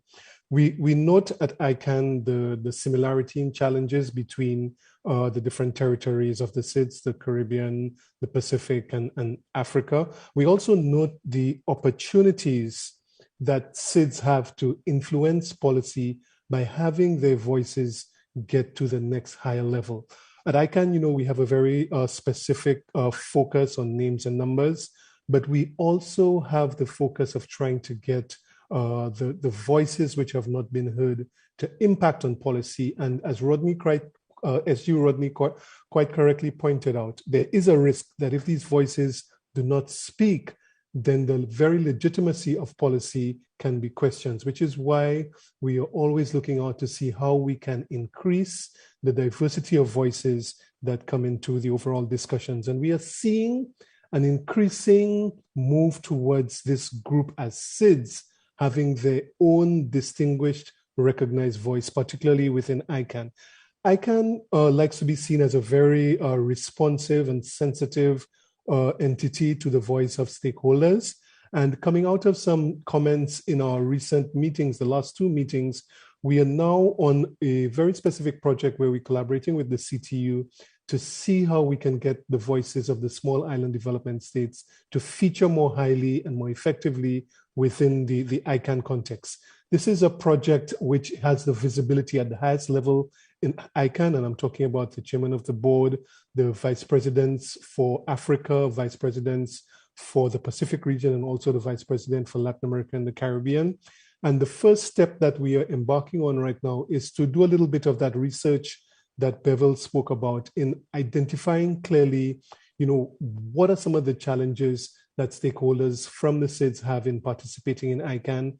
What are some of the opportunities? What are the areas of interest? So we are at the stage where we are working with the Caribbean Telecommunications Union to issue a sort of survey, get some hard data on what these areas and key points are, so that we can then craft actions which hopefully will chart a path for getting small island development states to be a little bit more active in ICANN and a little bit more recognized through collaboration in what is actually going on. Alisi made a comment in the chat about opportunities for collaboration between Caribbean, African, and Pacific territories. And it is within this sort of vein that we are now embarking on this new project with SG Rodney. I hope I said it correctly, Rodney, SG Rodney, following Tracy's example. So we are looking forward in ICANN to this new era in SIDS participation within the ICANN community, which I suspect will benefit other areas where the SIDS are participating in as well. So thank you, Tracy, for the opportunity for these few words. Thank you very much. Thank you very much, Albert. And I really think that's a really good start for perhaps some structured SIDS work in these spaces that move out of the IGF space and into others. And I'm happy that DC SIDS has in some way catalyzed this. And I think Maureen and I will take some of that credit for ensuring that we get this to move. Maureen, I want to toss back to you so that you can kind of give us some final remarks and close it off. I know there may have been one or two other inputs coming in from the room. So if anybody comes in while you're speaking, perhaps you can field those as well. We have about 3 minutes left. Maureen? Thank you, Tracy. And the discussion has been superb. I think this has probably been one of the most interesting and probably the most diverse of the discussions we've ever had within this. And I think that I was very pleased to actually sort of like get the contributions not only from the grassroots with the internet societies, but similarly with right through to government. What are your governments doing in your regions? So as we are within the Pacific. But this is the first time we've actually had had that input from government level. And I'm so pleased that Alisi was able to sort of like provide us with, what are our we've always known that our governments met. I mean, just as I'm sure your was it the CARICOM or something that is your government sort of like a government group. We've always known that they met. We just didn't know what they actually sort of like spoke about. So being able to have that input into this has been absolutely superb. And the biggest takeaway that I've got, and I'm sure Tracy and I will definitely work on it with, with the Pacific IGF and the Caribbean IGF, there must be some way in which we can actually sort of like get some sort of like collaboration going, because, as you say, there are common issues. And it's really important that we sort of like look at how we can actually make the IGF isn't a place for sort of like solving the issues of the world or coming up with any sort of, but if there is probably one thing that we will definitely take away is that we must meet more regularly. We must actually sort of engage on specifics, and there are so many things that have come up, and I sort of feel for Dee with her, her concerns, and I know that they've been, for years, the concerns are how do we address the needs of the people who are the disadvantaged groups, and we have so many within our Pacific communities. So we need to sort of like, that's got to be a focus area for us, in education and health and all the other, the access to the technologies and that we're actually expecting people to use, but we're not giving them the wherewithal to do it.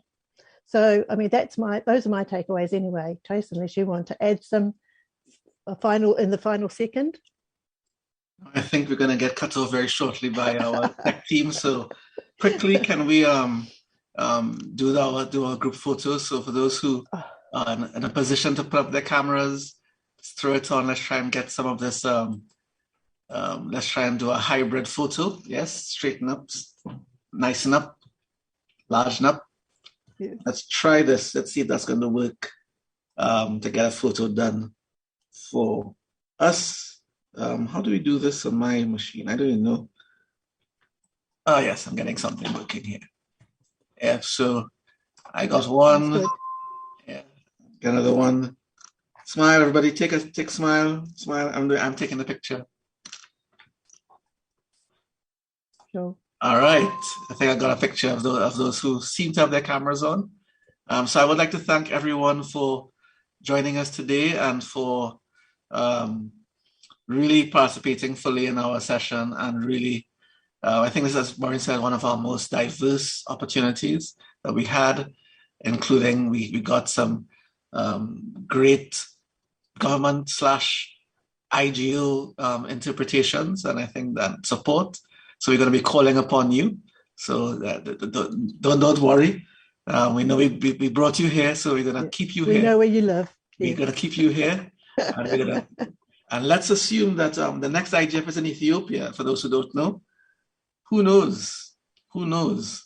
Since the IGF 2022 in Ethiopia, who knows? Who knows? Let's see how it goes. Thanks again, everyone, and do have a pleasant rest of your day.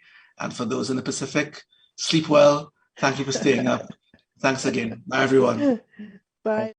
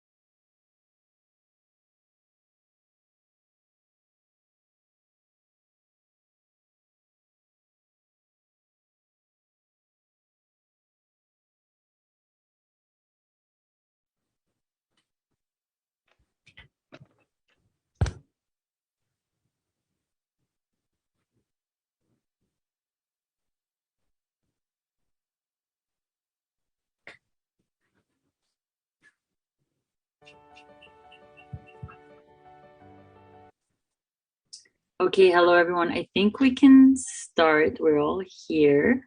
So thank you everyone for joining, and I'm going to pass the floor to Lydia. Thank you. Good morning, good afternoon, and good evening, everyone. And welcome to the 2021 Equals in Tech Awards. Every year, these awards recognize the transformative power and ability of digital technologies to revolutionize the lives of women and girls everywhere. The Equals in Tech Awards also celebrate women's leadership in the tech sector and recognize outstanding research efforts in gathering the crucial data we need to help close the digital gender divide. I'm Lidia Stępińska-Ustasiak from the Department of Foreign Affairs of the Office of Electronic Communications in Poland. Being a deputy director, I'm in charge of collaboration with international organizations, and I'm also a chairwoman of a group of the capacity building initiatives of the ITU Academy platform. And I'm also have a pleasure to be active participant of a Network of Women, which is ITU initiative supporting women and girls in active participation in upcoming WTDC. And today I have the pleasure and honor to be master of ceremony of this event. To get the event started, it's my pleasure to welcome Doreen Bogdan-Martin, Director of the Telecommunication Development Bureau of the International Telecommunication Union. ITU is a co-founding partner of Equals, and Doreen is the first woman to serve as one of ITU's top elected officials, thus representing the leadership goals of Equals for women in tech. Thank you, Doreen, for being with us, and the floor is yours. Thank you so much, Lydia, and it's great to have you leading our ceremony today as moderator. Because you are a real role model for many. So thank you. I'm so excited to be here. This event is always an annual highlight of my year. It's where we get the opportunity, I think the unique opportunity, to recognize and to celebrate amazing change makers who are really helping to promote digital gender equality in their communities and of course around the world. It's a testament to how much energy there is around this issue. Of course, despite these challenging times, we were quite pleased to receive so many submissions. We had over 155 organizations and individuals from more than 50 countries that made submissions for these awards. So I do want to congratulate each and every one of them for their vision, for their motivation, and of course for their commitment to leveraging the power of ICTs to create a more inclusive world. As digital technologies continue to dramatically reshape the societies and the economies that we live in, they also offer unprecedented opportunities. That's particularly true for marginalized groups like women and girls, for whom digital can serve as a powerful springboard to overcoming longstanding barriers and also to help them build a better life for themselves, for their families, and also for their communities. But for women to reap that full power of digital platforms and services, they need access. They need digital skills, and of course, they need opportunities for professional growth. Our latest ITU statistics show roughly 4 out of every 5 women in least developed countries is totally offline. And as digital transformation continues to sweep the globe, women are being left behind. And if we don't take rapid action, we risk entrenching the very same gender equalities that we fight each and every day in the real world, in the online world too. For me, that would be a tragic outcome, and it would also be a huge missed opportunity. Change is possible, and I do really believe that. And this year's Equals in Tech finalists and winners show us just what can be achieved through creativity, through dedication, and through a commitment to working together.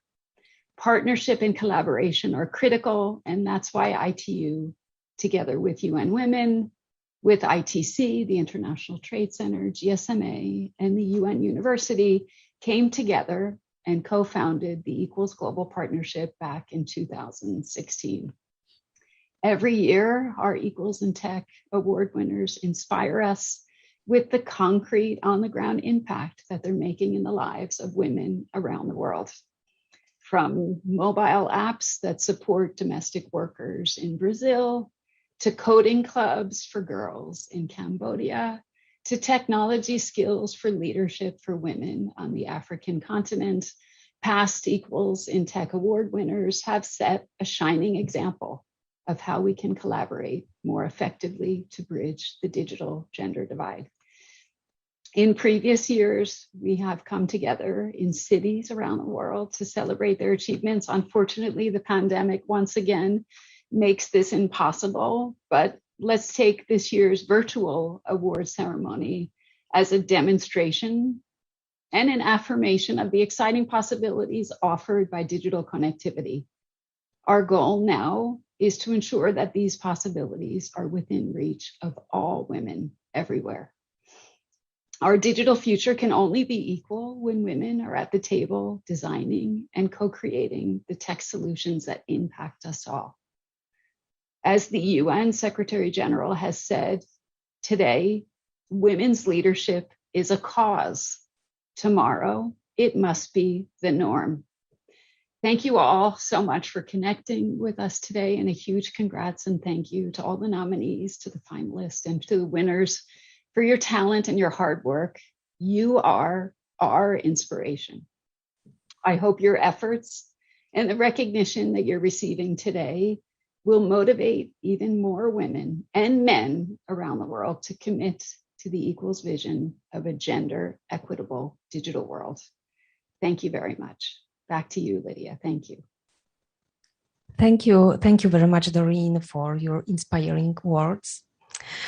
Ladies and gentlemen, we are privileged to have with us today a very special guest, Ms. Lade Araba, one of our 2020 Equals in Tech Awards skills finalists. Lade is the co-founder and president of the Viziola Foundation, an organization that mentors and trains academically excellent youth in the science, technology, engineering, and mathematics. Viziola Vision centers on promoting value-based training, long-term planning, effective partnership, accountability, innovation, and bold leadership in the STEM fields. Lade, the floor is yours. Thank you so much. Good afternoon, distinguished guests, ladies and gentlemen, as well as the fellow advocates for tech education for girls. I'd like to start off by thanking the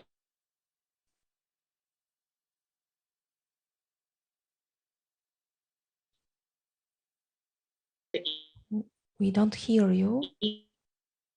Equals in Tech organization.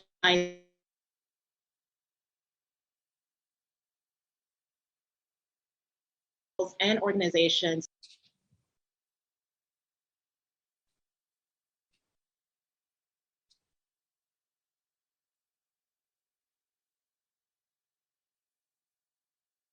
Thank you, Lade, for your proactive work in bridging the gender digital divide. As always, it's been very difficult to choose only 5 winners, as we have had such an amazing group of finalists from all over the world. We have had more than 155 nominees from 56 countries, representing the private sector, civil society, governments, and academia. The winners of this year Equals in Tech Awards will receive a pass to attend, when possible given the COVID context, flagship global event organized by the Equals partners, including travel and accommodation for the duration of the selected event. Now, the moment we have all been waiting for, let's present the 2021 Equals in Tech Awards.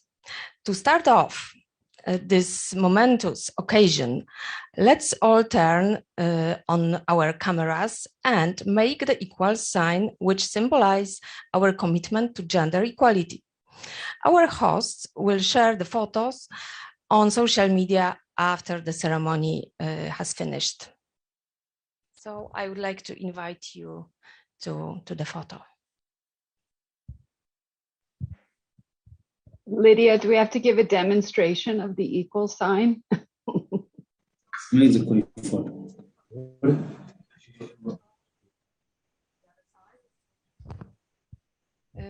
Maybe if you want, you can come here and stay with me, and maybe it will be the best way to take the photo of everyone in this room.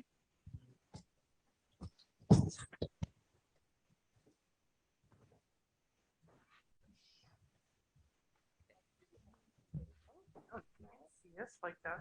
Oh, I think the camera is the camera too close. Oh, there it is. Okay. All right. Yeah. Hi, everybody.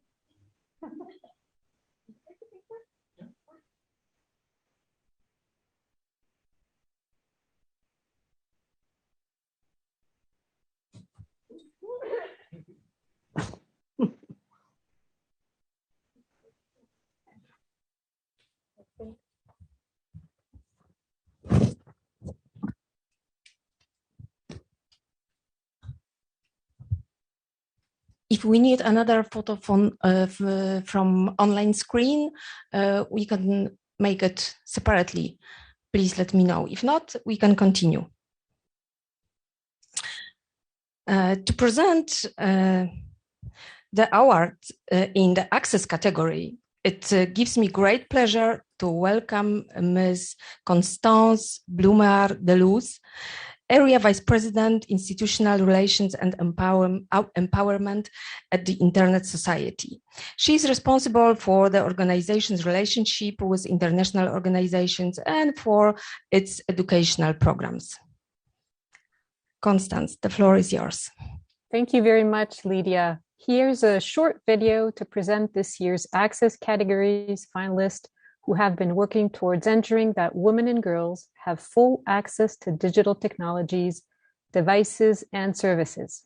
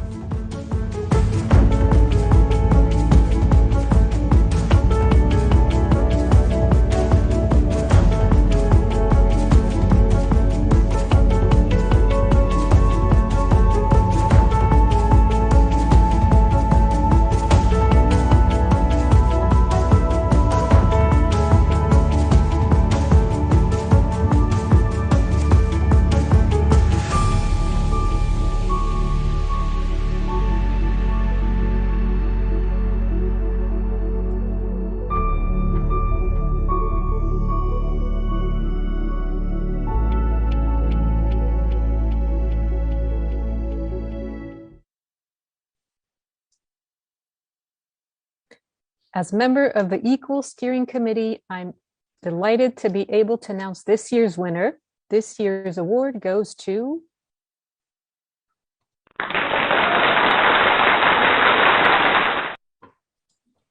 Fundación Microfinanzas BBVA. I hope I'm pronouncing this the right way.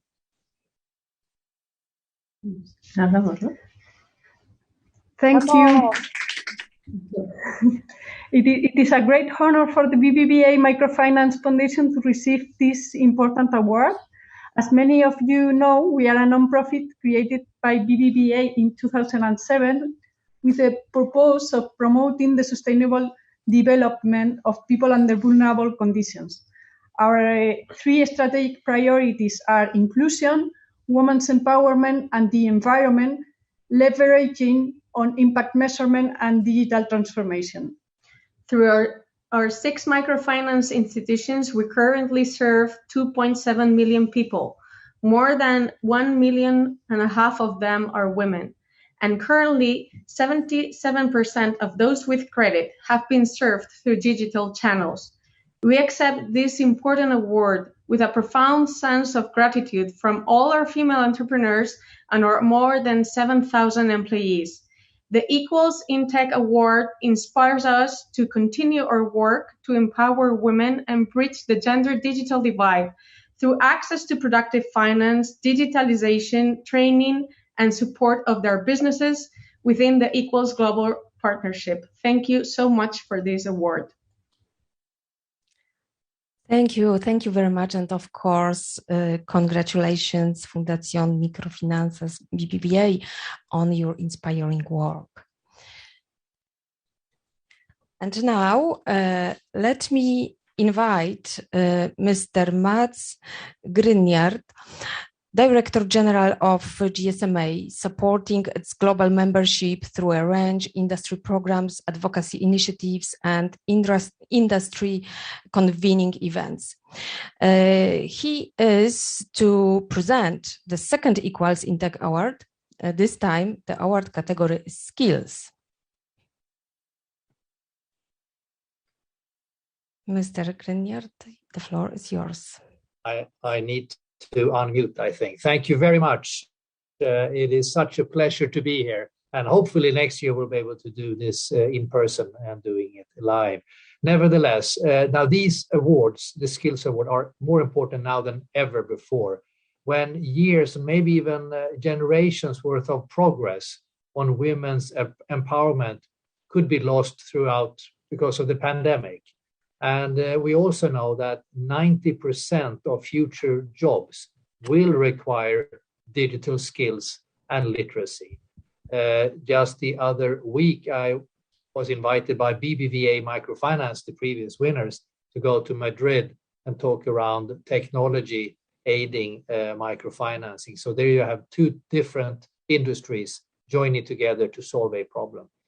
Digital skills will be critical to have in the future. Now it's time to meet the finalists in the digital skills category.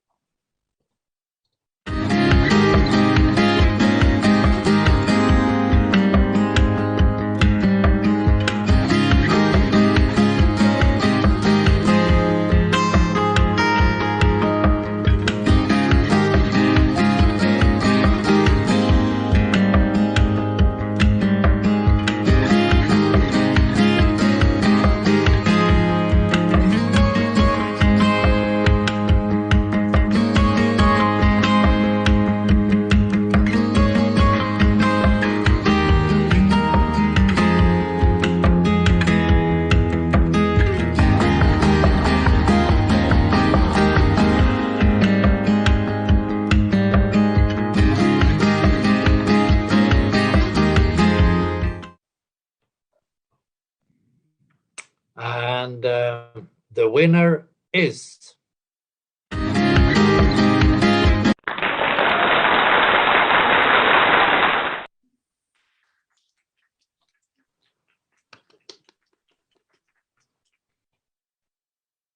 well done and congratulations, FemDev. Thank you. I would like to invite FemDev to say a few words.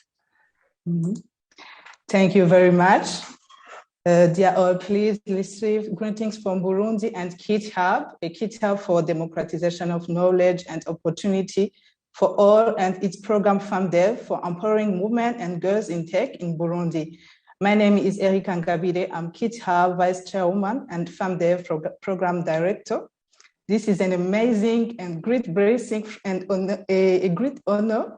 Thank you, Equals and partners, for honoring women and girls in tech in Burundi. I would like, first of all, thank God for these blessings. Many and pure thanks to Mr. Chris Clement Giraneza, the founder and visionary of Kids Hub and FAMDEV. He invests time, knowledge, and financial in women and girls in tech in Burundi without regret or hesitation. He believes and trusts girls and women's capability to change the game in Burundi. Thanks to all members of Kids Hub and FAMDEV. This is your award. Thanks to everyone and organizations that support us in one or different way. Girls and women in Burundi, this is your award. You deserve it. Congratulations to ECOS and partners and all organizations. Let's change the game in Burundi. Support us to impact more life. We are ready. Please join us. Support us. Le digital est aussi féminin. Take prebos. Thank you very much. Thank you very much, FAMDEV, for sharing with us your feelings and experience. And of course, congratulations. Thank you. Let me now invite Dr. Anthony Giannoumis, Associate Professor at the Oslo Metropolitan University, to present the Equals in Tech Award in the category of research. He works with the International Telecommunications Union as the Vice Reporter for the Subcommittee on ICT Accessibility and Research Coalition, lead for the Equals Global Network. Professor, the floor is yours. Absolutely amazing. Thank you guys so much. This event is absolutely thrilling. And seeing all these finalists and all these winners and the amazing work that they're doing is truly inspiring. But I think for a lot of us who've been working in this field for a number of years, we recognize how desperate we are for very good quality data and knowledge related to the digital gender divide. And so I'm really pleased to recognize these absolutely outstanding finalists who are doing work every day to contribute to our knowledge and understanding of the key issues in this field. But before we announce the winner, let's meet those finalists.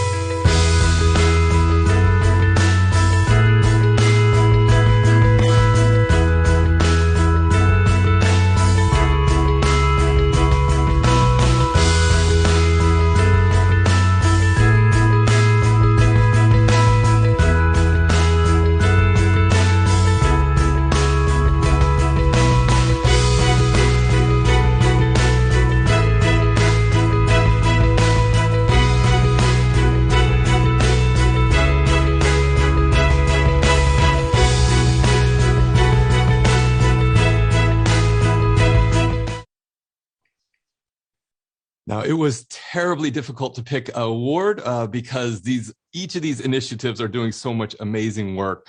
But there was one standout contributor who has actively worked to close the digital gender divide and really give us new data and new knowledge on this key issue.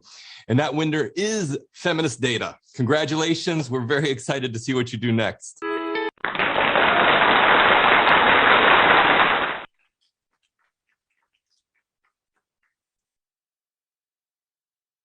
Congratulations, and I would like to invite you to share with us your feelings after receiving this award.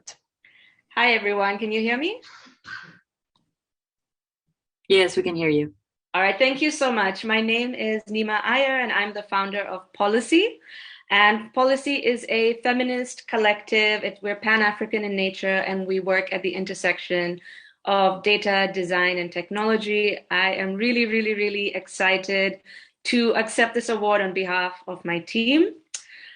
Almost in tears. So I really want to thank my team who are just absolutely amazing. I especially want to highlight my colleague Garnett, who I worked with on this project. And I also want to highlight our collaborator, Chinai Chair, who also supported us on this project. It was very, very exciting to work with feminist movements across Africa and to understand their data needs. And this is really important because as African women, it's very important for us to have a say in deciding our digital futures.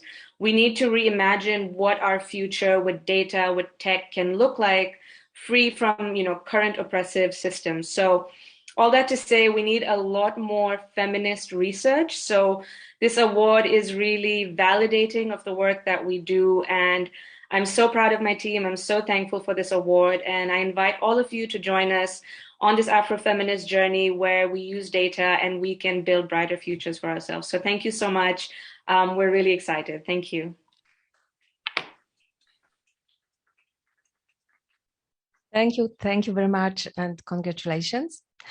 And now let's move on to the two categories of leadership awards.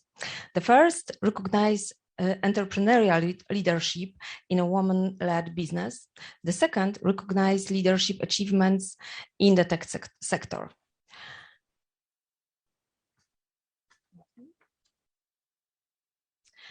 I would like to invite Vanessa Orgobogo, Chief of the Sustainable and Inclusive Value Chains section at the International Trade Center.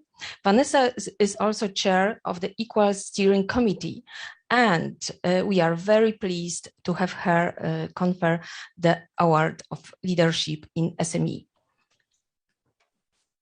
Thank you very much, Lydia. It's fantastic to be able to join you on this occasion to recognize and celebrate these exceptional winners. I can feel the excitement on the call. It's really palpable.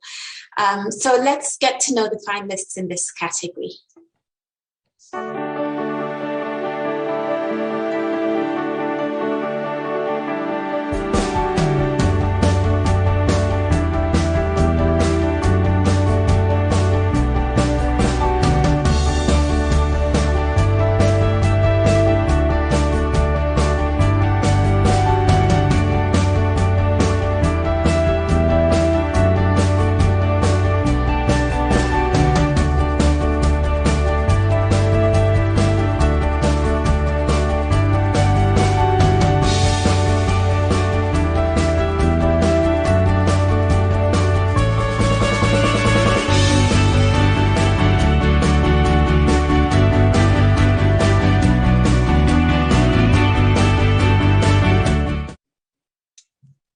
I am thrilled to present the Equals in Tech 2021 Award for Leadership in SMEs to an organization doing excellent work in building economic opportunities for girls and young women through ICTs.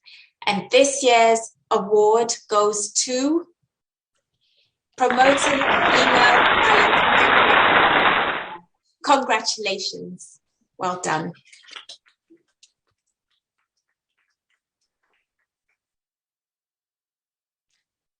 Congratulations and bravo. And again, I would like to invite the winner to share his and or her feelings after receiving the award. Thank you so much. It's such a great honor to receive a prestigious award as Equals in Tech Award. So thank you, Equals, for believing in us and in our mission. Bringing more women into leadership position in tech SMEs is what we've been successfully doing through promoting female talent and what we will be hopefully doing for the next upcoming years. First of all, we'd like to thank the German Ministry, BMZ, and its special initiative Invest for Jobs for making this program possible by providing the needed funds. And also we'd like to thank the GIZ team in Tunisia for making a successful framework to implement this project and other successful projects. And finally, we'd like to thank the Tunisian government who is building an ambitious strategy to make Tunisia a leader in digital economy. Sure, it was not an easy year for all of us. It was definitely unexpected. We went through a lot of uncertainties and we had to go through a lot of challenges because of the global pandemic. But thanks to a solid team and our amazing partners, we made it. Promoting female talent is only successful because of the of the great partner companies we were working with, who committed throughout the program. So thank you to all the great people who were engaged with us throughout the program. And of course, a great shout out goes to our female talents who are with us today.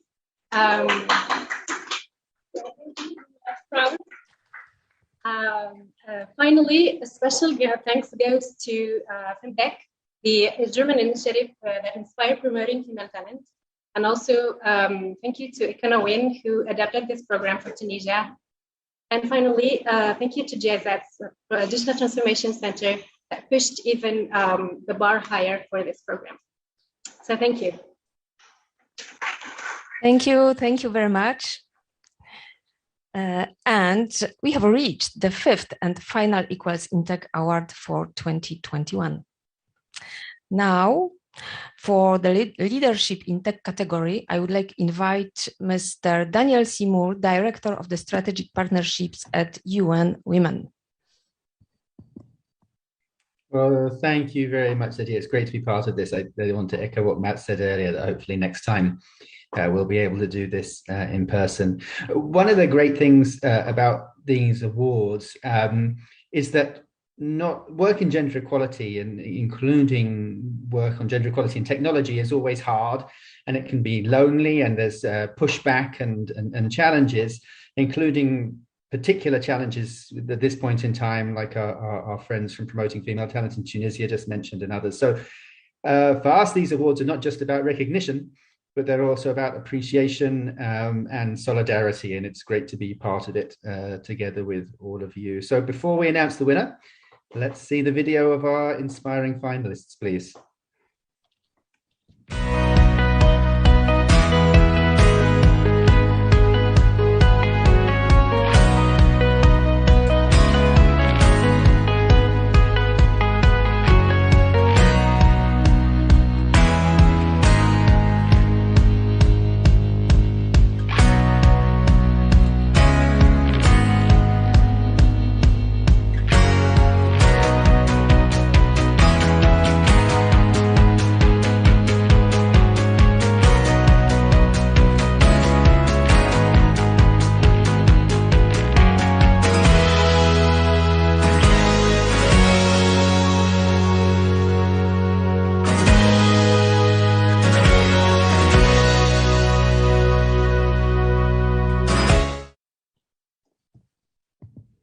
Thank you very much. I don't know about you, but every single one of the 5 videos of the finalists I've seen have made me feel that I wish we could give awards to all of them, but we do have a winner, and the winner is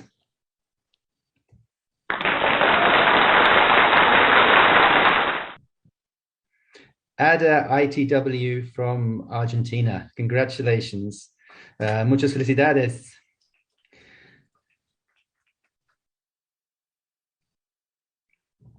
Thank you. This is really, really exciting. We are honored.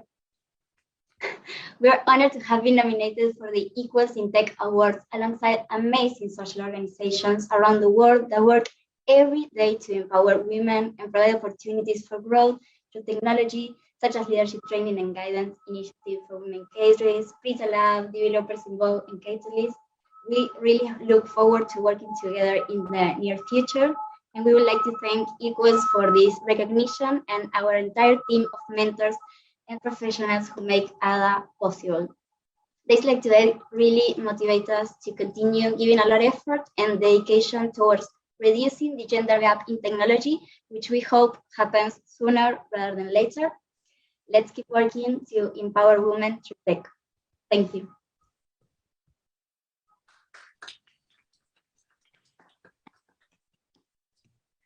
Thank you. Thank you very much for sharing your feelings.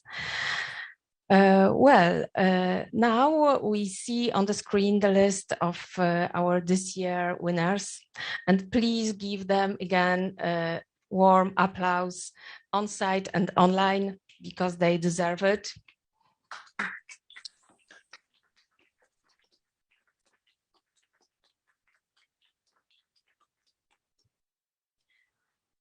And we are approaching the end of our today's ceremony. It was my real pleasure to be with you online and on site. And I am amazed by all the projects submitted, distinguished, and finally awarded. It is critically important to include women and girls in all activities in ICT area on the level, on area of education, as well as development of new technological solutions, and of course in area of leadership in technology. So thank you again for being with us. And I hope that next year we will be able to meet together physically during next IGF. Thank you. Before we finish the session, as you saw, our keynote speaker was a bit, her internet connection had a little bit of problem, but we would like to invite her back to the floor because we really want to hear what she has to say because she is so inspiring. So Lade, I don't know if you can maybe turn off your video, if that would help with the connection, but we're really looking forward to hearing what you have to say. Thank you so much, Lena. Are you able to hear me now? Yes, Is it good? Yes, it's much better. Fantastic. Well, thank you so much, and good afternoon. Congratulations to all of the winners. And I want to extend a sincere message of gratitude to the Equals in Tech organization for recognizing these amazing organizations and individuals who are truly committed to bridging the gender divide. Very briefly, I want to start off by asking you all to take a stroll down memory lane with me. Think about when you were 8 or 9 years old. What did you want to become when you grew up? If you were like me, I envisioned myself in about 10 different careers. At some point, I wanted to be a pilot.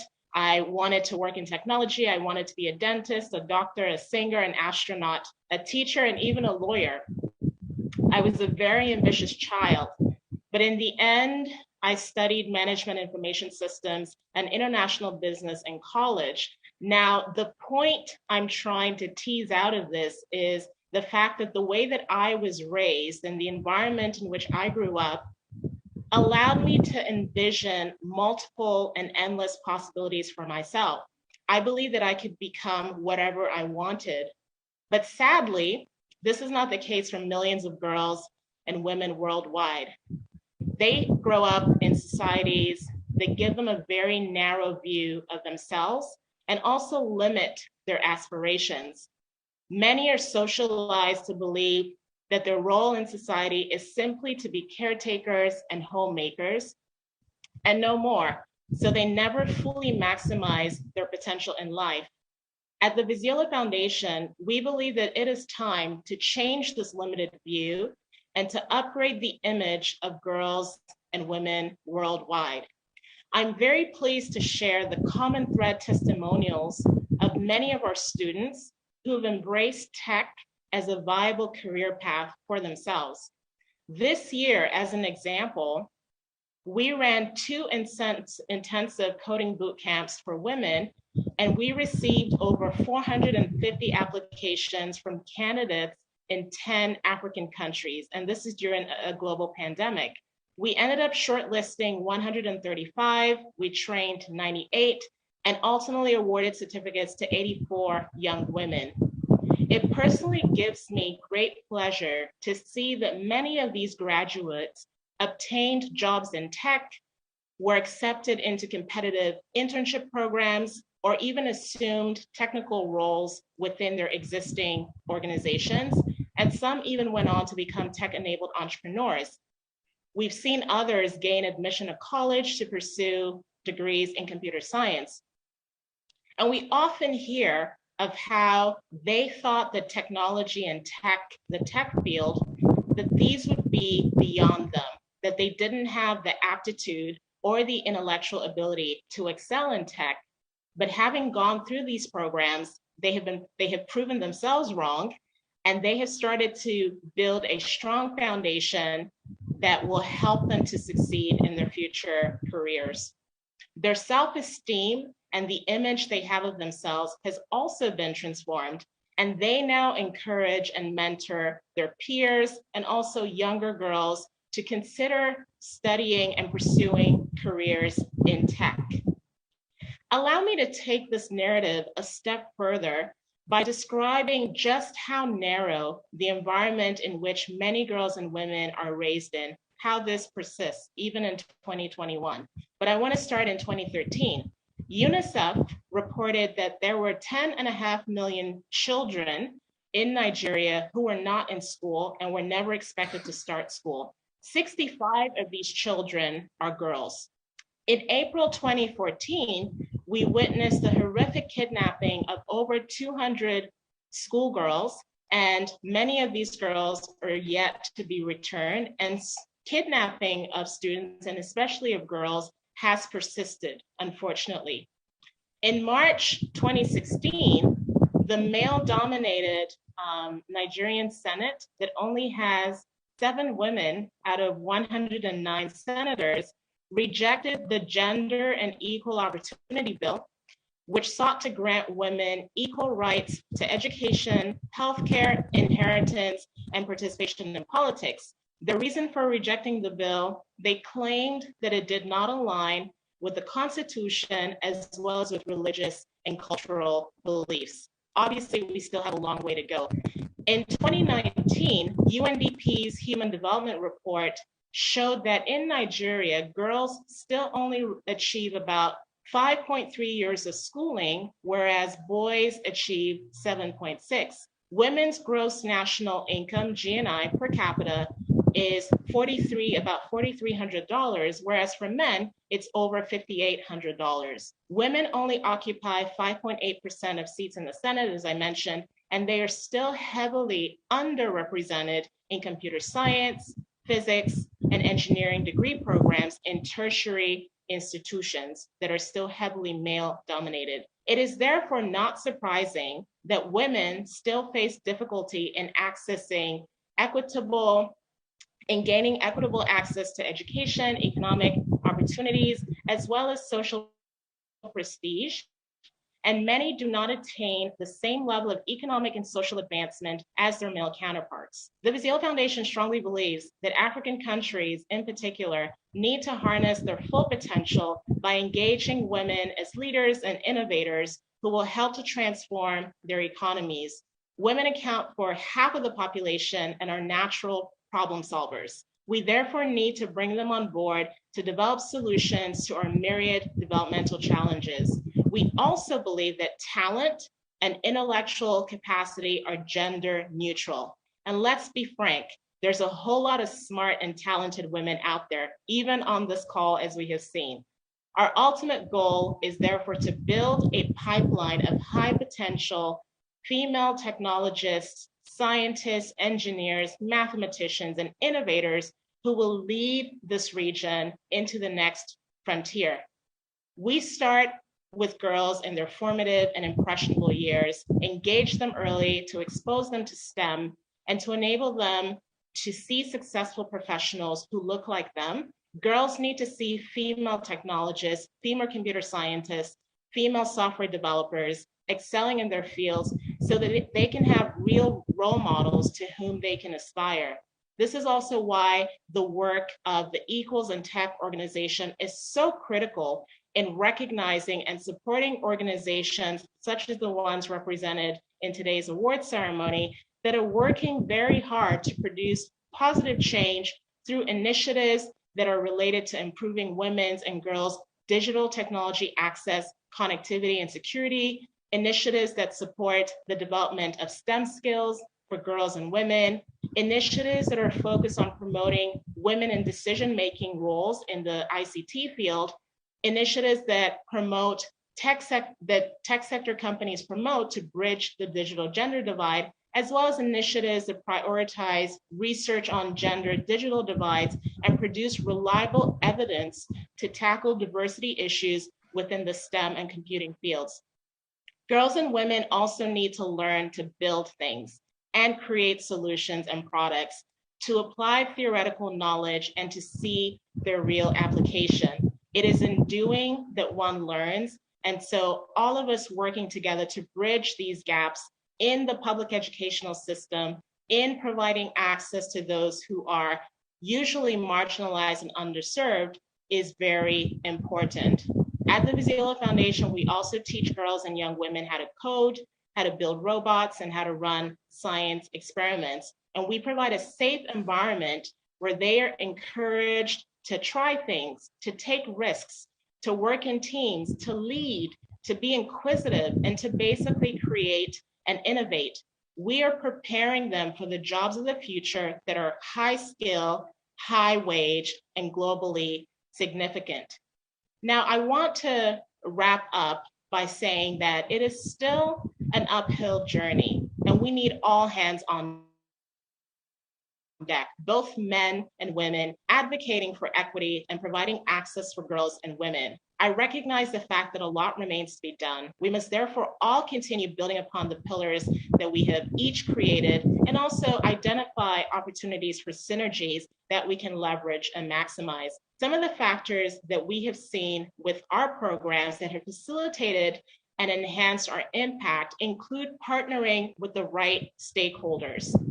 Our programs work because we partner with government agencies who are in charge of education, and we have further created a robust monitoring and evaluation framework so that we can identify how our programs are creating real, measurable, objective impact. And so the important lessons for all of us to remember is we need to have well-defined objectives that are based on an initial assessment of the situation so that programs are designed accordingly. We need to identify the right local stakeholders and partners. We also need to continue to use high quality materials and to ensure that teaching is delivered in a practical and easy to understand manner. The need to share individual success stories widely to encourage students, to encourage women is also very important so that we can shatter the limited images and the cultural barriers and gender stereotypes that often confine them in order to truly empower women and girls. We need to build the capacity of our youth to create technology and to innovate for a better future. It has been said that women hold up the other half of the sky. We therefore need to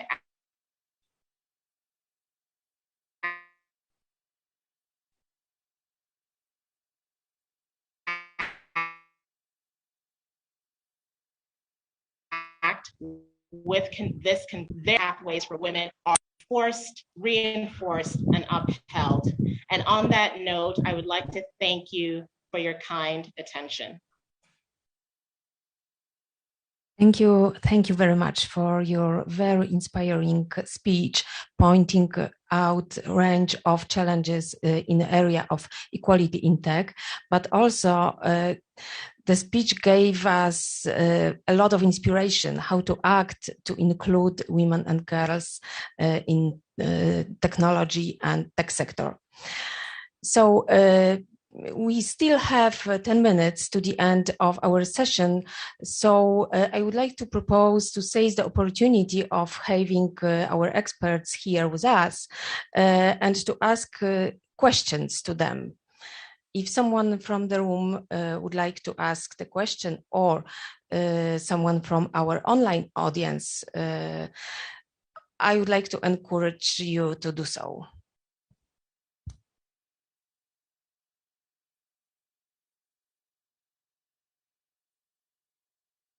Unfortunately, I don't see online questions, so I would like to ask Lena for help with moderation of online activities.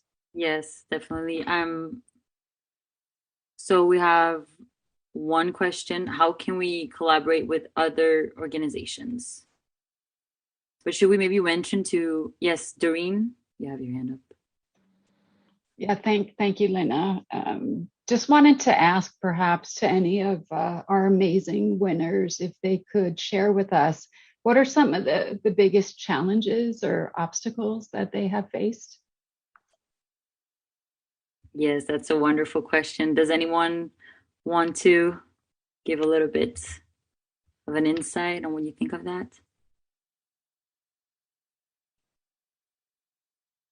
You can just raise your hand.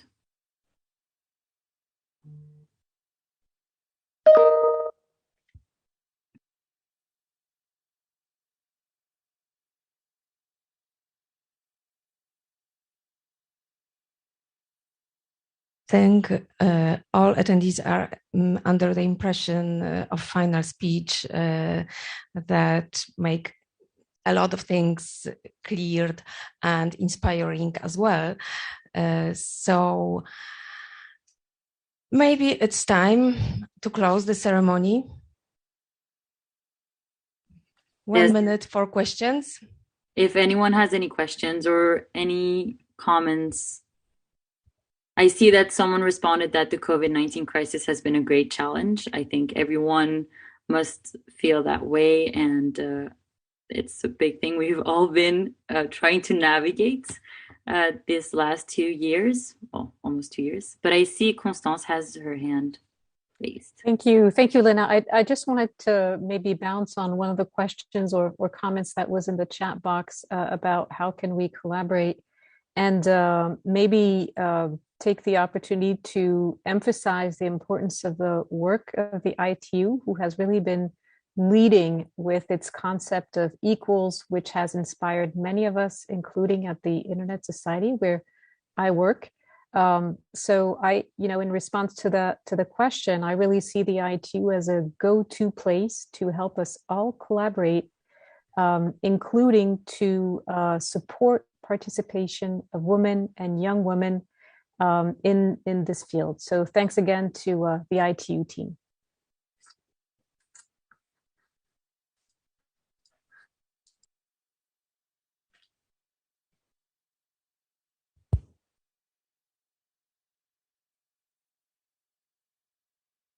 Hello. Oh, thank you very much. Is anyone else? I will give you a mic.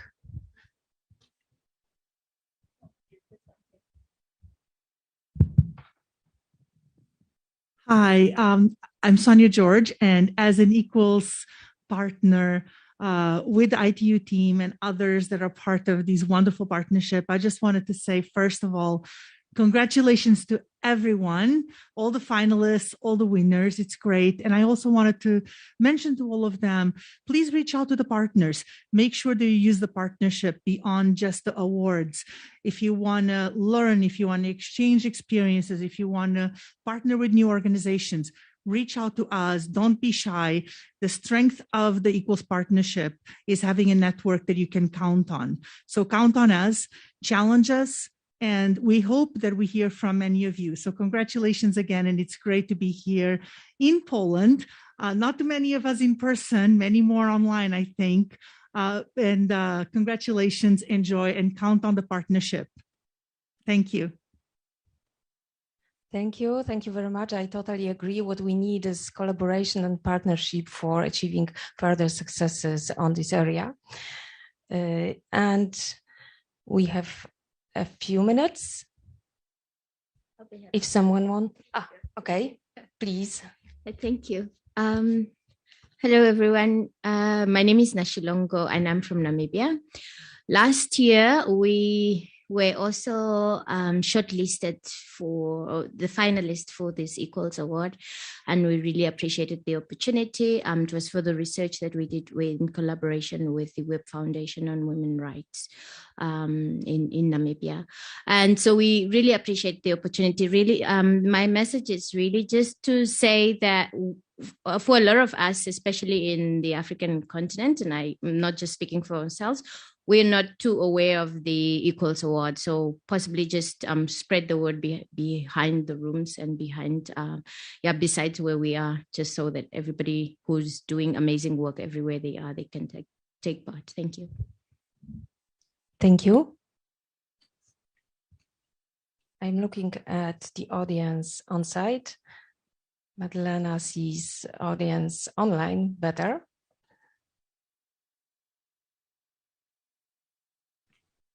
Is anyone who wants to share feelings or ask questions?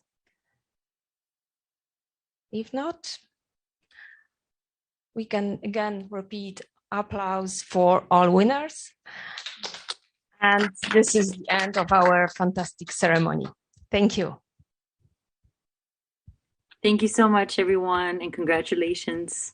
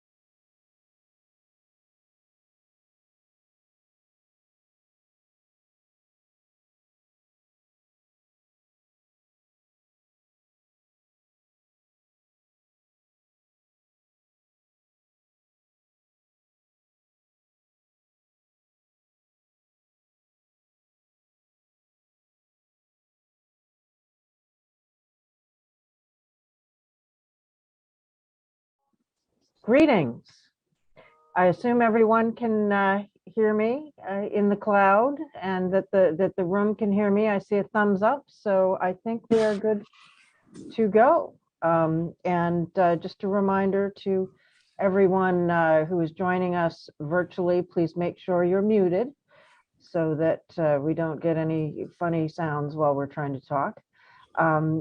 Welcome to all of you for this conversation about the future of the internet. I'm Rebecca McKinnon. I'm Vice President for Global Advocacy at the Wikimedia Foundation, which I think most of you at the IGF are pretty well familiar with. We're the nonprofit organization that supports a global community of volunteers that run projects like Wikipedia, the free online encyclopedia that's now in over 300 languages that anybody can access and edit, and whose content rules are set and enforced by a global community of volunteers. And I advocate for the interests of our global movement, and so therefore it's very important that the future of the internet and the future of a globally interoperable internet be protected, and that our rights be protected on it. And so I'm very honored to represent my community in this conversation with Tim Wu, who is currently Special Assistant to the President of the United States for Technology and Competition Policy. Professor Wu is also an influential legal scholar who many of you may have read his work over the years, and his ideas have shaped how a lot of people think about internet policy and regulation in the US and elsewhere around the world. So we're going to be hearing from Professor Wu, who I'm in the habit of calling Tim most of the time, having known him for a number of years, about the White House's efforts to work with partners and allies to create an alliance for the future of the internet.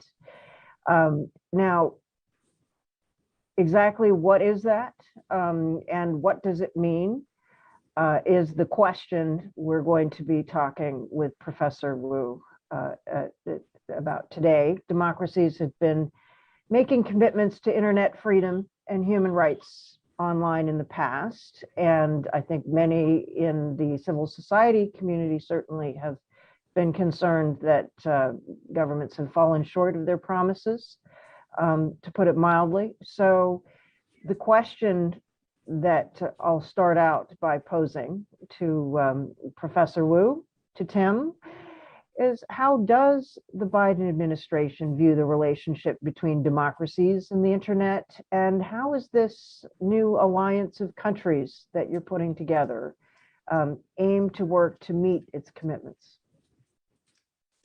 Thank you, Rebecca, and hi everybody. It's good to see you. As you can see, there's some people in the room, also people online. And yeah, no, it's a pleasure. I'm just glad we're able to.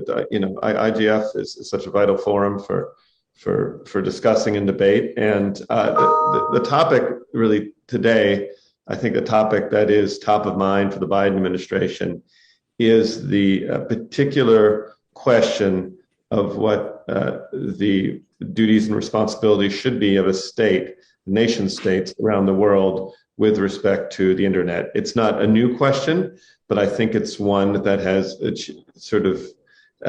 achieved a kind of burning significance in our times. And I also think that it is a question where we believe we've been going in the wrong trajectory for some period, and we think it's very important to set things in a more positive direction, and do so with some not gently, but do so with some strength. Let me talk about a little bit about the framework and how we see this. Part of this goes back to the original vision. I think that many of us shared about the internet. The vision of the 90s. When the internet first became popularized, first began to reach millions of people, and where it first was sensed that it might hold this immense promise for the advance of democracy, for the well-being of humans, for the betterment of all. Many saw this design as essentially democratic in nature, an open network of networks, single interconnected communication system. I'll add also that from the beginning that it was understood that the technical protocols were governed and created by a multi-stakeholder approach that was understood to be very resistant to government direction or control. The multi-stakeholder side of developing norms and developing standards and protocols has always been a big part of it, but seemed even from the very beginning make everything very distinct.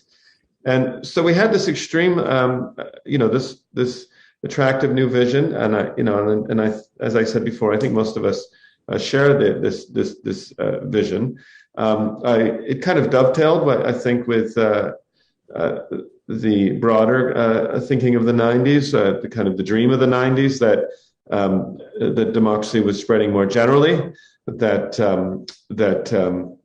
many of the communist or authoritarian governments around the world were beginning to become democratic, hold their first elections.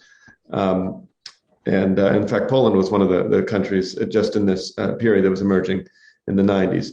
So moving forward, I think it's fair to say there's over the last 2 decades been a few bumps in the road. In fact, more than a few. Now, the trouble first began when some governments began erecting firewalls to block content and news reporting at their borders, blocking freedom of expression, denying other human rights and fundamental freedoms. I'd say it was about 20 years ago that places like Citizens Lab, which some of you may know, run by Ronald Dybert, and also the Berkman Center, then was directed by Jonathan Zittrain, really began to track the degree of blocking that was starting to happen. Things went further. Some countries began to institute technical measures, such as internet shutdowns, to restrict the ways that information could flow, contrary to international human rights commitments, obligations. The fact is, the trend has even gotten worse over the last 5 years, in our view. For example, some countries have made active use of the internet as a tool for interfering with the elections of other countries. We've seen state-sponsored and condoned malicious cyber activity on the rise, criminal activity, and finally, social media platforms have proven to be potent vectors for the spread of misinformation, disinformation, which has too often divided society. During the COVID-19 crisis, it's been a potent sense, a major problem for the efforts to communicate accurate public health information. And, overall, we've just seen a series of problems, both in the private and public side of the ledger. I would be remiss if I didn't mention the fact that privacy concerns have grown, as have competition concerns, as the once decentralized internet has become one in which there's a much greater concentration in major markets, and also where companies stockpile and sell data. So I think you'd have to admit, even the most determined internet optimist would have to admit that these are pretty serious challenges. But let me think what we, the United States, believe we should do. We believe that we should acknowledge and meet these challenges, as opposed to pretending that all is well and pretend that there's that nothing has happened to challenge the original vision of the internet. We believe it is incumbent, first and foremost, for the democracies of the world to respond even more forcefully and directly. We believe we need to revitalize and put forth a positive vision. We need to embrace and reaffirm a vision for the future of the internet that recommits governments now to defending human rights and fostering equitable economic prosperity. Now, in other words, now is the time to take a stand, to say what we believe in, and the time for governments to finally take full responsibility. We believe, along with our like-minded partners and allies, that digital technologies can reinforce democracy, respect for human rights. We believe the internet can continue to support an open economy for businesses small and continue to maintain connections among us and between our societies. We believe that the technology can support democratic deliberation. In fact, the point is, we believe in the original vision. The dream of the 90s is alive in Washington, put it that way if you want. if somewhat battered and more realistic, but we nonetheless remain optimists. And so what we want to do and what we are working towards is really something of a new covenant. We are working towards building and signing countries up for a new alliance for the future of the internet. What we believe is the democracies of the world should be recommitting themselves to defending an open, interoperable, secure, and reliable internet. We need to double down, the point is, on what made the internet great in the first place, and at the same time try and address and repair what isn't working. We can't be naive about the challenges we face. We cannot just assume that everything is going to take care of itself. We are on the wrong trajectory. We need to do this, to be more precise, to make it very clear what countries should and should not do when it comes to building and promoting our shared vision. And this cannot just be an American effort. It cannot just be an American project. It certainly cannot be the United States saying, hey, look, here's the answer, we've got it. This needs to be a broad effort that involves governments around the world and also needs to involve key stakeholders like yourselves, civil society, and other groups. Now, I hasten to add that, it's not as if we invented the idea of internet freedom yesterday. We need to build as much as we can on pre-existing efforts, whether it's multi-stakeholder fora, like here at the IGF, whether it's the Freedom Online Coalition, whether it's other multi-stakeholder groups, other governmental bodies, OECD, G7, to name just a few. It should build on the work of some of the people who've been active in this area for so many years. Obviously, some of the internet founders and web founders like Vint Cerf and Tim Berners-Lee's work, even later, earlier work, JCR Licklider, and not to mention more recent figures, Marguerite Schachte, Carl Bildt, Mitch Baker, Rebecca, our moderator. The list goes on and on. I'm sorry, I can't mention everyone, but there is a huge number of people who have been active in this space, and we are trying to build and harness their efforts. They have seen this coming. We are really, as the cliche goes, standing on their shoulders and trying to commit both the resources of the United States, but also of our allies and like-minded countries to this project. And our goal is to commit to and arrive at principles that inform what states and also other relevant authorities should and should not do when building and promoting a positive vision for the future of the internet. Now, let me be clear about one thing. This effort is not trying to seek to create new norms in any sort of broader sense. This effort is to answer the narrow yet key questions of what constitutes responsible state behavior in this area, how states can defend the global internet and the principles it stands for. So here's some of the obvious principles that are in a working list. These are more of the do's. The do nots are coming next. So states should respect human rights online, just as they do offline, respected in the Human Declaration of Human Rights. Countries should be promoting affordable, inclusive, reliable access to the internet and basically supporting efforts to close digital divides around the world. We should all be strengthening our work to combat abuse online, including gender-based violence. And we should be reaffirming our we should reaffirm our commitment to actions taken by governments and digital platforms to reduce illegal and harmful content online, consistent with human rights law, while also consistent with freedom of expression and encouraging a diversity of opinion without fear of censorship. On the other hand, and I said those were the do's, here are what at least some of the do nots, thou shalt nots need to be. Countries should not be blocking, shutting down, or degrading access to lawful content, services, or applications on the internet, consistent with principles of net neutrality, and applicable law, including international human rights law. Countries should not be misusing or abusing the internet or algorithmic tools or techniques for surveillance and oppression, including developing social scorecards, other mechanisms of social control, pre-crime detention, or arrest. No country should be using the internet to undermine electoral infrastructure, the elections, or political processes of other countries. And finally, governments cannot unilaterally govern the internet's global infrastructure, so countries should avoid undermining the multi-stakeholder system of internet governance, and they should be supporting consensus-based decision-making for technical policy that involves all stakeholders. Now, these are just the basics of shalls and shall nots, do's and don'ts. I'm sure others would have other lists. I think part of the goal, so maybe a part of a conversation is to understand what should be here. And I just want to close, and thank you for your patience with these remarks. But I want to close by linking what we're doing here to a growing movement, both in tech and beyond, and in civil society, to reimagine what the internet and the web can be. I note a few. Mozilla's Reimagining Open statement. Back in 2016, a lot of the ground was set by the Global Commission on Internet Governance, which Carl Bildt headed. Organizations like the Center for Humane Technology, run by Tristan Harris. All of these are efforts, and there are many more, that are trying to reimagine what the internet should be for this coming decade.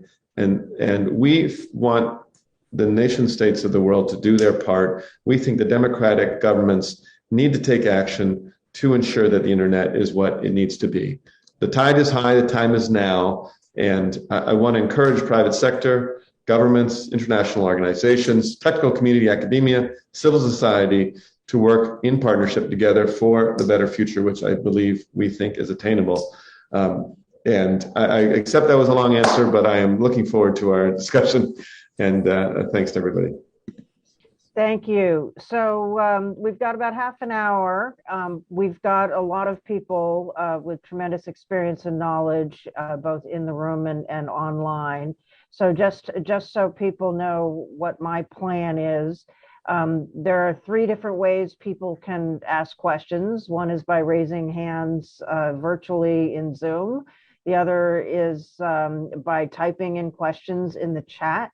And I understand there are some people physically in the room who may not be online on Zoom in the chat. So I think if you wave your hand, very noticeably, I may be able to see that, or perhaps somebody in the room might serve as a representative to call my attention to the fact that there's somebody with a raised hand in the room. And I believe Rebecca, I'm here. Henriette here, so I will make sure you get to see hands. Thank you very much, Henriette. Really appreciate that. So it's kind of 3 different ways, and I'm going to try and strive for a mix. And we'll use moderators' prerogative to ask follow-ups here and there, or to press for clarification. So the first hand that has been up for some time is from Yik-Chan Chin. So please ask your question. Unmute yourself, ask your question. Hi, yeah, I'm Yi Chen, and Professor Wu, it's nice to meet you. And actually, sorry because it's late, so I didn't turn on my video. Because just to let you have some background, my background, academic background, because I studied human rights law in University of Nottingham in UK, and especially studying human rights law. And now I work in Beijing Normal University. So my question is, actually there's a very intensive debate in here in China, about the intention of this kind of the future internet project. Whether because you use the term about democracy or democratic country, so there's I think you probably notice as well, whether you the intention of this kind of the framing is to target particular countries such as Russia and China. So this is the first question, and the second question actually is actually I ask for my colleague, on behalf of them. Second question is my personal question. Actually, it's about international human rights law, because we know that in terms of international human rights law, there's a ICCPR and also the cultural, economical, social rights.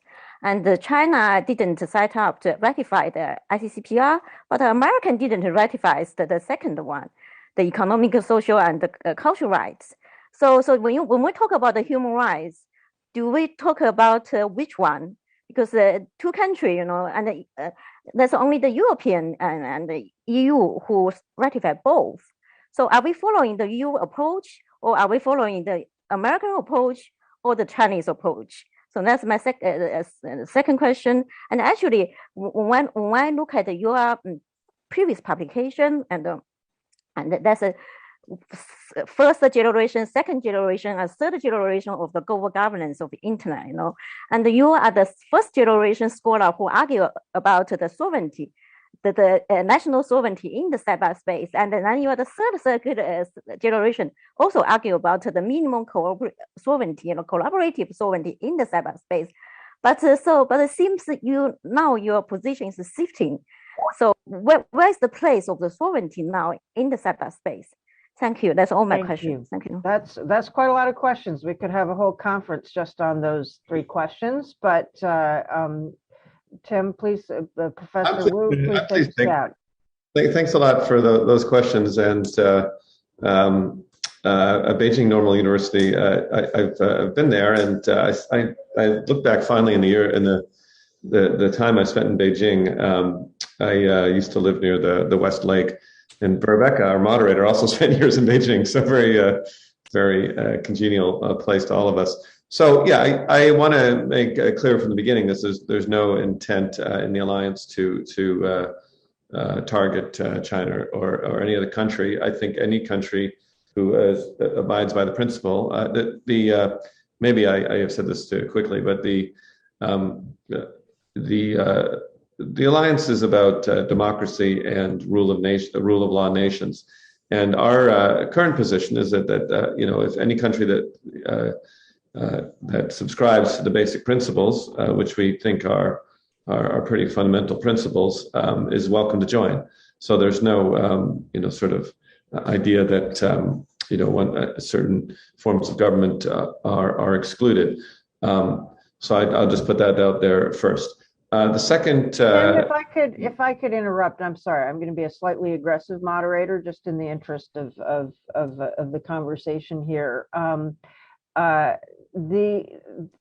The International Covenant on Civil and Political Rights, of course, is connected very much to the right to participate in political processes and democracy. So am I correct in understanding that if a country is not subscribing to the kind of core fundamental civil and political rights related to the rights of individuals to participate in democratic processes, that might not be consistent with membership in your alliance? My question too. Rebecca, I didn't know you were, I didn't realize you were a human rights lawyer. Well, I spend a lot of time on human rights matters. Yeah, no, I'm just, I appreciate it. I think the current, I think we need to right now, as I said, as we're envisioning things, and I take this as an opportunity. I think we need to think about, when we say human rights principles, human rights law, what we mean, whether it's Universal Declaration, ICCPR, or other.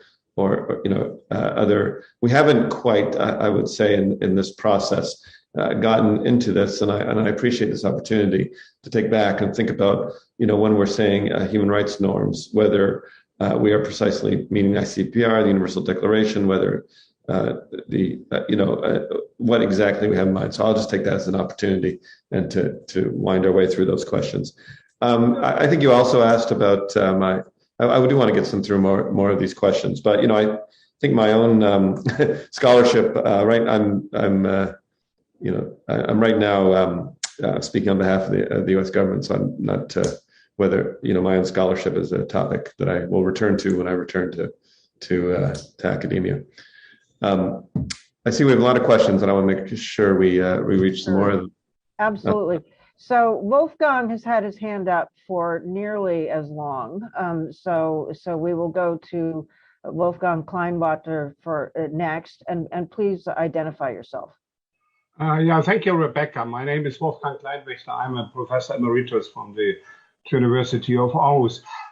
Tim, first of all, I share the aspirations and the intentions. So, and we have 25 years of John Peter Barlow's Declaration of Cyber Independence, and a lot of the founding ideas have forgotten.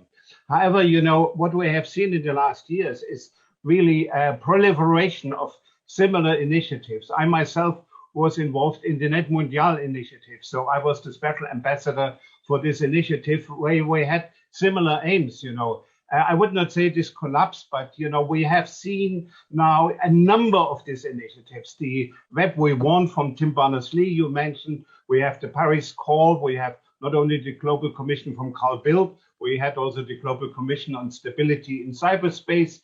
We have the Freedom Online Coalition. So there's a huge bouquet of different initiatives. And what I wanted to ask you, do you see the risk that this will be to a splintering of all these platforms, and this will weaken the democratic forces, because you have only limited resources? So that means and what would be the concrete activities? And the second question is, the Secretary General of the United Nations has proposed now the drafting of a global digital compact, which is for the 193 member states of the UN, plus all other stakeholders. I think it's an interesting move from the United Nations to invite non-state actors, to participate in drafting of such a global digital compact. So how this alliance would relate to the process which will start soon to draft this global digital compact? Thank you. Back to you. That's a good question, and I appreciate it. And it is a concern of ours. I think that there are, that's something we've wanted to be compatible and build on. I will say that I think what distinguishes this current effort is a few things. First, at least as it stands, we're not trying to create a new institution with a secretariat. We are trying to bake down and have states commit in harder terms they have before to what they should and should not do. It's very centered on the question of nation state behavior, and I think it's going to be relatively you heard some of what I said is going to be relatively short as these things go, and basic and ideally clear. It's going to be binding. It's not going to the plan is not to be a treaty, but we do expect countries to commit themselves to this. I think it's a lot different than some of the efforts to sort of develop sort of more general norms or efforts by like the G7, which are limited to a much smaller group of countries. It is planned to be, the countries that can sign up with this will be the ones that do it.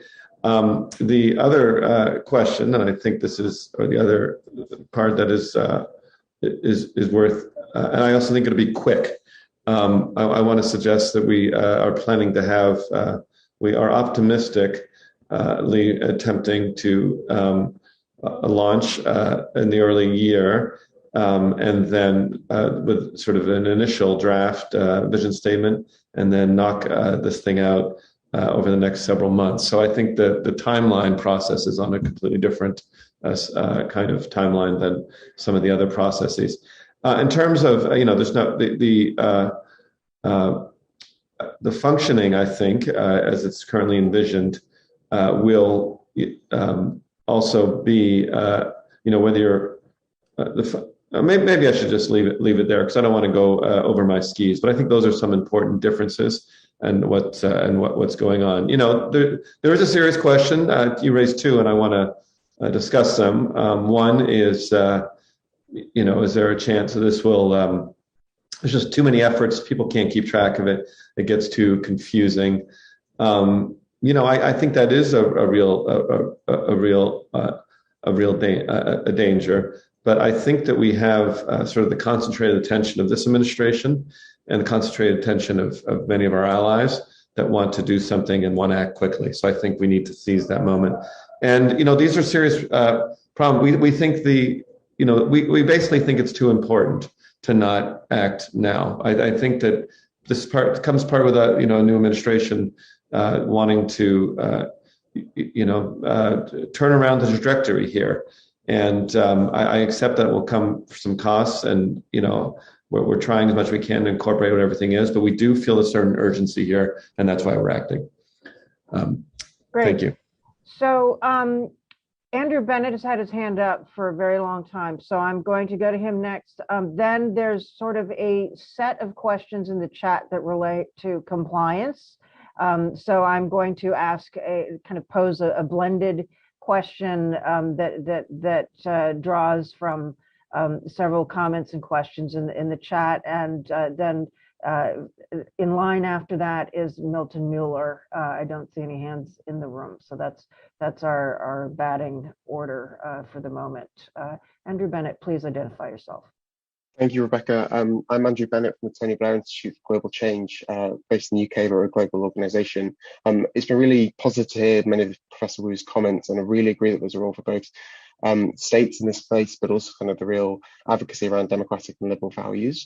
I wanted to ask, for countries that are at a sort of tipping point in their internet model, particularly maybe many emerging economies, how can these new coalitions that we're describing be based around economic and security interests, not just values? Where are the sort of carrots as well as the sticks, so that we can really build sustainable coalitions for the long term? One example might be, security of semiconductor supply chains, offering that to free up other sort of constraints that states might have given the other partners that they're currently working with. I'll pause there. I think that's a great question, and we are, as I said, very early stages, and that is, I think, for us a key question that we are asking. I mean, one of the things we want to do. We believe the values here are very important. We believe the economics are also important. And I think that we want, some countries who might be on the edge might be saying, well, why don't I just, shut down the internet around elections, or spy on these journalists and arrest them. Countries on the edge, I think we want to vehemently discourage that and suggest that, you're going to get yourself into the status of being, you're going to cross a line. And I think that's part of the point of having very clear principles and lines here. And I'm not saying, human rights norms obviously and law already exist. We're not rewriting them. But we want to state, with respect to the internet, if this is what it means to cross a line if you're a state. But that's a bit of a stick. What's the carrot? I think that's something we need to work. I mean, there's basically the promise of interconnection, the promises of help. I think that also the United States needs to think, and other wealthy countries need to think about how they help countries that do want to stay on what we consider a better path forward for their internet. But I'll just say that it is, and frankly, I welcome your ideas. The point about semiconductor supply chains is a good one. I welcome ideas for how we make this work, how this is an enticing thing to want to be in, given the temptations that may be out there to go with a different kind of internet approach. Unless you were going to make another separate point, maybe I'll go to some of the questions in the chat. Does that work? Make sure we get to Milton. He's always oh yeah, we'll get to Milton. Don't worry. I won't. But there are some questions in the chat that came before he put his hand up, and several of them relate to the same thing, which is about compliance, which is about actually how are you going to get countries to actually follow the principles and not violate them, and that might relate to all agencies of the U.S. government along with other governments. Which sort of leads to the question of, a related question of, is there going to be a complaints mechanism that, say, members of this community can file a complaint against to your alliance about a member government that has clearly violated the principles? Do we want to sort of be benchmarking governments against the principles? What's our mechanism for this really kind of not just having carrots, but having a bit of a stick? Great question. Let me deal first with that question of benchmarking, complaint process or something. I think that's an area in active consideration and is really worth thinking about. Obviously, there's private groups who, I can think of Freedom House as an example, or Citizens Lab or the Berkman Center at various points, who have spent a lot of time trying to deliver a picture of what how nation states are behaving. I think that they have their own internal benchmarks. I think part of our goal is to set out these principles to make them clear that they are agreed on as between countries. As for the consequences, there's as we envision it now, it's not as if the alliance has its own enforcement mechanisms. But I would put it this way, without getting too far ahead, that I feel that countries, if this effort is successful, countries should be nervous to be breaking these rules. They should feel a sense that could come with consequence, and I think part of that comes, and maybe I'll just leave it right there. So since all the questions have been answered been posed so far by men, I'm going to use moderator's prerogative in keeping with the forum's values to point to a question that is posed by a woman in the chat, Rasha Abdullah, who kind of asking for a bit more specificity. And I know part of the problem here is that the alliance hasn't been announced. The principles have not been announced. They're still being negotiated, I guess, and figured out. So this is a bit of a preview. So kind of acknowledging that, how do we get this specific enough? What exactly is the action plan, as Russia is asking? What is the something that people are going to do? And how do you make sure other countries follow this plan and not abuse their power? I guess I'd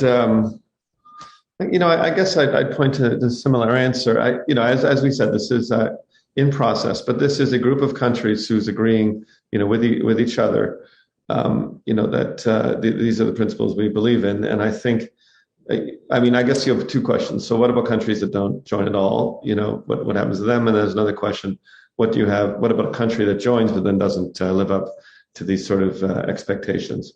And I'll say this much because I don't want to, this is an ongoing thing and we're putting it together. But it is the view of our government, it's our view that we intend this to have some teeth. We intend it to be more than sort of a declaration of principles the countries feel free to sign up for and deviate from willy-nilly.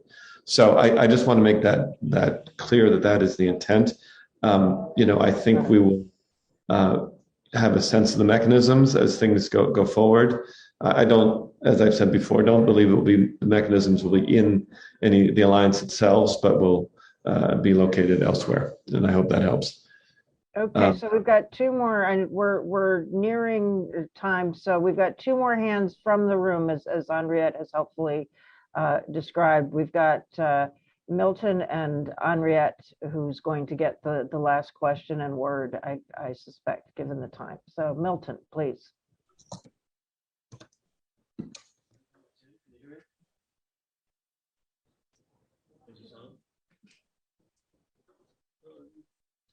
Hello, can you hear me? Yes. Okay, Tim, thank you very much for trying to rekindle the vision of internet freedom and the kind of growth and excitement and positive social benefits that came out of it in the early days. I think when we started that process, the US helped to create institutions. It didn't just articulate principles, it did create institutions that implemented that. Things like ICANN, which sort of de-sovereigntized the global governance of the domain name system, Section 230 of the Communications Decency Act, and the global e-commerce principles of the Bill Clinton administration. And that really helped to make the vision of internet freedom a reality.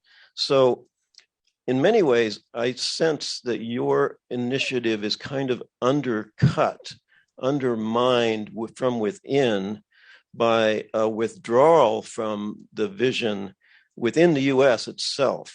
Section 230 is under attack in the U.S. President Biden has said bad things about it. Both Democrats and Republicans are now against free trade in information services. And the backlash, you mentioned Tristan Harris, for example, the backlash against big tech means that state regulation of platforms is on the agenda everywhere. And of course, this acts to justify various kinds of restrictions and impediments to a globally open internet, particularly this idea of digital sovereignty. And so I guess my question is, are you willing to really challenge that trend and say maybe we have gone too far in that direction, and particularly the notion of digital sovereignty? Are you willing to come out against that and explain why it's not a good thing? That's a great question. Are we overcorrecting and trying to address problems? Yeah, so we don't run out of time. Can we? Why don't we collect two or? Sure. So, Henriette, can we get your question as well, please? And maybe Milton's, because I'm a little. There's one more question in the room, Rebecca. Is there time for it? I don't know to what extent the organizers are going to be strict about our ending time. We're using less time than we were originally allocated. So I think if everyone's okay with that, we can take a few more minutes. So I'll do mine later. So let me give it to the other person and then I'll do mine. Very good. Okay, so my question was, Tim, well, I echo the fact that firstly, I think this is a good thing. We need to talk about these things, but it is complex because there are so many other initiatives. And I think there's the carrot, as you said, there are the sticks, but there's also walking the talk. And I think that the challenge, and I think Milton just articulated it now, for states to fulfill their duties in terms of compliance with human rights, they also need to hold business accountable, particularly business that operates within their national jurisdiction. And when you're dealing with companies that are global and have a global footprint, that becomes very complex. But I think for the US, if it's going to show any leadership in this area, it's going to come up constantly against people saying, what are you doing about your companies?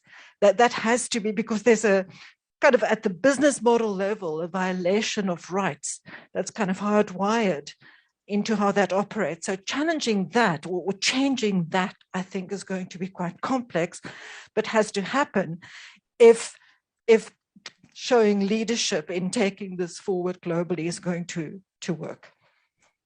Sorry, and then the final thing, in terms of human rights, there's actually a really sophisticated network of institutions and also principles and decisions. So I think the internet has actually done quite well through Freedom Online Coalition, through the special rapporteurs, David Kay, and in terms of human rights mechanisms, there's actually fairly good practices and norms and monitoring, but it's that overlap with market regulation that I think really needs more attention. Okay, that's it. Sorry, back to you, Tim. No, I appreciate it. In fact, these two questions together are helpful because they actually point in exactly opposite directions. To be honest, because one view of it would say, well, you need to go back to basically keeping governments distant, and that's the point of restoring freedom, on the internet. And your point is, a lot of the world's populations, when they think about, what's wrong with what the challenge is, they see it as the concentration of private power, and I think that while our view is that while we see that the original vision of the internet was powerful and brought a lot to a lot of people, and that it had a certain assumptions that didn't turn out to be exactly correct. One was a sort of assumption, I don't know if it was ever explicit, that that sort of nation, there was, I don't know if everyone said this, obviously, but there was kind of assumption that nation states, countries would, some believe they would be unable to regulate the internet. That wasn't everybody, but some people said, they're sort of irrelevant. And another was, well, anyways, it's not really clear if they're part of the story here. And I think that is something that's changed. I mean, given the level of blocking, fragmentation, all the things we discussed, that they have played a role, sometimes a very negative role. The other thing that happened, I think there was sort of an assumption that the economy, which was first non-commercial, obviously, until some point, but then became commercial, would be sort of inherently competitive, and very easy to get. Small businesses would flourish as well as large. Would be a great place for everyone. And I think the concern, and this is a concern that the Biden administration certainly shares, is that too much of the proceeds have gone to too few companies, that there has been a loss of competition and on the internet, and a sense of a loss of opportunity to start a small business or an entrepreneur, even whether or not it's a tech business or just a regular, you want to sell something, that that it's been harder and harder to make a decent amount of money. And this dovetails with larger concerns about inequality, which we have had, that we also share. So I think in some ways what we're pushing towards is it is a fine line, but a corrective, a vision that is both reaffirming the past and the values and the promise, but first correcting for the fact that in fact, nation states not only are not irrelevant, they can be very dangerous to some of the freedoms that we expected to come with the internet. And second, a sense that private companies and particularly a concentrated market power can also pose a threat or endanger the vision that people believed in the first place. And and that can also involve a role for states, whether it's antitrust enforcement or whether it's privacy protection in protecting citizens. And so, to answer the last question, what about the United States and Biden administration? We are, and I know you're going to say, well, let's see it, but we are committed to tech accountability. We've supported a vigorous antitrust program. We are in litigation with some of the major platforms, and we have, I think, are in a decidedly different position than the United States was 10 years ago with respect to private power. And, that's in some ways only natural. 20 years ago, the internet economy was still very small. Even 10 years ago, very different. But we've seen a growth of concentration that has changed our domestic policies. And so in some ways, we're aiming here as a reflection of what we think domestically. But it's not all just about us. I want to reiterate that. The internal deliberations of the United States are part of this, but certainly not all of it. And I think that's about it. And I appreciate Rebecca. I want to say thanks again for your moderation. Yeah. And this time, it's a very good conversation. Worthy of. I just want to say that the forum, the IGF, is certainly playing its role, and we've got a lot here to figure out. But I expect you will see things happening. I'll tell you that much. Well, thank you, and thanks to the IGF organizers for allowing us to go a few minutes over, and thank you for Tim, Professor Wu, for sticking with us a few minutes later. I mean, what it really sounds to me like you're saying is that this alliance, once we learn the specifics, which are still being worked out because it's taken a little longer than originally intended to sort out the specifics and consult with necessary stakeholders, that this is going to be about what is and is not the appropriate use of state power in relation to the internet and private actors, if I understand it correctly. And certainly this community and many others have a lot to input into that. And so it's great that you're consulting with this community and others as you work to refine what the alliance is going to be committing to and how.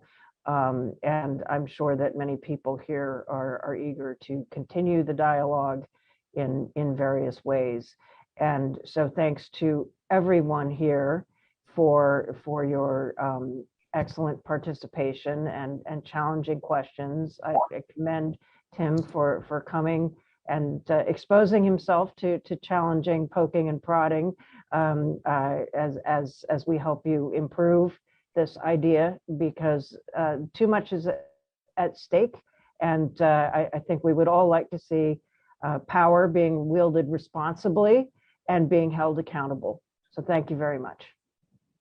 Great. Thanks again. Bye, everybody. Take care, everyone. Good evening.